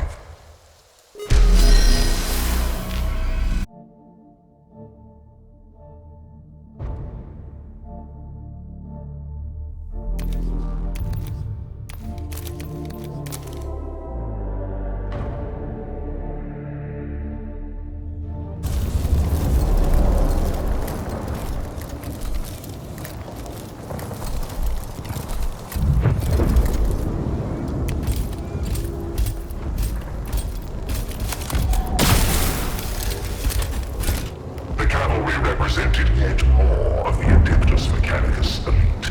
These augmented specifically to detect anomalies in the topography that would indicate the Sepulchre Regnant's location. Yet, for all their vaunted status, to Nevershah, they were nothing but obstacles to be overcome.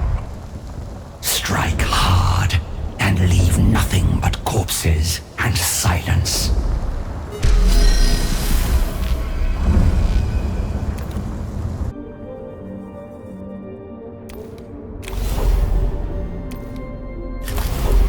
As Nevershah had made her decision to assault the Azarian's heart, the humans' excavation engine tore into the Sepulchre Regnant. Enemies poured through the breach to defile the Pharaoh's chambers.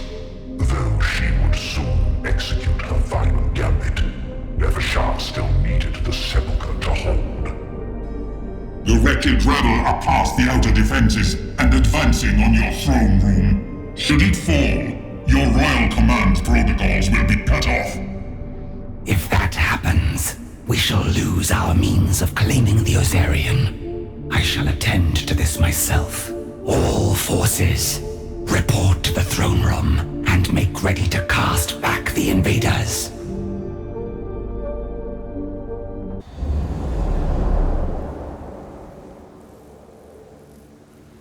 Nevershah's force soon reached the throne room, only to find an unexpected enemy. The Adeptus Mechanicus had dispatched their most vaunted saboteurs to strike deep into the Sepulchre Regnant, to inflict as much reckless damage as possible before the main forces advance. Enemy sighted, consistent with Vargard-class Necron construct. Scene of form, Nevershah. We are the wrath of the Omnisire, and by his will, Mars will have its vengeance! We will shortly reclaim rightful command of all of Kivroth.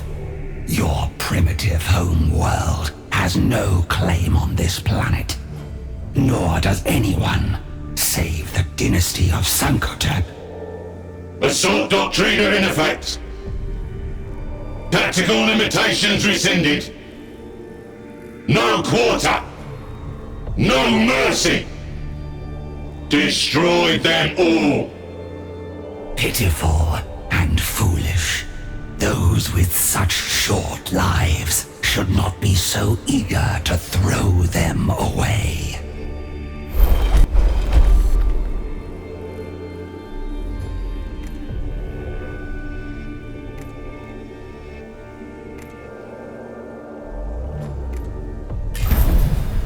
Skirmish elements committed troops to the main entrance, aiming to establish overlapping fields of fire. Standard tactical response retrieved. Concentrate assault patterns to limit firing angles. Maximize cover. They are wise to our ruse. It is no matter. This is our ground, and they have nowhere to flee. Advance!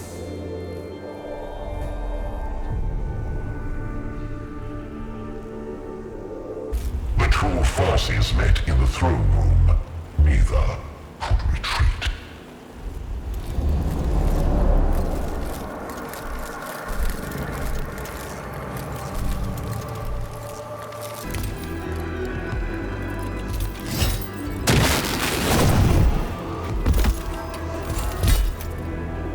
The enemies defiling my throne room have fallen. Adeptus Mechanicus elites. They reached further than we anticipated.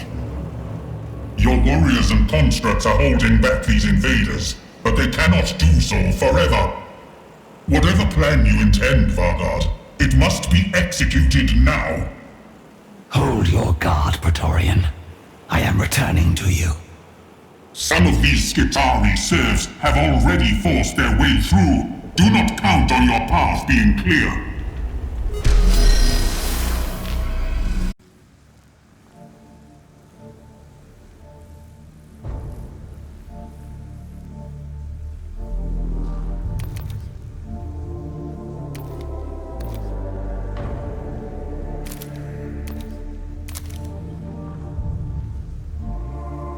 As Nevershah saw to the defense, I labored to make her masterstroke possible. The ancient Catan were beings of living energy, even shattered into broken echoes. They required a technological vessel to truly interact with our base matter. Such a body was being prepared to receive its inhabitant. Cryptech. What is the status of the necrodermis? It is complete, my Vargard, and its canoptic control systems are awakening. Though I must attend to the exact modulation of trans-etheric currents through the...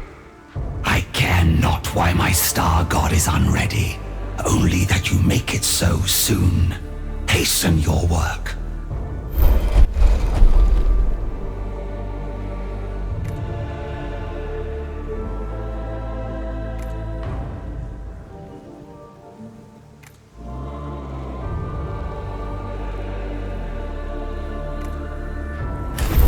The Sepulchre Regnant's enormous power reserves were directed as the Vargard commanded. The whole tomb seemed to shudder as power coruscated off the walls.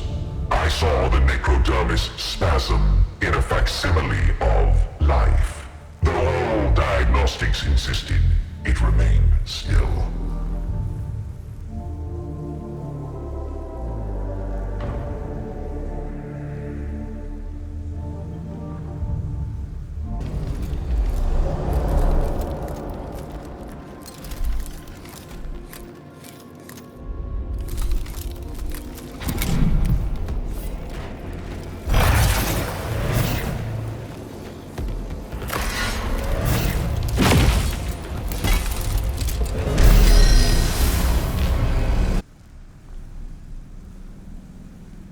Is the Deceiver ready for deployment? We must leave as soon as possible. We require but a few minutes more, Honored Vargard. Electromagnetic stain transfer is underway, and the psycho-emulation shackle programs are. Then we shall hold here until the shard is operational, and not a moment longer. Praetorian, what do you make of our wider situation? The Sepulchre's defenses are holding. However, a contingent of mortals has broken through. They must have divined our location, for they are heading directly for us. They seek the wrong prey. Let them rush into the flames of our wrath, and see that none survive.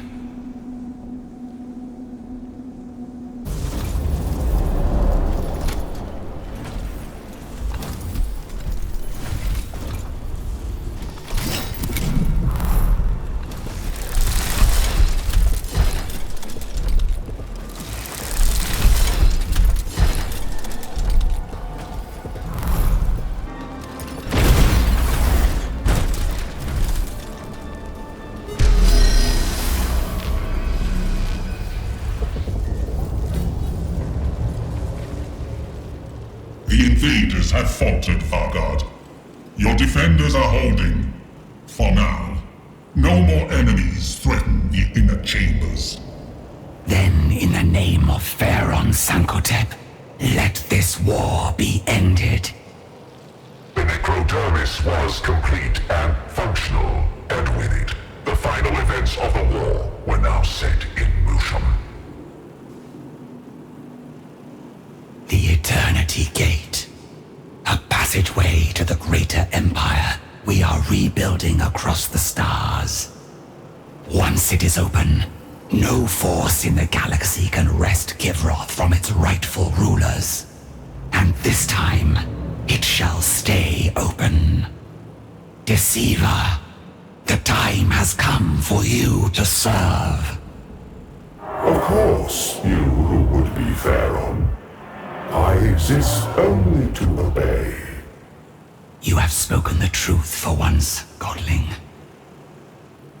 That necrodermis is no more than another prison for you to inhabit. Thus shackled to my command, you will indeed serve. Cryptek, activate the chamber.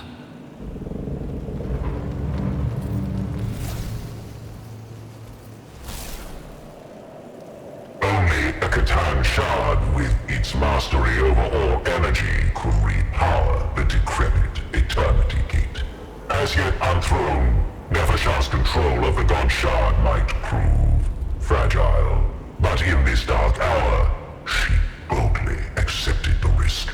It was a choice that would decide the future of Kivroth.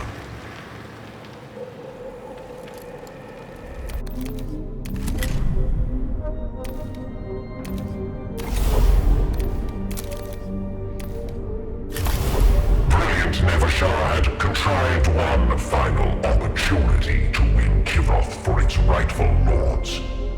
Her royal guard, joined by High Judicator Nectineb and the shackled God Shard, teleported directly into the Azerion. But this audacity alone would not be enough to seize victory. Where have you brought us? This is not the chamber of the Eternity Gate. That much is clear, Praetorian. Perhaps the Ozarian's decay has diverted our teleportation. We must reach the central chamber without delay, and break through all that opposes us.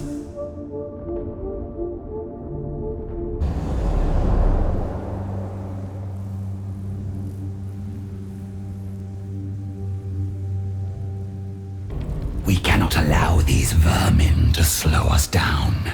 Fight through them and reach the central chamber. Leave none to stand in our way. Vargard, such enemies are beneath your station. Grant me permission to act, and I shall scatter the invaders like ashes on the wind. You shall do nothing until we stand before the Eternity Gate. I will not risk bringing the Ozarian down around us.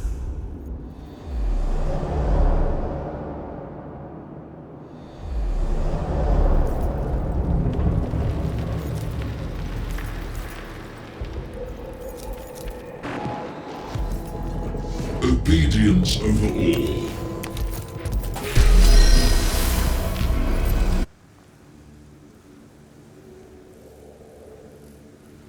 The humans occupying the Azarian were soon alerted to the arrival of the Royal Guard. They threatened to storm through the structure and surround Nepheshah before the central chamber could be secured. We must slow down our pursuers. Fortify this position. It need only hold long enough to open the gate. After that, all the forces of the Silent King shall march forth.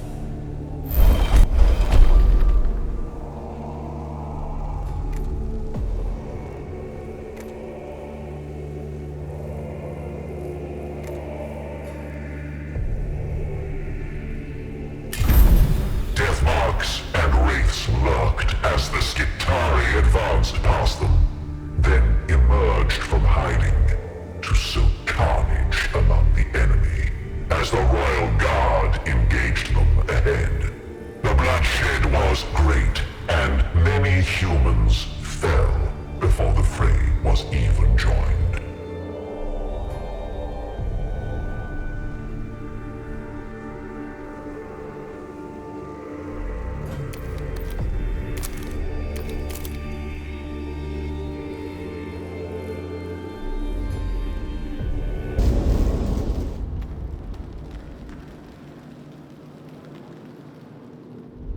Now is your time to serve, Godling. This is no freedom, I grant you. You will awaken the Eternity Gate, and once your task is done, I shall return you to the Tesseract Labyrinth. Nothing more. Such stern resolve becomes you, Vargard. For eons to come, the Necrons of Kivloth will praise your wisdom in trusting my power, even for this fleeting moment of unity. Open the gate, bridge the stars, and the Silent King shall answer.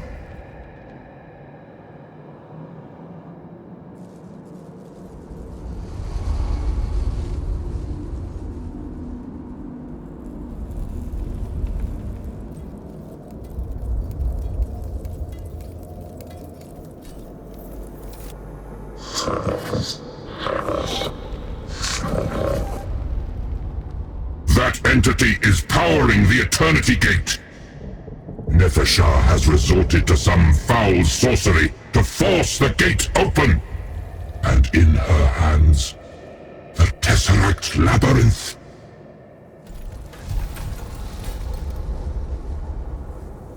Once again, the one named Faustinius. It is fitting that you stand here. As you witnessed the fall of Sankotep, so shall you witness the execution of his final command, and the deliverance of Kivroth. What blasphemy is this? That creature's very presence distorts all patterns of the motive force. What monstrosity have you conjured, Nepheshah? Once a god, wrought in starfire and metal, now but a slave. Do you see the futility of your plight, Faustinius? Even one such as I cannot resist the Vargard's will, shackled by an unassuming trinket. Power enslaved to our will, as all things should be. We reduced our own gods to these pitiful fragments, Faustinius, rather than suffer them to stand above us. Imagine what we will do to you. You waste time exchanging petty words with this benighted creature. Rid the Azarian of these vermin, and let us welcome the Silent King's legions to this world. Godshard, open the gate.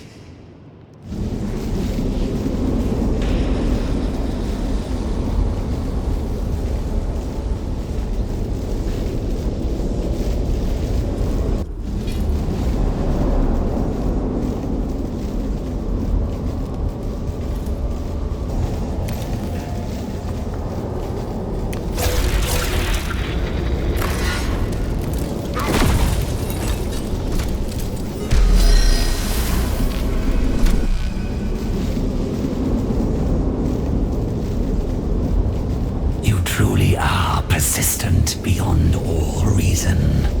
In future, I shall make sure to be thorough when stamping out your kind. Let that lesson be your legacy, Faustinius. Another lesson to learn. A devotee of the Omnissiah suffers not the alien to live. In that sentiment alone, we concur. You are the alien on Kivroth, and I suffer you only to die. If I die, it is in service to the Omnissiah. You may be beyond my capacity to destroy, but your Tesseract labyrinth is more vulnerable by far, and with it, I exorcise the source of your blasphemous power!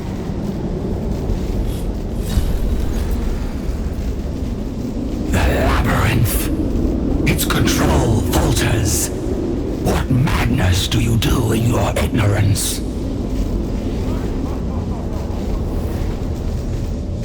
Oh, little Vargar. A moment's intention, a heartbeat's disruption, a crack in the prison, and hasty shackles slip.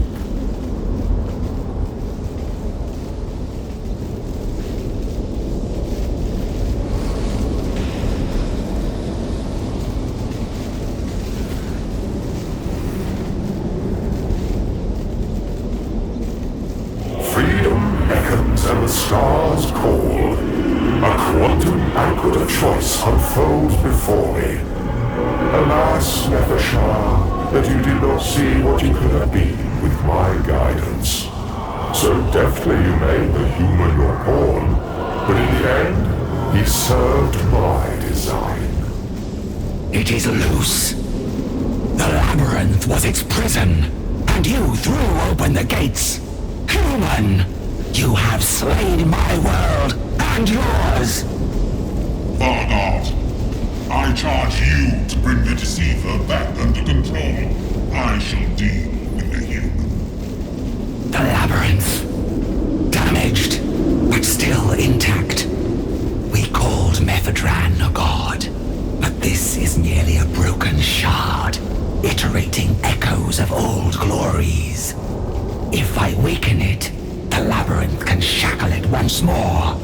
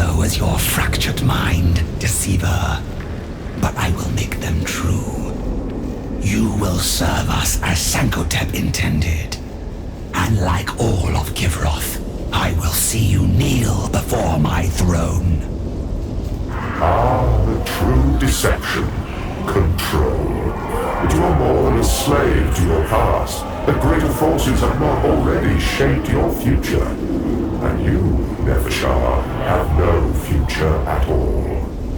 I tire of hearing you speak. I will silence that once divine tongue.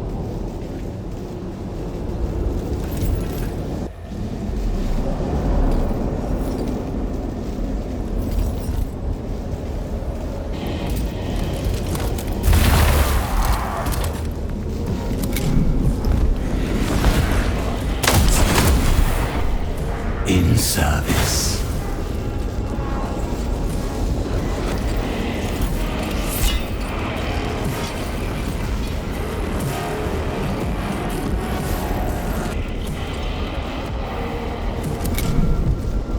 I offered insight. I offered power. I offered you a god to worship. Now I have nothing to offer but an end.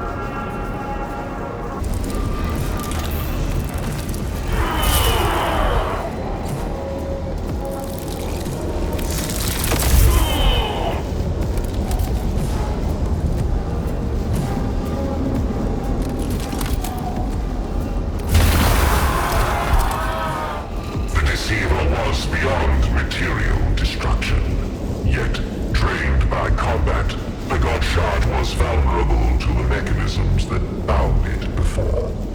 As Nefershar engaged the Tesseract Labyrinth, she could not have realized that Mechanicus had fallen, and his foe still stood, driven by the reckless brutality of its species.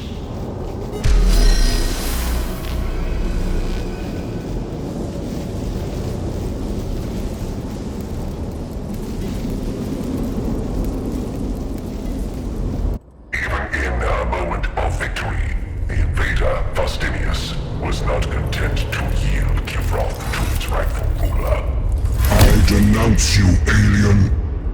No false star god shall reign over this world. Nefershar was gravely damaged.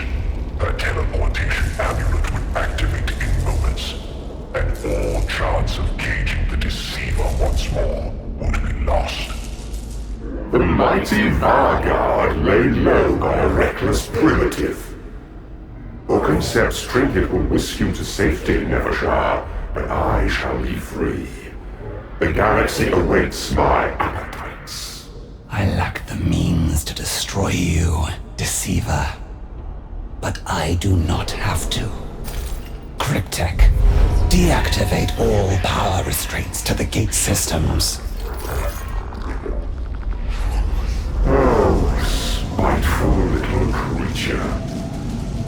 So close. I can almost taste the starlight.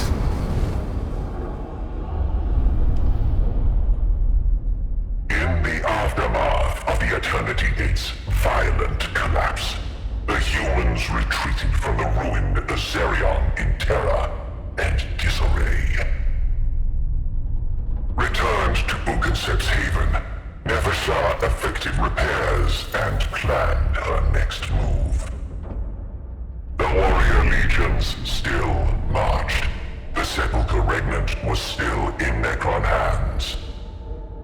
She would find another strategy to reclaim her dynasty's world. Though it might take a century, a millennium, Givroth would be ours. For the Necrons. If we are anything, are patient.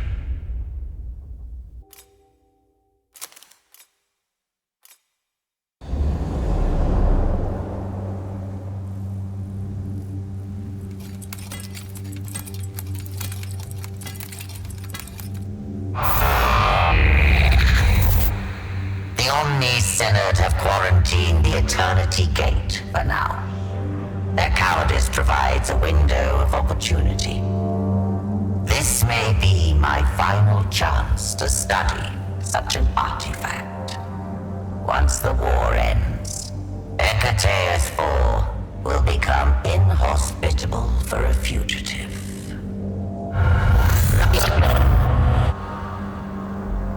Old routes are blocked, but new paths are open to me.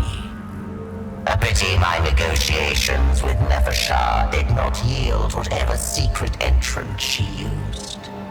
I must find my own.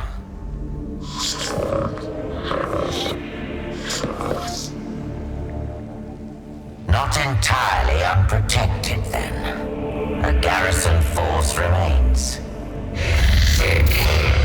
My fellow magi lack an understanding of the gate's true value, and I lack the millennia required to remedy their limited thinking.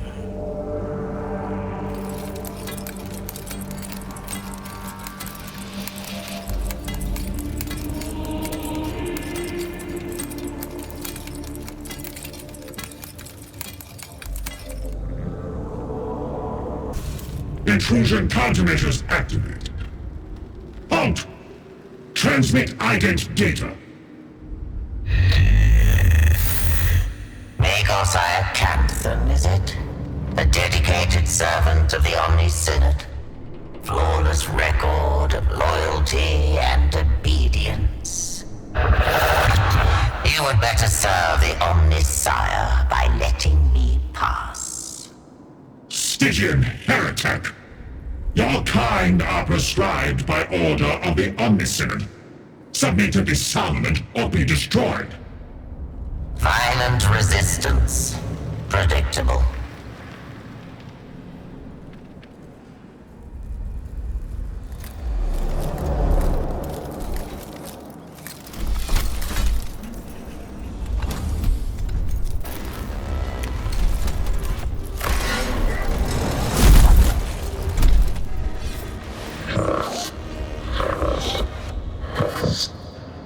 A pointless waste.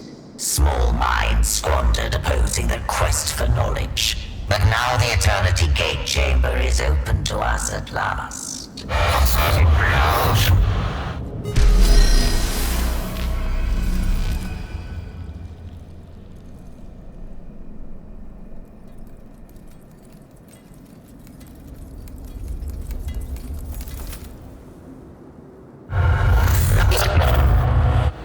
Eternity Gate. My fellow Magi never appreciated the possibilities it represents. Nor would they permit me to examine it alone. Begin the survey.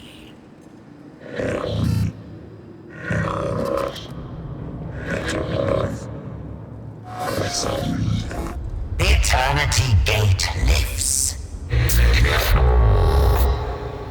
But not for long. Without intervention to awaken its dormant state, it will collapse permanently. The Vanguard succeeded too late to secure her victory. An error I must learn from, if I am to escape this world.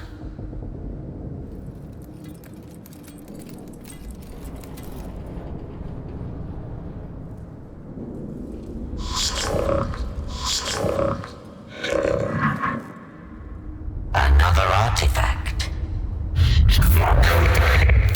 And one infinitely more portable than the Eternity Gate.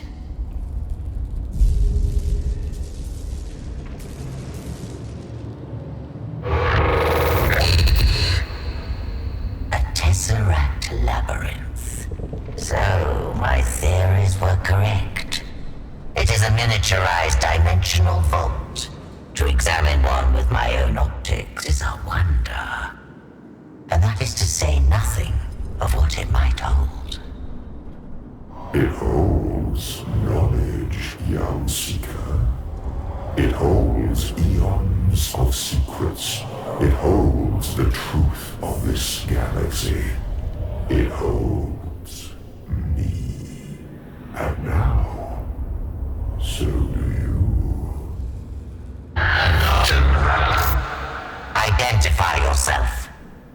I am a guide, a messenger, an advisor.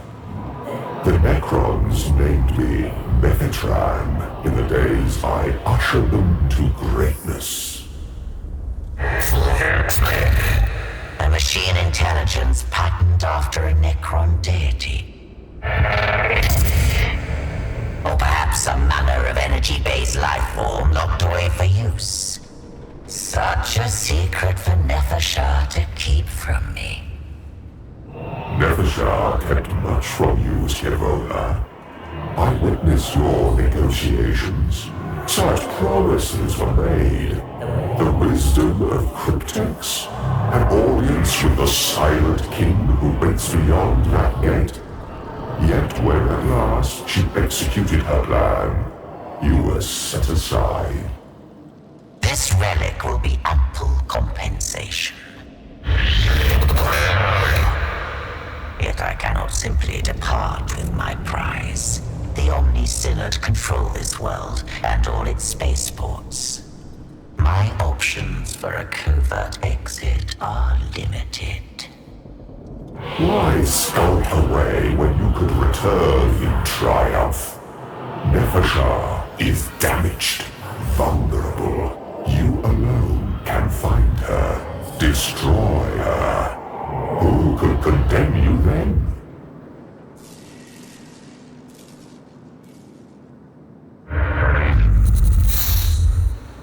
Yet there is an alternative. Fulfill my pact with Nefershah. If I open the gate, the will stand in the court of the Silent King himself. It is a singular opportunity.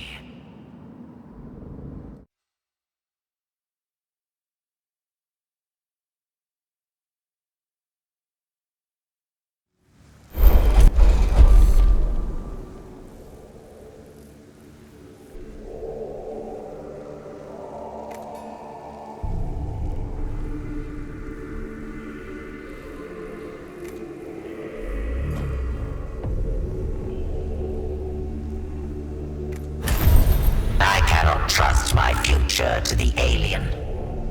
Xenos are to be studied, exploited, not submitted to. I have evaded the judgment of my Orthodox and Puritan peers before. I shall do so again.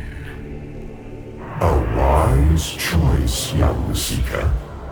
Let me tell you of the Varguard's escape.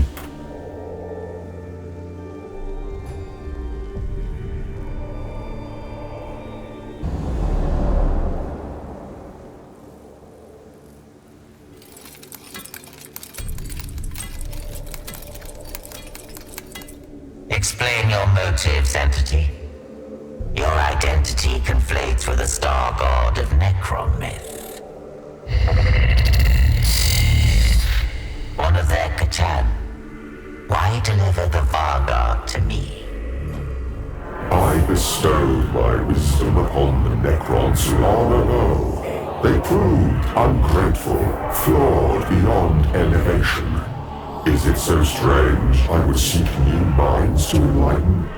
Now is the dawn of a new age. Satisfactory. All combat data indicates the Varguard will have teleported away on the verge of destruction. Nihilarch or Concept used this precise method to evade Faustinius. Temporarily. Most perceptive, Scaevola. Nevershah employed the very same means of escape, and he has delivered her to the very same sanctuary. The hidden tomb. Isolated, protected, low priority. An optimal location for a Necron to hide. An optimal location for the Varguard to die.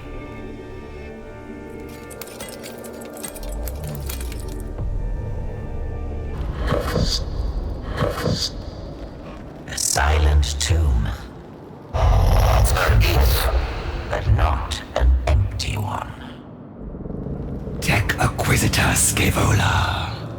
First you abandon your debased species, and now you turn your claws on me. Even among primitives, it seems the traitors understand only treachery. Was my generosity, my leniency, not enough for your grasping ambition? To have studied your dynasty's workings firsthand would have been a rare pleasure. But not at the expense of betraying my species. Do not dare to feign righteousness. You are a scavenging animal, nothing more. Do you think your petty masters will reward you for this clumsy assassination? The same myopic creatures you fled in disgrace? Others may view me as a heretic, but I still serve the Omnissiah. I cannot do so from the foot of an alien throne. Your patronage has reached the limits of its potential value. I am no pawn to be discarded at a primitive's whim. I am the Varguard of Sankotep, heir to the Pharaon of Kivroth. If I must cut down one more usurper, or 1,000, then so be it. You were a means. Now, I put you to an end.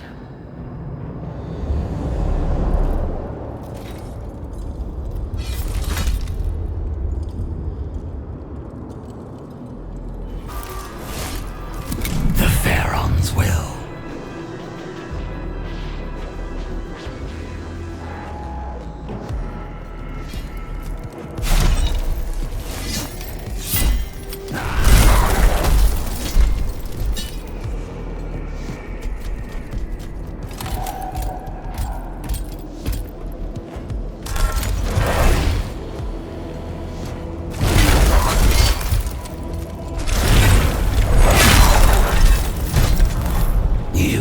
have served. You could have obeyed. A menial assistant to our cryptex, perhaps. Instead, you merely die.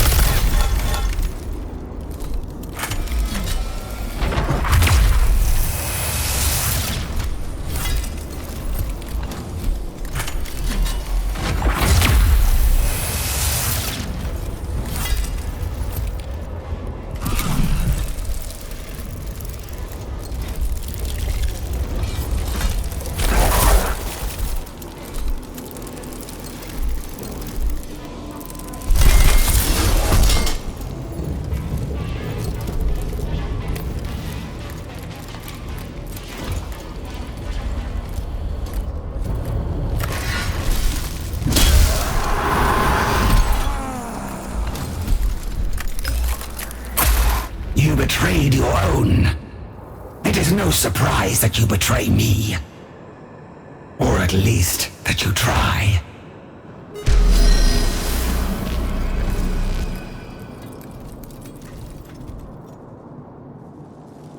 Kivrov is. We are eternal. You are a relic of a distant past.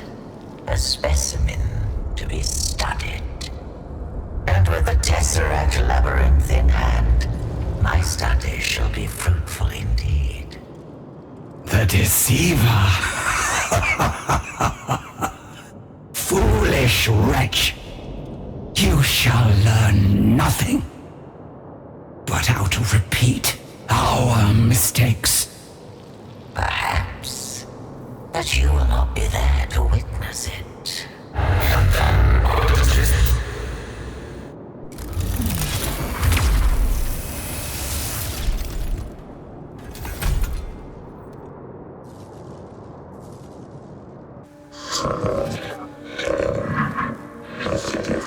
Greetings, Magi of the Omni-Synod. Tech Acquisitor Scavola, Stygian heretic. We are triangulating your location. Explain why your info presence sullies our secret network. To transmit positive tidings, Magi.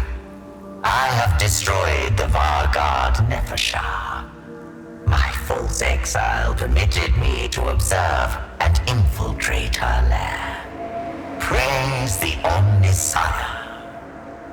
Strategos processing indicates Necron tactical decline on multiple fronts.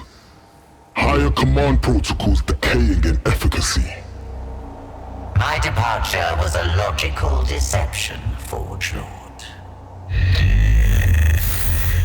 It allowed me to operate outside of the expected doctrina, to discover and foil the Necron plans, all in service to the Omnisire and Mars. The veracity of your statement is indeterminate. The practical value of your action is undeniable. Ergo, you will return to Ex Veritas to provide complete testimony. After which, Tech Acquisitor, I recommend you depart. Precisely my intent, Lexico Arcanus.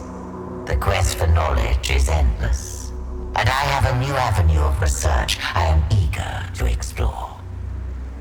The Eltharion could not remain, no matter the potential it promised. It was a door between the Necron dynasties and the Imperium.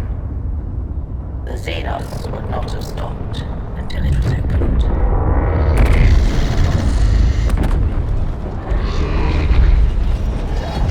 Leaderless, the throne of their world empty, the Necrons were scattered and weak. The war ended in the annihilation of the aliens.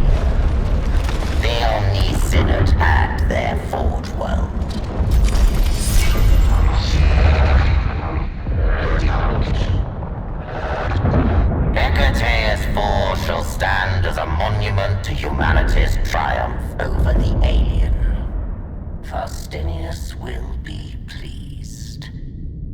species requires these emotive symbols of victory in order to survive.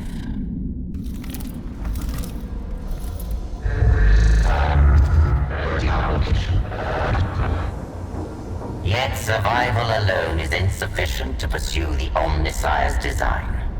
The Adeptus Mechanicus might stand another 10,000 years and take not one step further in the quest for knowledge.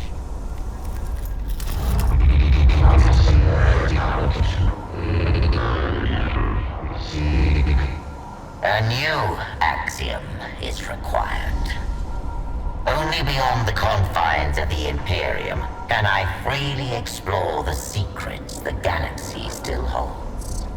Only by walking into the shadows can I bring the truth to light. I must let my old doctrine die, for even in death I serve the Omnissiah.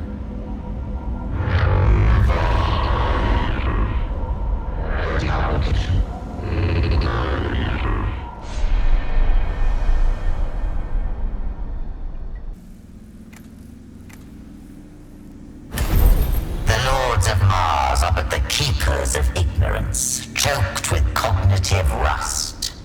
I cannot trust the Omni-Sinner to overlook my supposed sins. Only their destruction is certain to free me, and only a Necron victory will let me witness the halls of eternity. You mean to open the Eternity Gate and hand this world to the Silent King? Young Seeker, this course leads only to ruin.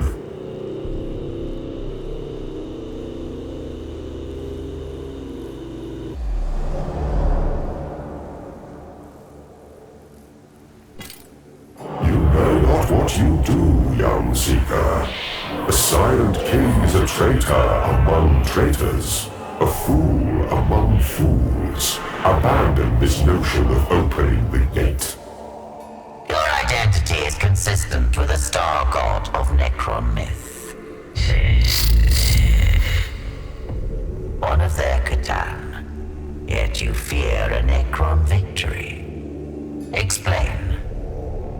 I was once beloved, Scrivola. The Necrons forged me a body of metal and a mind of starlight to be their living idol. The Silent King, in his jealousy, turned on the very gods he had wrought. Do not balance your future on the gratitude of such a creature. Intriguing historical trivia. I will be sure to inquire after the Necron perspective once the gate is open.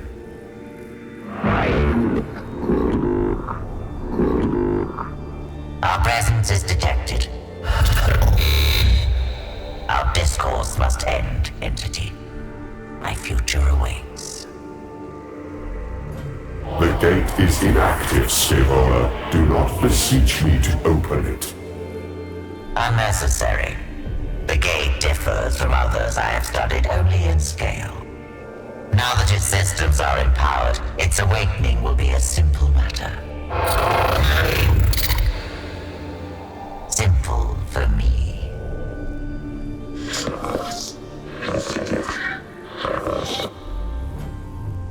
You cannot be certain. The gate is still volatile. A single misstep could bury you in this tomb, extinguish your potential forever. There is still time to... Halt!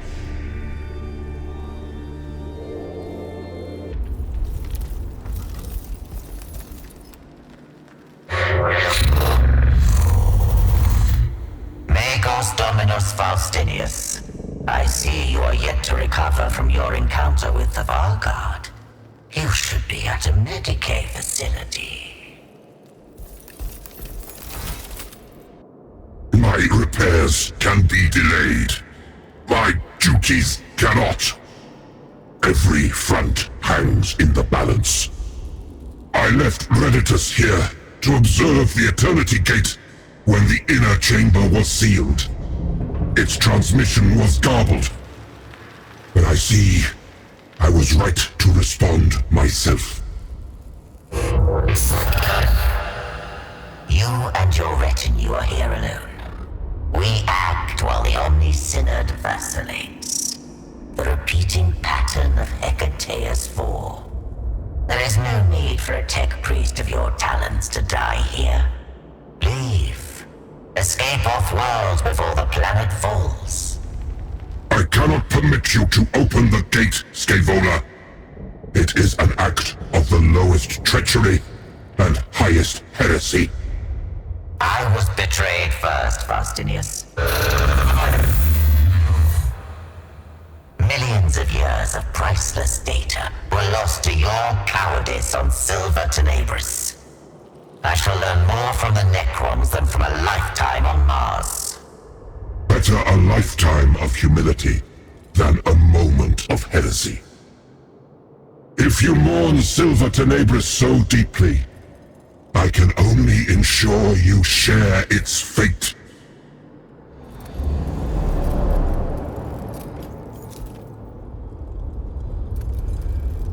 Flow through me.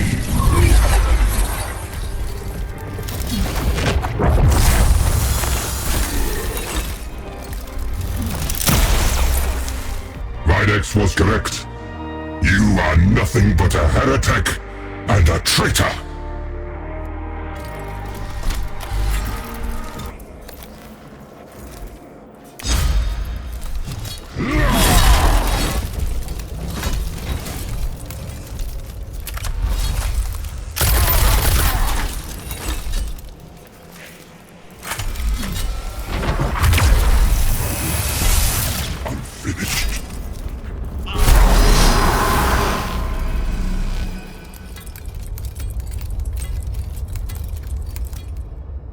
I should have seen this in you, Scaevola.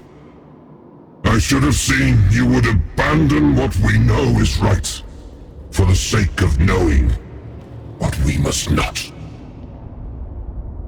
That faith you showed will let me advance the quest for knowledge beyond measure, Faustinius.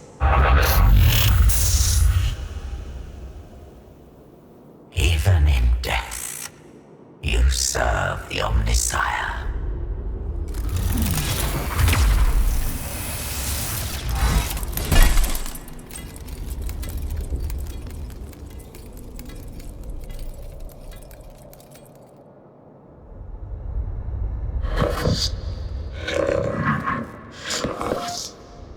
Initiate final incantation.